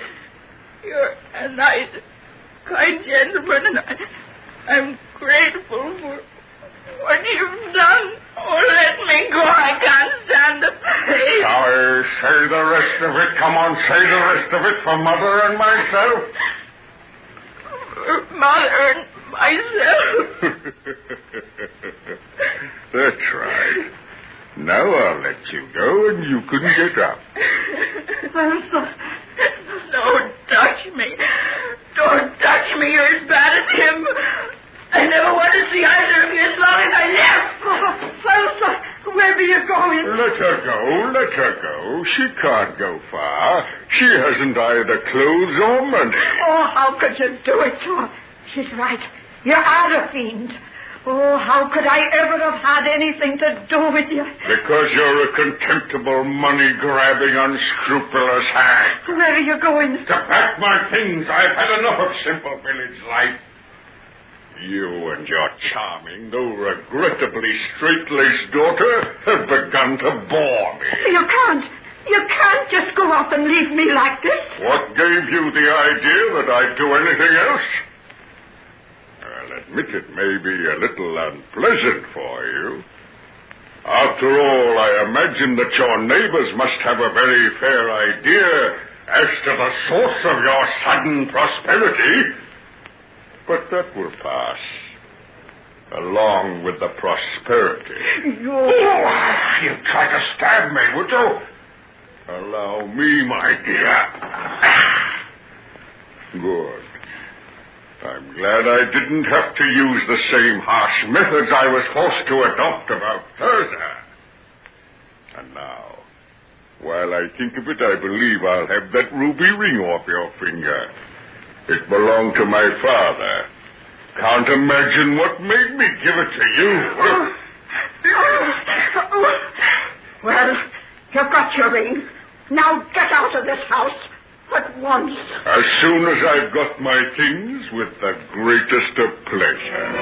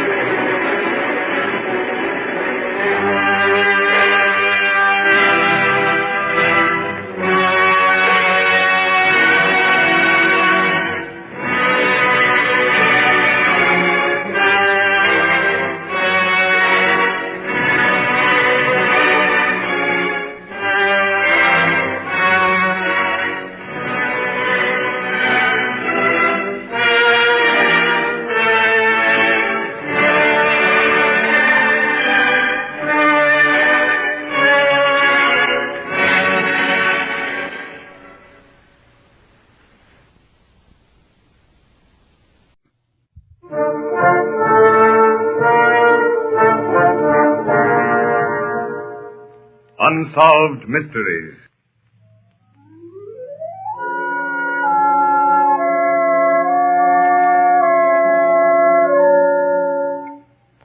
Out of deference to persons who may still be living, character names in some of these true unsolved mysteries have been changed. Few mysteries can compare in their intrigue with those mysteries that deal with the mind. And he is bold indeed who says that he understands that realm in which the mind holds sway, as witness the extraordinary case of the Hypnotist.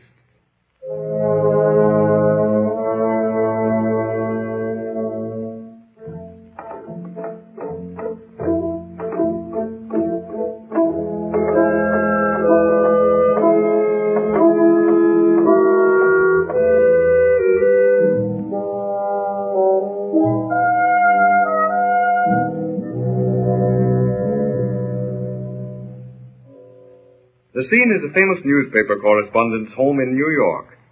The occasion, the publishing of a book dealing with better than 20 years of headline hunting. And Bob Howard, the newspaper man, is entertaining a few friends at dinner. Most of the guests linger over their coffee, but Jim Watson, another newspaper man, stands by the window looking at the new book. I say, Bob, I don't find my favorite story in here. Didn't you send it in? Yes, I did, but, well, it was leave it out and not get the book published. What do you mean, Bob? Well, my publisher said that they didn't believe the story, and they were sure the public wouldn't, and so, as I said, I either had to leave out the story or try to get some other publishing house to print it. But you have plenty proof that the thing happened. Well, that's what I thought. But you realize that there was no official record ever kept of the affair, and most of the men who were concerned are dead. I suppose that's true. It's a shame, though. That was a swell story. Hey, what is this story? I'd like to hear it. So would I. Go ahead, Bob. I can always stand hearing it again. Well, it will certainly give you plenty to think about. It was during the war, and I was assigned to cover the Palestine front. What with fever and everything, the British losses had been heavy. And all the way from the ancient city of Gaza to the Damascus Gate, the Turks were in a very good defensive position. I'd never sent any news dispatches to my paper that the commanding officer hadn't put his okay on. And the result was that I was in on quite a few conferences. It was night, typical Oriental night, and the staff officers were seated in the old man's tent discussing the situation. As the situation is now, gentlemen, we daren't advance. Just how many of these fever and dysentery cases will be ready for active duty in the next 30 days, I don't know. We'll hear later on that. The person will be over from the hospital with a report. But the main thing is we don't want to spend the hot weather here. The Turks are firmly entrenched, and yet we don't want to retreat. No possibility of reinforcements, sir? Not a chance. They need all they can get on the Western Front. Well, if we could only get behind them at, say, LJ. Yes, Colonel, if we could, but we can't. And hoping won't change it. Colonel McPherson reporting, sir. Yes. Well, Mac, what is the medical report? Afraid you can't count on very many, sir. Not for 90 days, at least. Those cases are pretty bad, but... Yes, Mac? We'll hesitate to tell you this, but we've just had something happen. Yes, go ahead. But I'd rather you come over to the hospital yourself and see for yourself, sir. All of us? Yes. Yes, I'm a doctor, but there's something happened over there that I don't know anything about. 15 minutes later, the staff officers are seated in the medical officer's tent. Through the mosquito netting, the long rows of cots are barely visible in the dim light of a lantern swinging from the tent pole. Colonel McPherson enters the tent, and behind him a nurse. Nurse? Will you send one of the orderlies for Ahmed? Yes, sir. And have the patient moved to the officer's tent? Yes, sir. Gentlemen, you know we've been trying to do something for these shell-shocked cases. You know, these fellows who can't turn to the left or to the right or can't sit down without someone assisting them. You know the type. Of course we do. I certainly do. Well, recently we've been trying hypnosis, and Ahmed the Persian has been very successful. But tonight... Here is Ahmed, Colonel. Oh, splendid, splendid. Come this way, gentlemen. Gentlemen, this is Ahmed.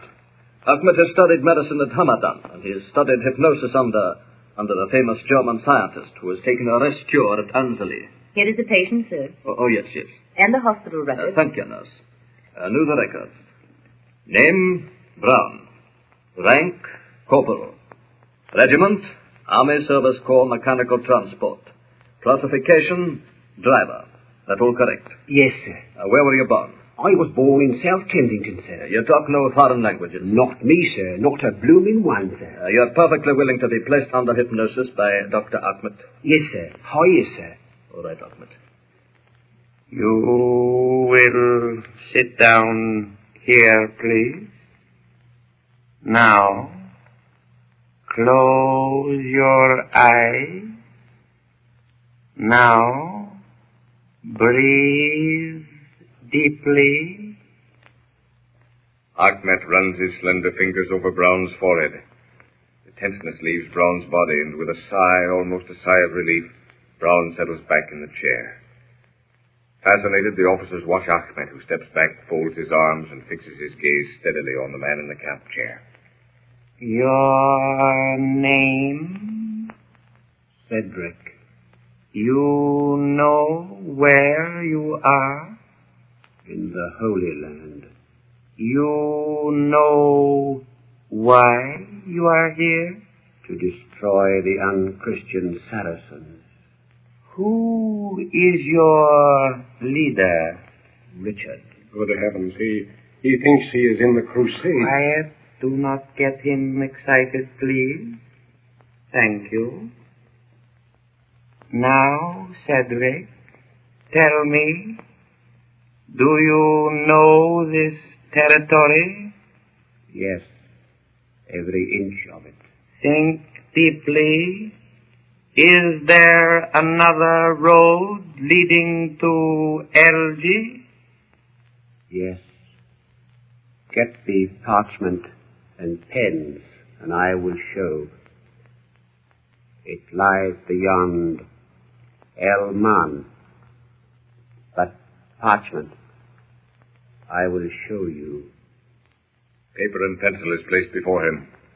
With eyes staring ahead and seeing nothing, Brown takes the pencil and begins tracing lines on the paper. Amazement fills the faces of the officers as the map takes shape. They hold their breath as the pencil stops. Here, hidden among the red sandstone rocks, lies the other road to Elgee. The other road to Elgee and victory.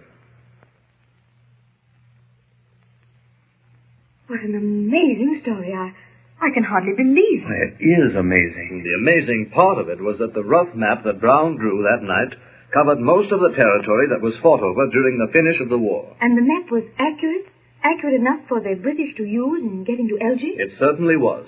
In less than 24 hours, columns of infantry had moved into the red sandstone defile, and Johnny Turk realized too late that ancient Gaza was not, as they had supposed, an impregnable city. Then was this Brown a reincarnation of Cedric? Oh, I hardly think so. No, I don't believe that is the explanation. Then you have an explanation. Not my explanation, but I can assure you that I went searching for one. In just a moment, you will hear a solution to the mystery of the hypnotist.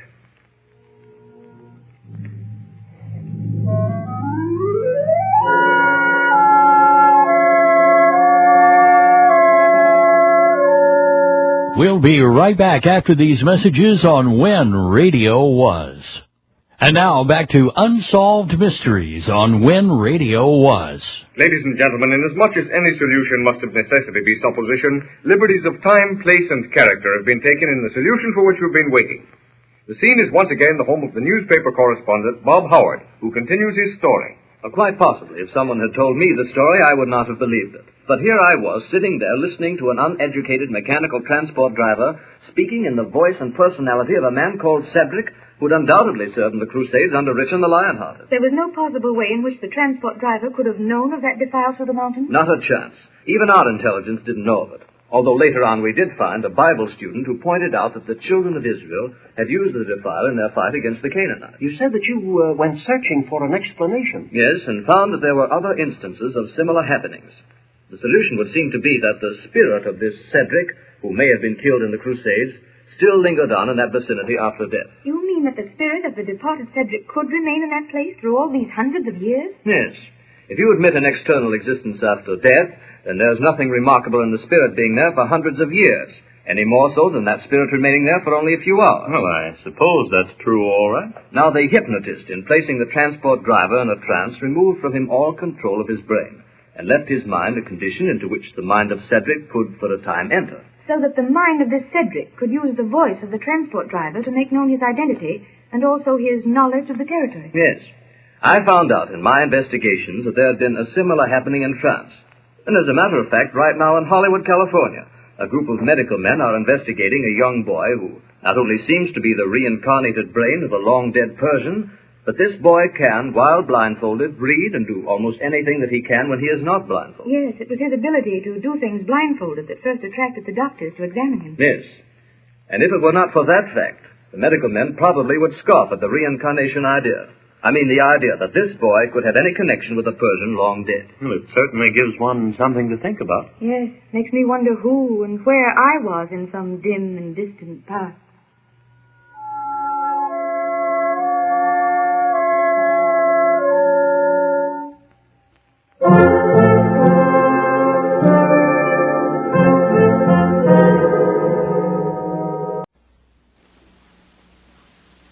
It's hard for me to remember how it began. It started just like any other day. We had no way of knowing it would end like this. It seems like such a long time ago, that phone call to Jessie. But it can't be more than just a few hours. Only a few hours since that ride home with Buck. I thought how impatient I was to be here. I haven't been putting in overtime lately, not with Jessie out of the hospital and little Johnny here and just beginning to know me. I couldn't wait to see them. It's been like that every night. I guess sometimes it's best we don't know what's coming. How's this, Henry? Swell. Anywhere along here, Buck. Thanks, Buck. You sure you don't want to stop in for a minute? You haven't seen the kid yet, you know. Gee, I'd like to, but I got to get home early myself tonight. The wife's got some kind of a meeting. I'll have to take care of my own kids. Okay, see you tomorrow. Night, Hank. Night.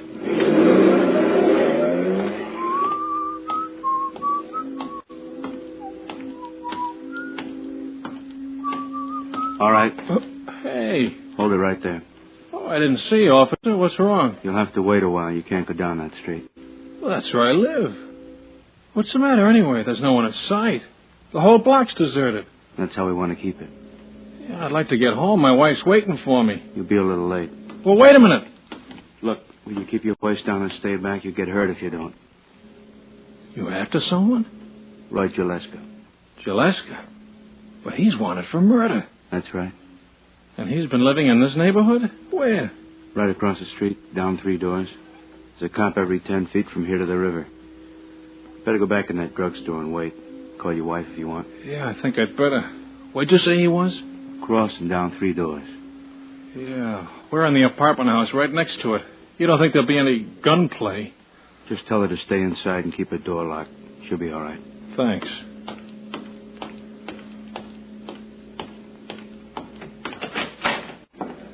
Henry. Hi, Charlie. It's that Gillespie guy they're after, you know. He's been living in the boarding house right next to you. Yeah, I know. How long has it been going on, Charlie? It's been almost a half hour now. A half hour? What are they waiting for? Don't ask me. I got here about 5:30 when the police were just coming in. They only took about 5 minutes to cover the block. Then a party of 6 or 7 went in after him. And they haven't come out? No, I've been watching. Why, I wonder? You didn't hear anything that sounded like shooting. No. Ought to hear something by now. Does seem funny, doesn't it? Unless he got out of his room. But he couldn't get far. I want to get Jessie on the phone. She'll be wondering why I'm late. Oh, sure.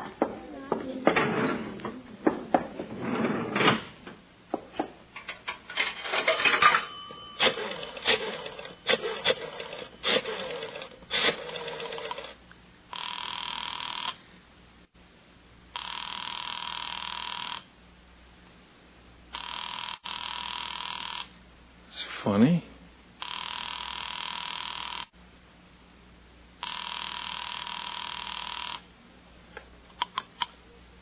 Hello?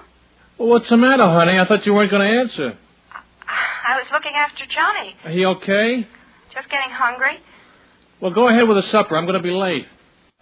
I don't want to scare you, Jess, but there's going to be a little trouble next door. I don't want you to leave our apartment. Trouble? Yeah, the police are after someone who's been hiding out in the boarding house next to us. The whole block is surrounded. I won't be able to get home till it's over, and you're not to come out. Yes.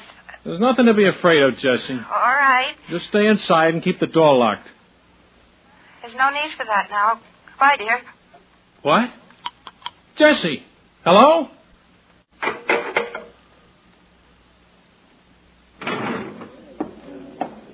Charlie? Oh, yeah? How high is that boarding house? Is it 3 stories? That's right, just like your place. And that alley between them, how wide is it? Well, it's pretty narrow, I guess. But there's a cop on both ends. On the roof, Charlie, could anyone make the jump across? Is it too wide for that? I don't know. She didn't sound right, Charlie. She talked quick, quiet, like she wanted to get off the wire, like... Yeah? Like there was someone with her, Charlie.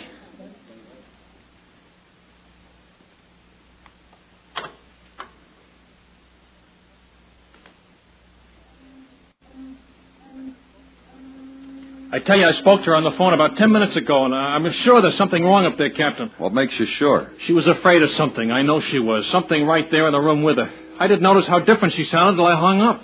Where do you live? In the boarding house? No, the apartment house next door on the 3rd floor. Roeder? Yes, sir? Farrell's got some men going into the apartment house next to Gillespie. Stop him. Yeah. He's in there with her, isn't he? He's in with my wife. I don't know, fella. He could be anywhere now. You didn't find him in his room? No, he's not in the boarding house. I knew it. He's with Jesse and my son. Take it easy, Hayden. He got across the roof, didn't he? Our apartment is on the top floor. He could get in easy enough. Maybe. Let me go up there, Captain. Please let me go up there. I want to be with my wife and kid. Sorry, Hayden. If it's true, he'll use them as hostages to make us hold our fire. It's better that there are only 2. Oh, what difference does it make? Would you fire any sooner because there are only 2? It's not it at all. We're not even sure he's there. You haven't given us any real proof. It's the only way you can make sure. Look, if everything's all right, if he isn't there, I'll call the drugstore and have him tell you so. If he is, I'll let you know somehow. We can think of some kind of a signal. You can't stop me anyway. It's my home, my wife that's in danger. I have a right to be there. Could stop you, mister. We should stop you. But you won't. I can go? All right. Listen to me. Yeah. You may be wrong about this, but... What do you want me to do? Go straight to your wife. Don't do any investigating on the way. No looking down the alley or around corners. Go there and lock the door behind you. If you pass anyone you don't know on the stairs or in the halls, keep going and don't look back. He's trapped, Hayden. He's scared now, and he'll kill you if he thinks you're onto him. I know it. If he's not in your place when you get there, and he probably won't be, call headquarters and ask for Grimes.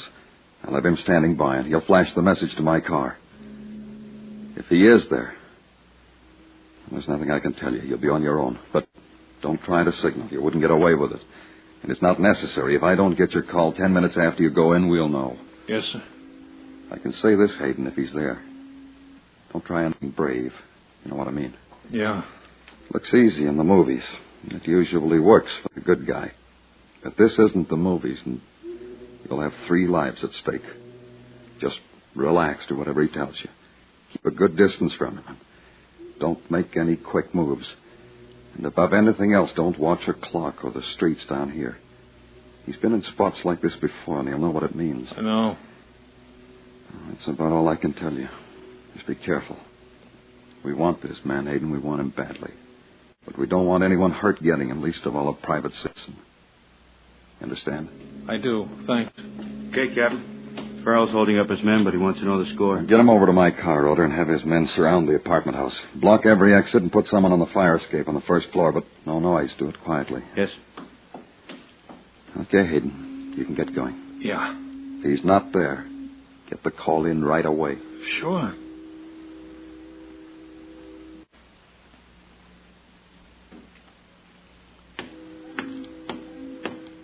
I walked fast and I didn't look around.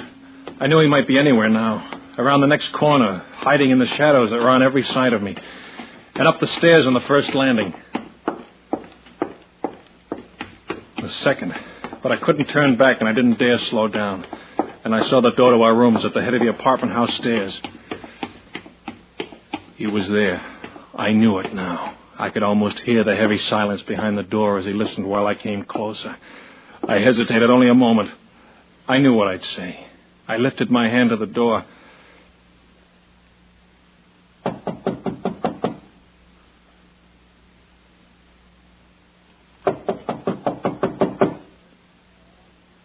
Jesse? Jesse, it's me. You all right? Jess! Honey, what's wrong? Why didn't you answer my knock? Honey, is everything okay? Jess, what is it? Come in, Henry. You sounded so funny over the phone. I thought there was something wrong. It's okay, isn't it? Why Why don't you answer me, Jess? Henry. Where? What? Get your hands over your head. Get up against the wall.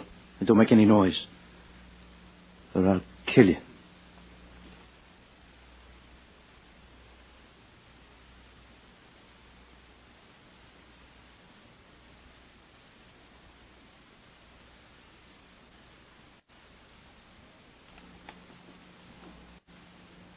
Our arms grew heavy. We leaned back against the wall, and I saw Jessie turn white, and our eyes began to close with fatigue. The room was quiet, and there was no noise from the streets outside. We could only wait. I watched him in the shadows and remembered what the captain said about trying anything brave. But he was smaller than I thought, and only a few feet away. And I wondered if it would really be so hard. Don't try it, mister. This is a .45. I'm not afraid of your gun. That's because you've never been hit. You're bigger than me, and I know what you're thinking, but don't try it. I'm warning you. You won't ever know what it means to wish you could die till you get a slug in the stomach. Henry. It's all right. I know he means it. I mean it. It won't do any good, you know. No matter what happens to us, no matter how long you stay here, they'll get you. Listen, they're guys just like me. Those blue suits don't make them supermen. They make mistakes like everyone else. They already made a big one. How? They shouldn't have sent you. My wife didn't sound right when I spoke to her over the phone. I came up to find out why. Yeah, she gave it away. She's sorry about that. Jessie, did he? It's all right, Henry. Please, it's all right. Did he hurt you, Jess? Never mind that. She just got out of the hospital. Would you like to see her go back? I hope they kill you. Yeah, they might. I thought about it. I guess maybe you better start thinking about it, too. It'll happen next time you make a crack like that. Henry, don't. I'm going to ask you a couple of questions. And you're going to give me the right answers. The right answers, mister. The first time, or you'll get hurt bad. What do you want to know? Where were you when you made that phone call? Drugstore, across the street. And your wife don't sound right. You think maybe something's wrong? Yes. You want to get up here. You want to find out why? Yes. What takes you so long? What? We don't hear you coming up the stairs till almost 15 minutes after she hangs up.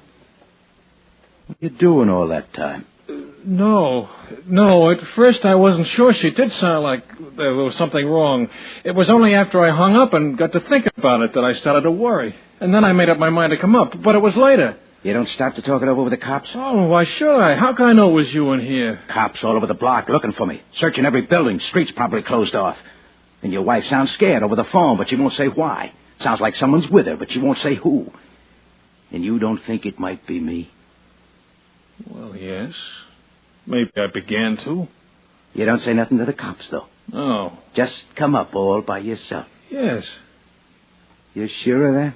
Yes. Okay.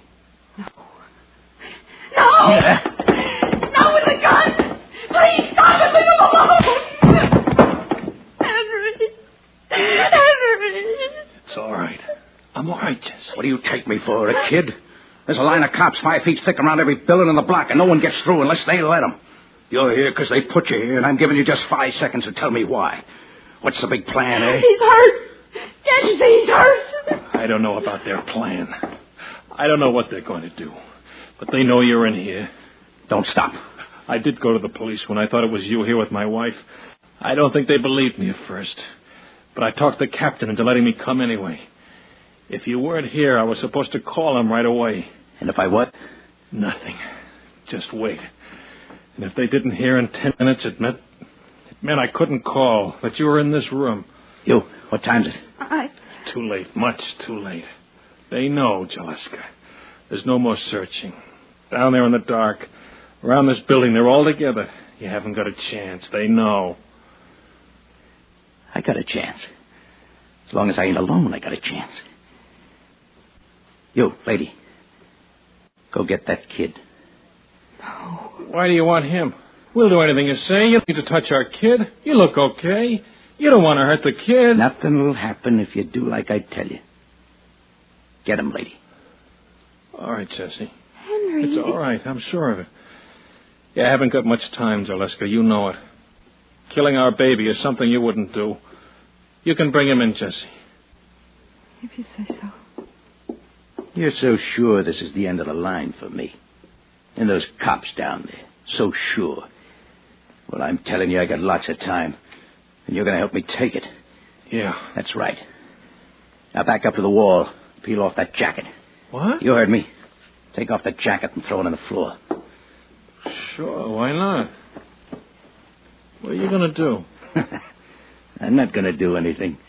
You're going to take it for a while. What do you mean? You don't see it, huh? I'm kind of surprised. I don't see any way out for you, if that's what you mean. They know you're here. Yeah, they know I'm here.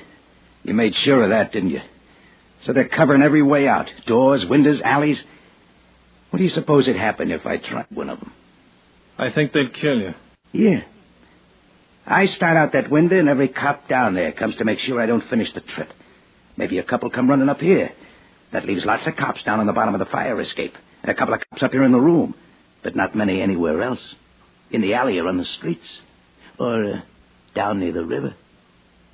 They'll all be watching the guy in the fire escape, won't they? And the guy in the fire escape, he don't need to be me, does he? It won't work. You're crazy to think that'll work. I gotta take that chance now. You're going out that window, mister, and you're gonna take your time doing it. They've seen me. They know what I look like. They saw a guy in a leather jacket right close up. Now you're a guy in a white shirt 3 stories over the street coming down a fire escape. That makes you a different guy. That makes you Roy Gillespie. What if they start shooting? The minute I step out that window. What if they do? It's a chance you gotta take. You don't want me to take all the chances. Ah, a little guy. Bring him in. He's asleep. He's asleep. What's his name? Johnny.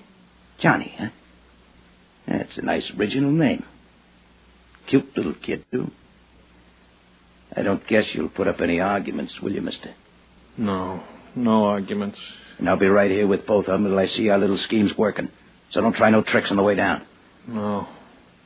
What does he mean? Henry, what's going to happen? You can read about it in the papers, Lee. Now go turn out the light. Light? Turn it out. But don't try nothing, neither one of you. You got your kid in here now, and there's no telling who'd get hit if I had to shoot wild. Turn it out, Jesse. Henry, The light, come on. Now you. The window.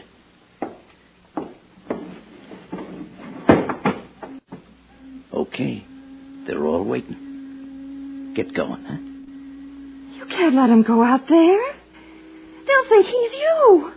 They'll kill him. Jesse, it's all right. Hold on to Johnny and wait for me. It'll be all right. Henry.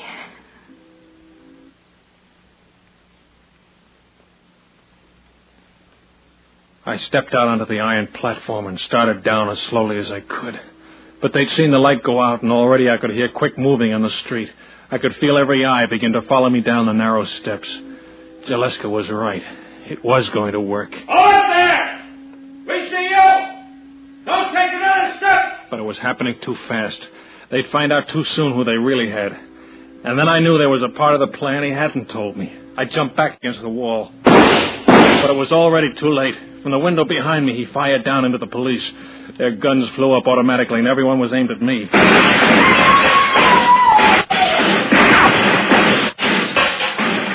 Then was pain. Pain that came from everywhere. And I could hear the shouts and bits of brick fell as the bullets hit around me. There was shouting that faded away. Waves of pain and other voices. Henry. Other voices. Henry. Don't touch him. Let him alone. He's losing blood. I've got to have a doctor. You'll get a doctor, lady. Why don't you go? What are you waiting for? Haven't you done enough?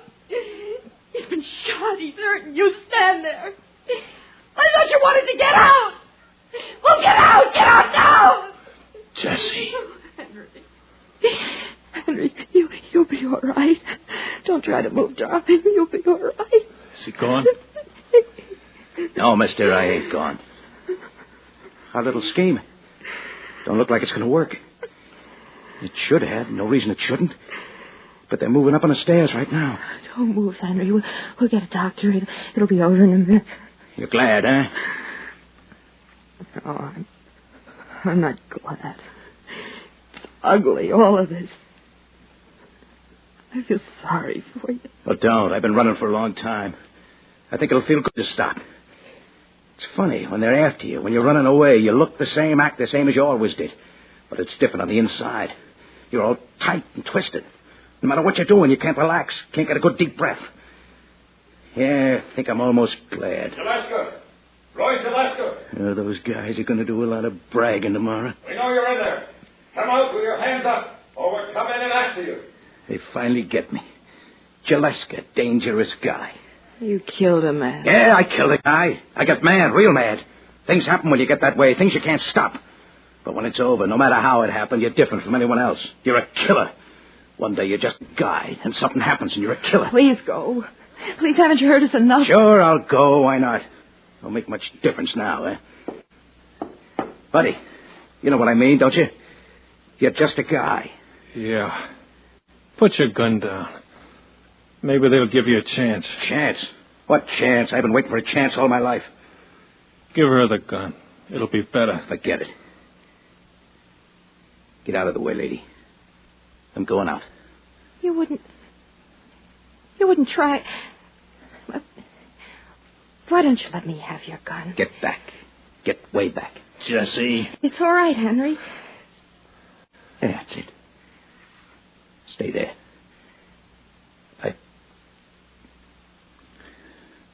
Stay just like that.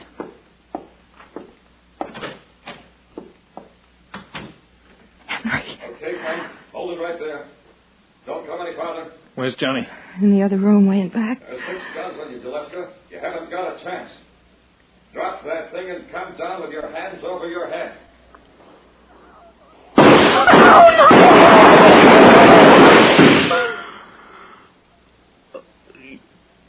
You shouldn't. Jess. Yes. Why didn't it work? They shot at me. And then there was at least a half a minute when he could have gotten out that door. Why didn't he? What made him wait? Don't talk, darling. It's all over now. What happened? Tell me. When the police fired, he started for the door. He was almost out, and he stopped. He came back, Henry. They were still shooting. He went out onto the fire escape and lifted you into the room. Then he started out again for the door, and we could already hear police on the stairs. It was too late. Is he all right? I don't know. I think so. Would you get a doctor, please? One's on his way. Take it easy, mister. You're going to be okay.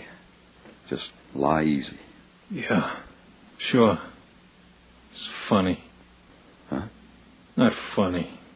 Strange. Strange for a killer.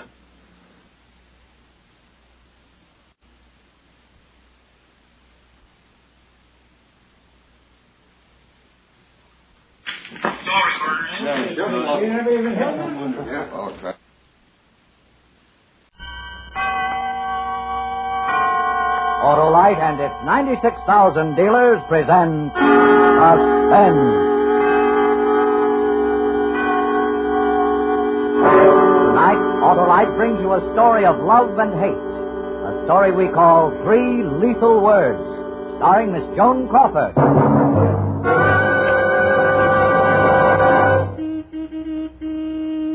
Hello, Mr. Wilcox. Why, it's Oscar Otto, the loquacious limousine. It's me, all right, Harlow. Ready for the good driving days ahead. With an Autolite Stay Full battery, the famous battery that needs water only 3 times a year in normal car use. I wouldn't leave the garage without one. I don't blame you, Oscar. Why, that tried, true, and trusty Autolite Stay Full battery has over 3 times the liquid protection of batteries without Stay Full features. That's why the Autolite Stay Full needs water only 3 times a year in normal car use. And it packs a kick that starts me quick as a flick. And here's another advantage, Oscar. It has fiberglass retaining mats protecting every positive plate to prevent shedding and flaking and keep the power-producing materials in place.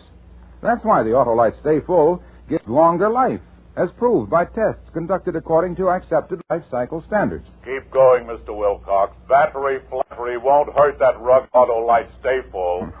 So, friends, see your neighborhood Autolite battery dealer and ask him for an Autolite Stay Full battery. The battery that needs water only 3 times a year in normal car use. Your Autolite man is equipped to give you the best in battery service. Remember, You're always right with Autolite.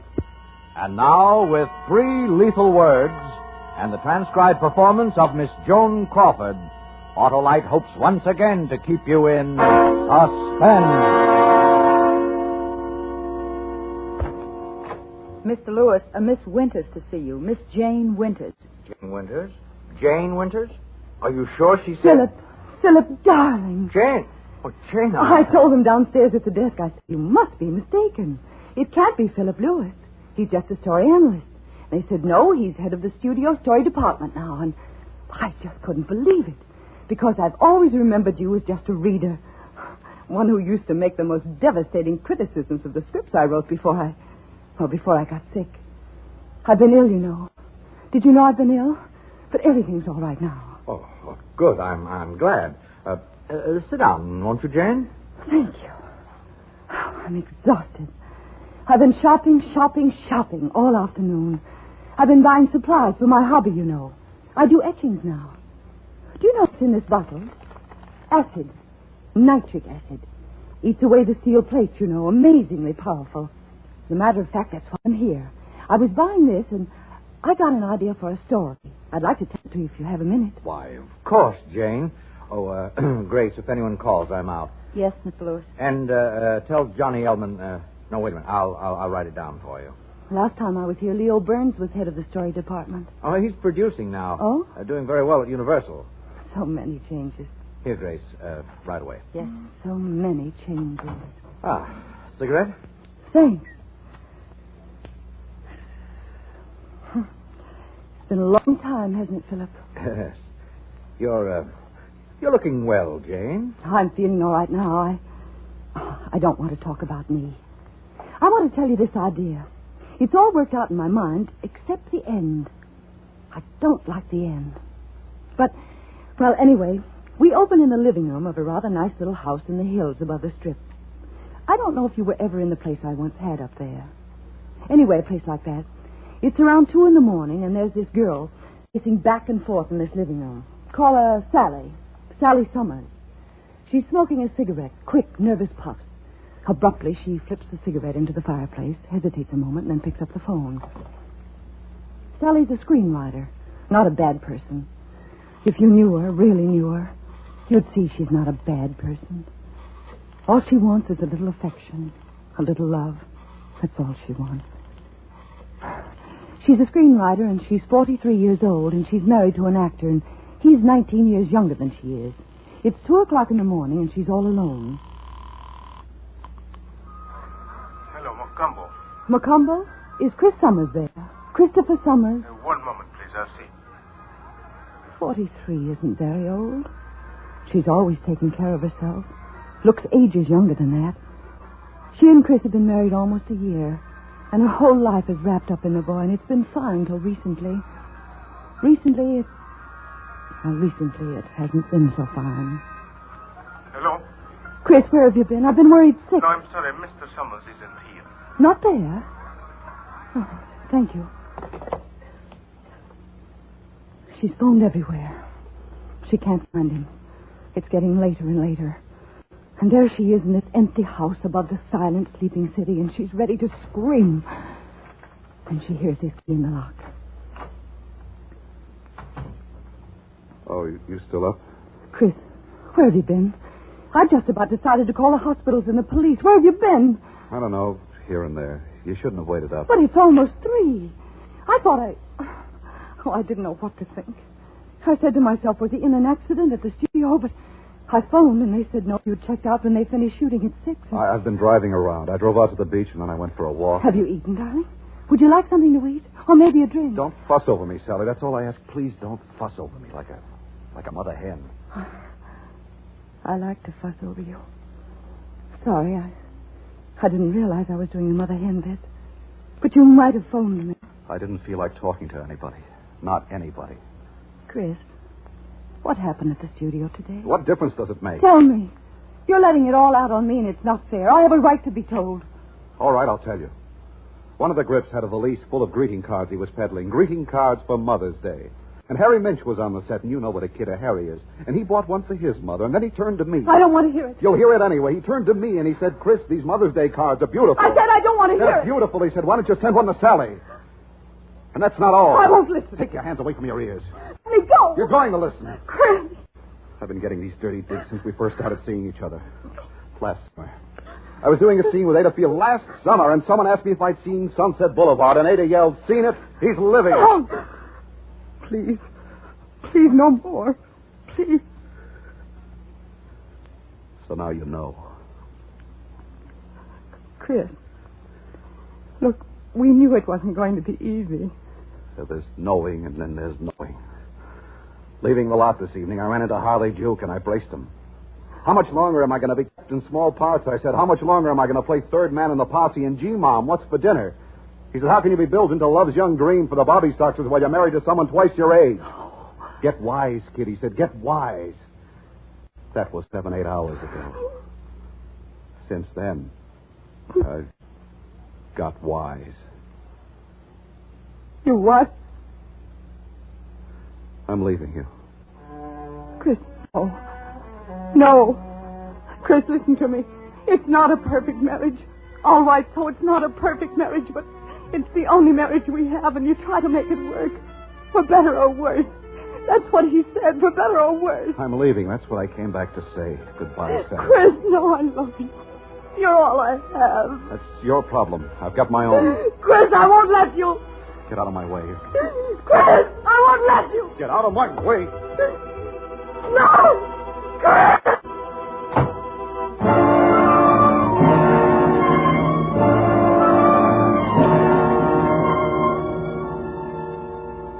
Ever play with a kaleidoscope when you were a kid, Philip? Little doohickey filled with colored beads and stones. You put it to your eye and you see a wonderful pattern. You turn it a bit and you see a new pattern. Same stones, same beads. But now they make a new pattern. Love changes to hate just like that. Sally looks about the room after Chris leaves. Her gaze falls upon a little ceramic dog he bought for her on their honeymoon in Mexico. And suddenly, she seizes it. And the lamps they bought at auction. At antique shops. One by one in the coffee table. The hatch table. The easy chair. The love seat. All the books on the shelf. And straight pictures on the walls.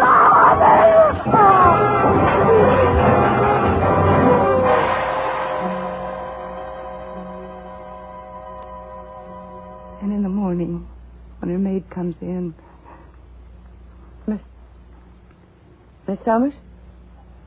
I'll destroy him. Miss Summers, honey? I'll destroy him. I'll destroy him. I'll destroy him. Hello? Hello, Dr. Colby's office? I'll destroy him. This is Miss Summers' maid. Let me speak to the doctor. I'll destroy him. That's all she says for a long time to come. Just those 3 words. Maybe that ought to be the title. 3 lethal words. A pun, you know. Now, the next part of the story is confused to me. It's not clear in my mind at all. There are doctors in it and people whispering to each other and looking at Sally and a long automobile ride ending at a gate. She's taken to an asylum. A large, sprawling place like a country club with guards. And they start to put her together again. They're very kind and patient and good at their jobs.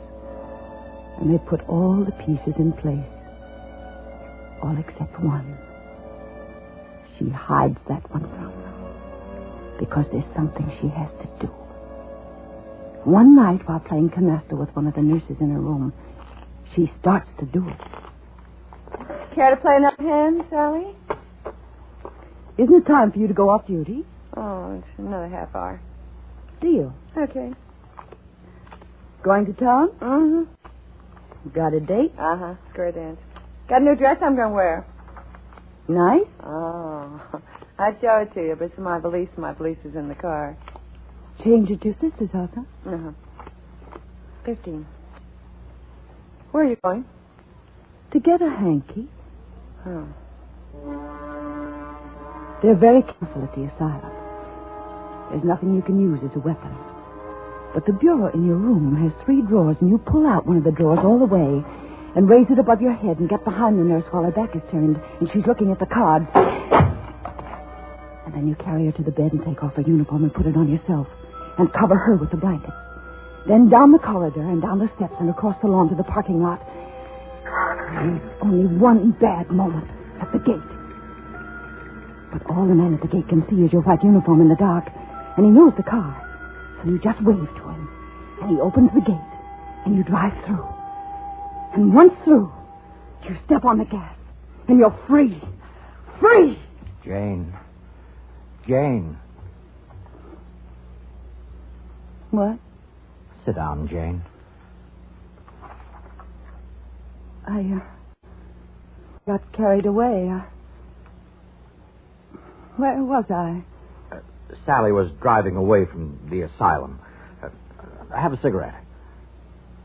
She's driving? Oh, yes. As she drives through the darkness toward Hollywood, she's filled with a terrible eagerness. You see, she knows exactly what she's going to do. She's not going to kill Chris. Oh, no. Well, that's too good for him. He's got to be destroyed. But it's no good if he's not alive to appreciate that.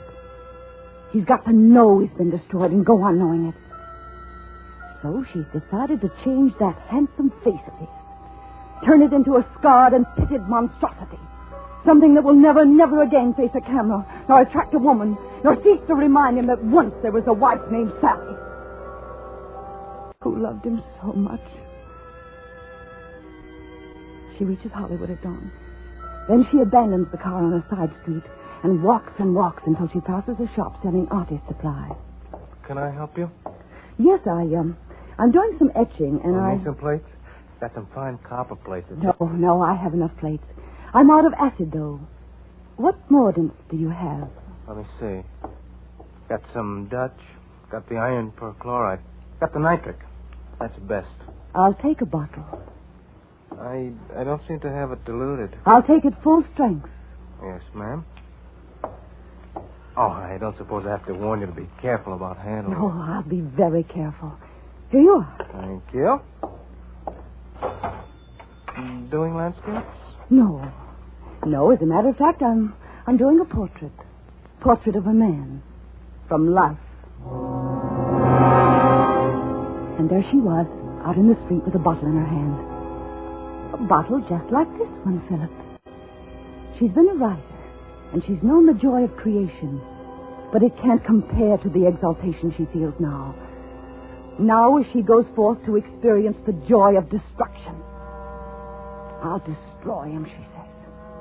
I'll destroy him. I'll destroy him.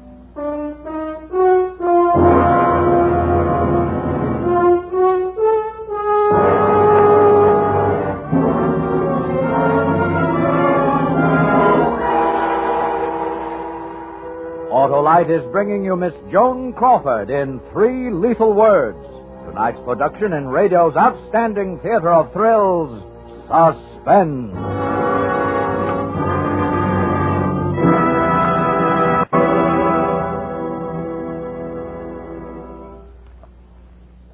Ready for Easter, Oscar Otto? Sure am, Mr. Wilcox. With an Autolite Stay-Full battery under my hood, I'll be the jauntiest jitney in the parade. Well, you can't miss if you've got the battery that needs water only 3 times a year in normal car use, Oscar.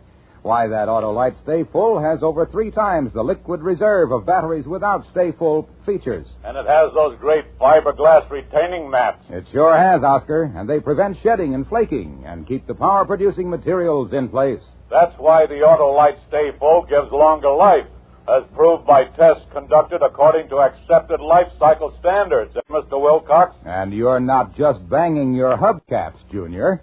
So, friends, see your Autolite battery dealer for your Autolite Stay Full, the battery that needs water only 3 times a year in normal car use.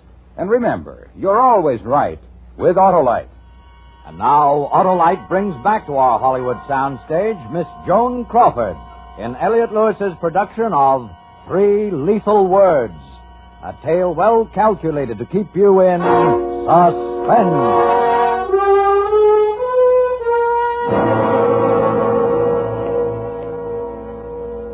Sitting here talking to you. It's like old times, isn't it, Chris? Philip. What? You just called me Chris, the name of the young actor in your story. You called me Chris instead of Philip. Philip? Oh, yes, it's Philip, isn't it? For a moment, Jane, why don't you put the bottle down on the desk? Why? Well, just put it down on the desk, huh? Why should I? Well, you might accidentally spill some, gesturing with it in your hand, and it does contain a powerful acid. Don't you think I know that? Do you think I'm irresponsible or something? Oh, no, of course. I don't think I care for your attitude, my young friend. What makes you think I can be spoken to like that? What makes you think you can treat me like this, Chris? What makes you think you can get away with it? You listen to me, Chris. Philip, Jane, not Chris. Philip. Chris is the young man in your story. Now, go on with your story, Jane. Yes, I'm enjoying it. Story? Yes. Sally Summers had just left the shop with a bottle of nitric acid in her hand. What did she do then? You really enjoy it, don't you? It is rather good, isn't it? Except the end. I don't like the end. It's not the end I want. That is she, Sally, sets out to locate Chris. She enters a drugstore, goes into a phone booth. Hollywood 95264. Hello. This is Mr. Summers' housekeeper. Is it possible for me to speak to Mr. Summers, Christopher Summers? One moment, please. Hello? Hello? Hello, Mr. Summers is with the Lucifer Laugh Unit. They're shooting out on the back lot today. I can't put you through to them. Care to leave a message? No. It can wait, thank you.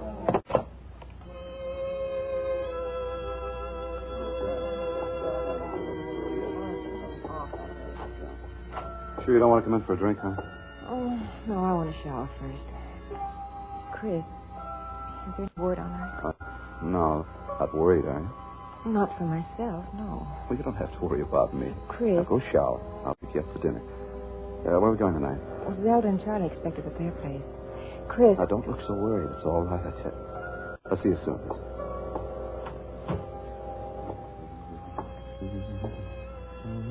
Hello, Chris. Sally. Long time no see. Well, Sally, Sit down, Chris. Sit down. Well, how are you, Sally? I want to look at you. I'd almost forgotten how good-looking you are. You really are, you know. How's the career? The career, how goes it? Oh, all right, I guess. Sally... How are they starring you? Beginning with this one. Sally... Good. Are you happy? No more dirty digs? I'm happy, I guess. This the picture of the lucky girl? She's lovely. So young. I'm very pleased, Chris. Just the way I wanted you for the moment. Successful, happy, in love. Sally, I want you to know I never meant to play the heavy in your life. I know. Don't think I never felt badly about everything. I know. Words aren't much good, but I want you to know I didn't mean for you to be hurt. I know. And if there's anything I can do for you... There's one thing you can do for me. Just name it. Look at me. Take a good, long look at my face. Why? Because I want it to be the last thing you're ever going to see!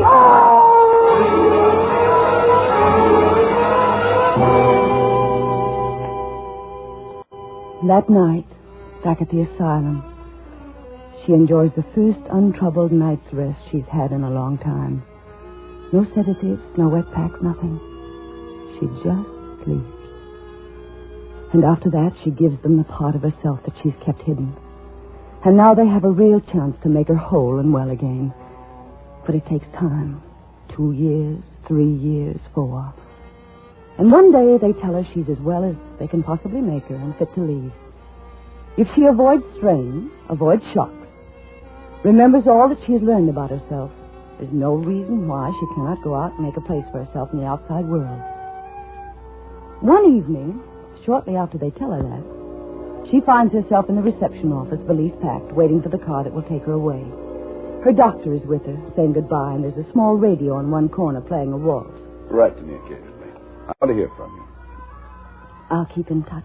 And if you ever wish to see me... I won't hesitate. I think I hear your car coming now. Yes. Goodbye, Sally. Goodbye, Doctor. Break any rules if I kiss you? After this long friendship, don't be silly. Thank you. Now, the moment for which you have all been waiting. The announcement of the winner of this year's Blaisdell Prize. Any chance of your ever winning the Blaisdell Prize? I've been planning to write the great American novel for some time. And so, without further ado, our guest of honor and the recipient of this year's Blaisdell Prize for the best American novel. Ready, Sally. Wait a minute. I just want to hear this. Ladies and gentlemen, I take great pride in introducing to you Mr. Christopher Summers. Sally. Thank you. The pathway leading to the literary life is a rocky one, and in my own case, a sunless one. And were it not for my Lisa and her helping hand, I doubt that I should ever have found it. Some years ago, my sight of my career in an entirely different field of endeavor was destroyed. Sally. Nurse, turn that off. Sally. Sally, listen to me. Sally. But she couldn't stop laughing. For all I know, the car that came to fetch her is still waiting. Isn't that funny? Isn't that the funniest thing you've ever heard?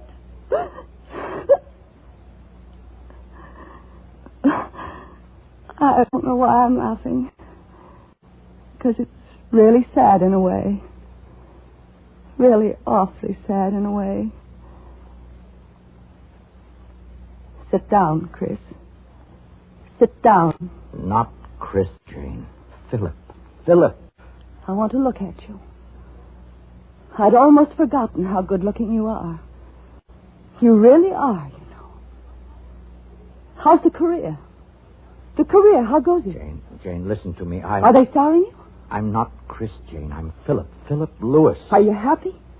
No more dirty digs? Jane, I want you to listen to me. Listen to me very carefully. This the picture of the lucky girl? She's lovely. So young. I'm very pleased, Chris. It's just the way I wanted you for this moment. Successful, happy, in love. Jane, sit down. You're not well, Jane. Do you understand what I'm saying? I know. You're sure you understand? I know. I'm your friend. You and I have been friends for a long time, and... I know. Jane, let me have that bottle like a good girl. There's one thing you can do for me. Jane, the bottle. Let me have it. Jane, don't open it. Look at me. Take a good, long look at my face. Jane. Because I want it to be the last thing I'll take that, Jane. Thank you. Now give me the cap. Give it to me, Jane. There we are. Doctor? Yes, it's all right, Jane. I'm here. Nobody loves me. That's all right, Jane. Nobody. In the whole world.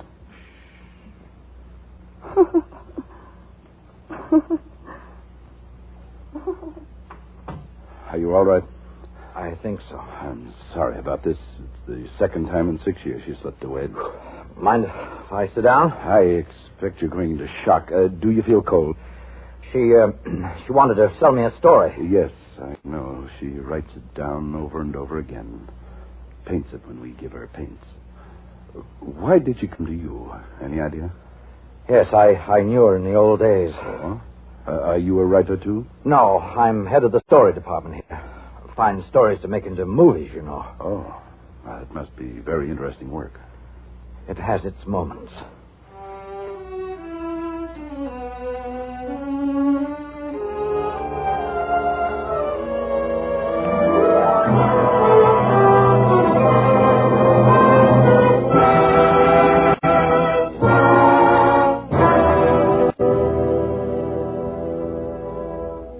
Suspense. Presented by Autolite. Tonight's star, Miss Joan Crawford. If all the cars could talk like me, we'd all run really right. 'Cause the request of every car would be, give me Autolite. And they couldn't ask for better, Oscar Auto, because Autolite makes over 400 fine products for cars, trucks, planes, and boats in 28 plants from coast to coast. These include complete ignition systems used as original factory equipment on many leading makes of our finest cars. Generators, coils, distributors, electric windshield wipers, voltage regulators, wire and cable, starting motors, and many more. They're all engineered to fit together perfectly, work together perfectly, because they're all part of the Autolite team. So, friends, don't accept electrical parts supposed to be as good. Ask for and insist on Autolite original factory parts at your neighborhood service station, car dealer, garage, or repair shop. Remember, you're always right with Autolite.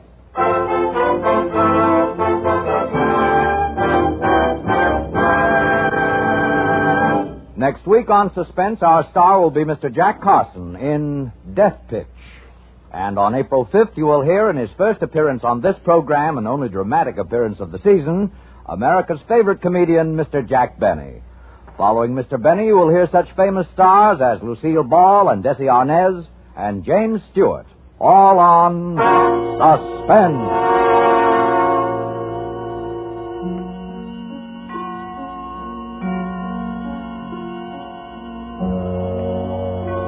Suspense is produced and directed by Elliot Lewis, with music composed by Lucien Moraweck and conducted by Lud Gluskin. 3 Lethal Words was adapted for Suspense by Walter Newman from a story by Charles Deah.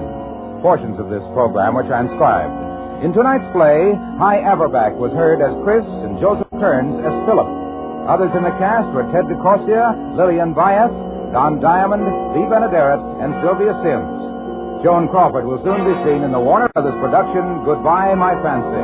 And remember, next week on Suspense, Mr. Jack Carson, as a man who talked to death all those who stood in the way of what he wanted. A story we call Death Pitch. You can buy Autolite Stay-Full batteries, Autolite resistor type or standard type spark plugs, Autolite electrical parts at your neighborhood Autolite dealers. Switch to Autolite. Good night. This is CBS, the Columbia Broadcasting System.